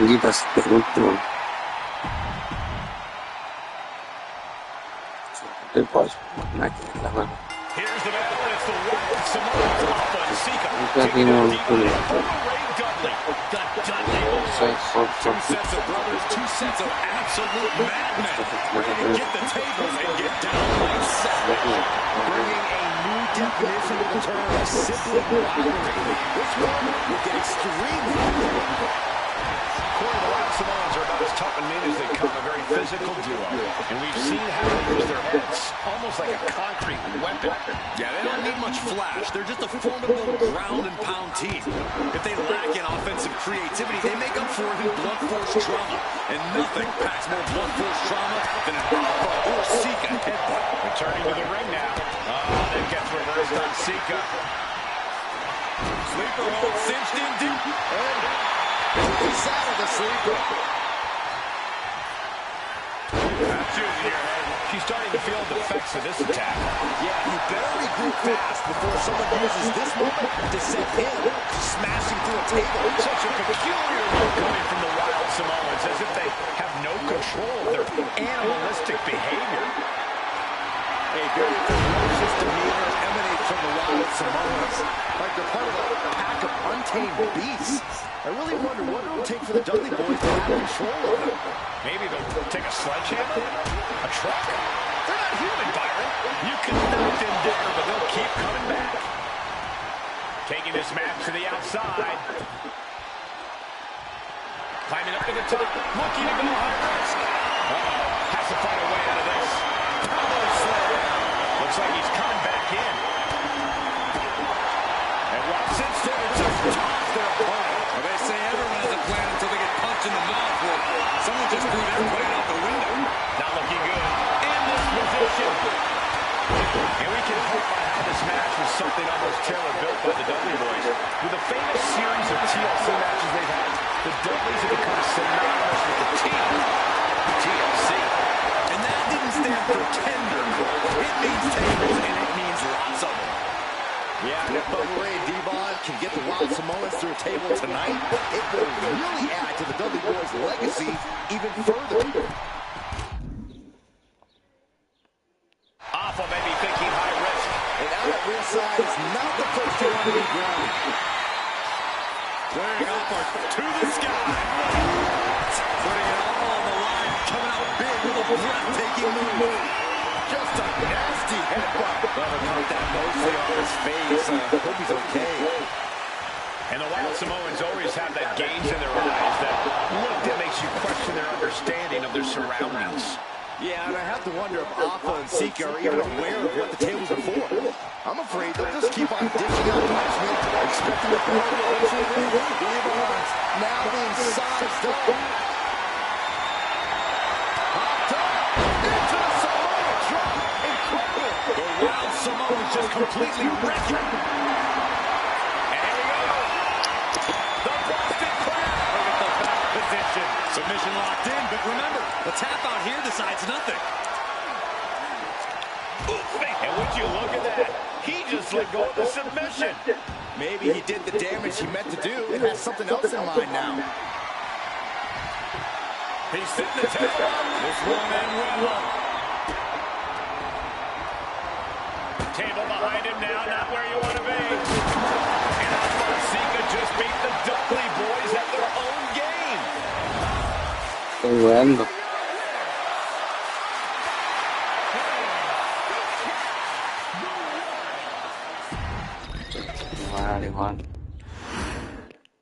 Here's the big one. It's the Wild Samoans, Alpha Sika, taking on Devon and Bubba Ray Dudley. The Dudley Boys.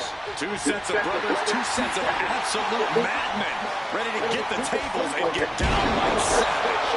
Bringing a new definition to the term sibling rivalry. This one will get extremely physical. Seeing both individuals that compete barefooted, not something common to most wrestlers, Corey, but it is actually very customary in the Samoan wrestling heritage. It's how they train, it's how they live in the eye of Samoa. And no one delays a fight just to put some boots on. Samoans are ready for battle at the drop of a hat. Corey, I've got to know, what can the Wild Samoans do to get the advantage in this tables match? After all, this is the Dudley Boys match, the match they put on the map, the match they're synonymous with. Well, maybe the Wild Samoans have to be a little less wild, Cole. They still need to brutalize their opponents because that's what they do best. But the last thing Alpha and Sika want to do is rush head first into a table. After all, that's exactly how you lose. Shows great. And we can talk about how this match was something almost tailor-made by the Dudley Boys. With a famous series of TLC matches they've had, the Dudleys have become synonymous with the team, TLC. And that didn't stand for tender. It means tables and it means lots of them. Yeah, if the Ray Devon can get the Wild Samoans to a table tonight, from way up, perhaps looking for some kind of equalizer here. A terribly risky move, and it did not. Icarus could have done it better. And a well-timed counter. Such a peculiar look coming from the Wild Samoans, as if they have no control of their animalistic behavior. And here we go, returning to the ring. Corey, the Wild Samoans are about as tough and mean as they come. Very physical. And we've seen how they use their heads as a concrete weapon. Yeah, they don't need much flash. They're just a formidable ground-and-pound team. If they lack in offensive creativity, they make up for it in blunt force trauma. And nothing packs more blunt force trauma than an Alpha or Sika headbutt. And Sika gets countered there.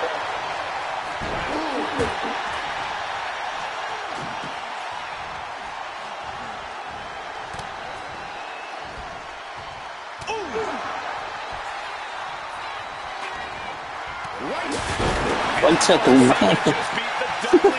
No quería hacer eso.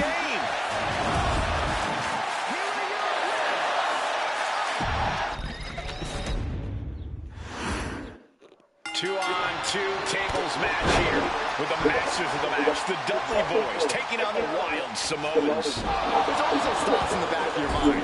My brother could beat up your brother. My brother could... That gets reversed on Sika. A very ferocious demeanor emanates from the Wild Samoans. Like they're part of a pack of untamed beasts. I really wonder what it would take for the Dudley Boys to have control of it. Maybe they'll take a sledgehammer? A truck? They're not human, Byron. You can knock them down, but they'll keep combat. Jawbreaker! Call it, Dennis. Corey, I've got to know, what can the Wild Samoans do to get the advantage in this tables match? After all, this is the Dudley Boys match, the match they put on the map, the match they're synonymous with. Maybe the Wild Samoans have to be a little less wild, Cole. They still need to brutalize their opponents because that's what they do best. But the last thing Alpha and Sika want to do is rush head first into a table. Flying! With the official announcing moving the turnbuckle back. Keep your voice down. What a spectacular misfire. And that is why we say, don't try this at home, viewers, because of terrible miscalculations like that. Oh!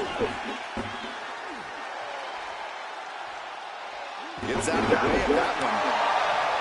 And the Wild Samoans always have that gaze in their eyes, that look that makes you question their understanding of their surroundings.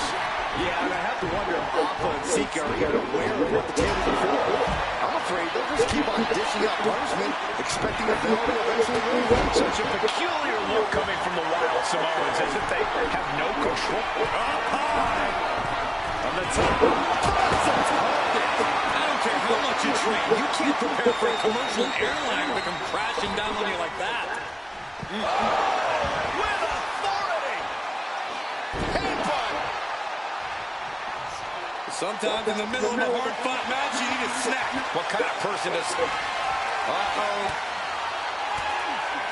Counters to gain the advantage.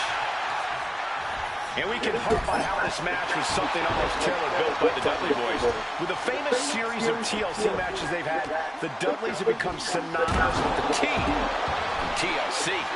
And that didn't stand for tender, Cole. It means tables, and it means lots of them. Yeah, if Bubba Ray and Devon can get the Wild Samoans to a table tonight, it will really add to the Dudley Boys' legacy even further.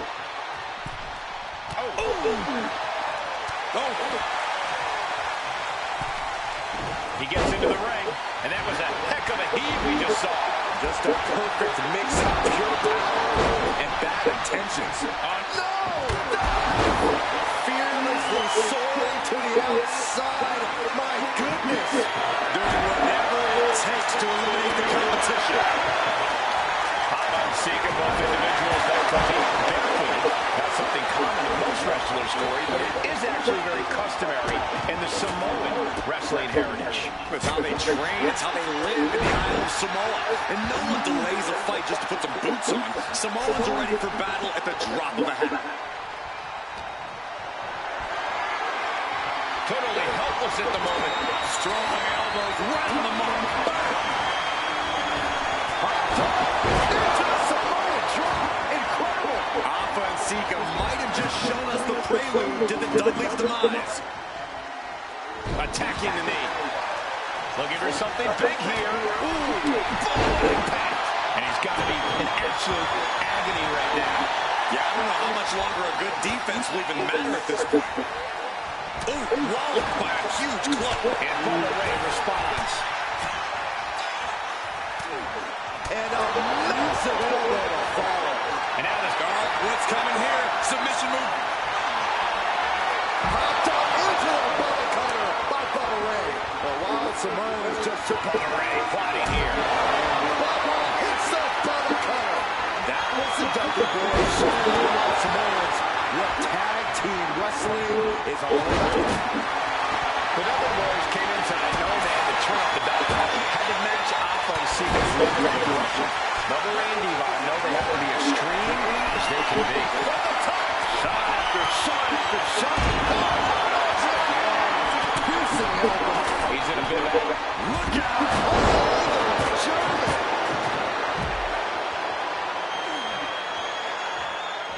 Sliding into the ring now.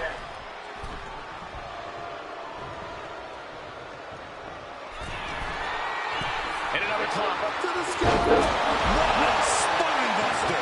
At this stage, he's endured plenty of big attacks. I think we're about to see a body go through a table real soon. Carried in a jeopardizing position here. I still can't get over the look I can always see on the Wild Samoans. It's like they have a one-track mind towards savage brutality. They for sure answer yes to every question that makes up a scary tag team. Yes, they're rough. Yes, they're tough. Yes, they remain. Yes, they will hurt. And yes, they will not stop. I can't see this fight going much deeper. Yeah, he's just running on fumes now. He has to be suffering here. I think we can consider this the beginning of the end, gentlemen. And he now slides back into the ring. Devon now has the opponent set up. The jumping place. No way Sika's getting up now. Heading to the outside now. The adrenaline is pumping, and the WWE Universe is on his side. And we're witnessing two titans of the tag team game absolutely destroying each other here. The Wild Samoans and the Dudley Boys battling for supremacy, battling the entire team through some tables. Now that club.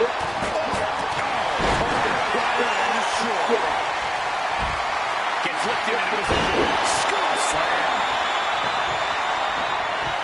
Table set up, he's got a plan for that table, and it does not involve a dinner party. Oh, man. There's no way.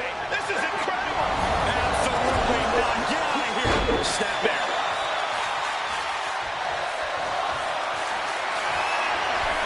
Picked up and being carried around now. And Alpha and Sika just beat the Dudley Boys at their own game.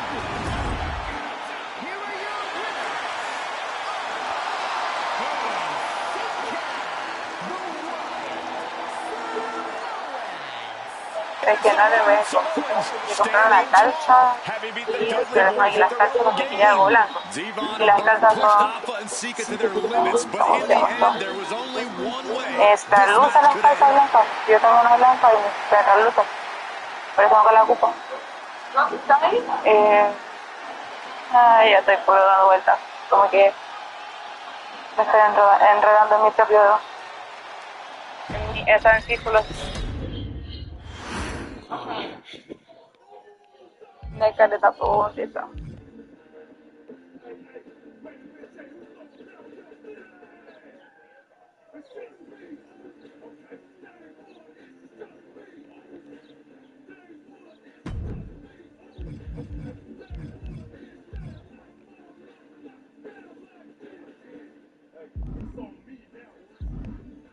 Vado in chiata acá.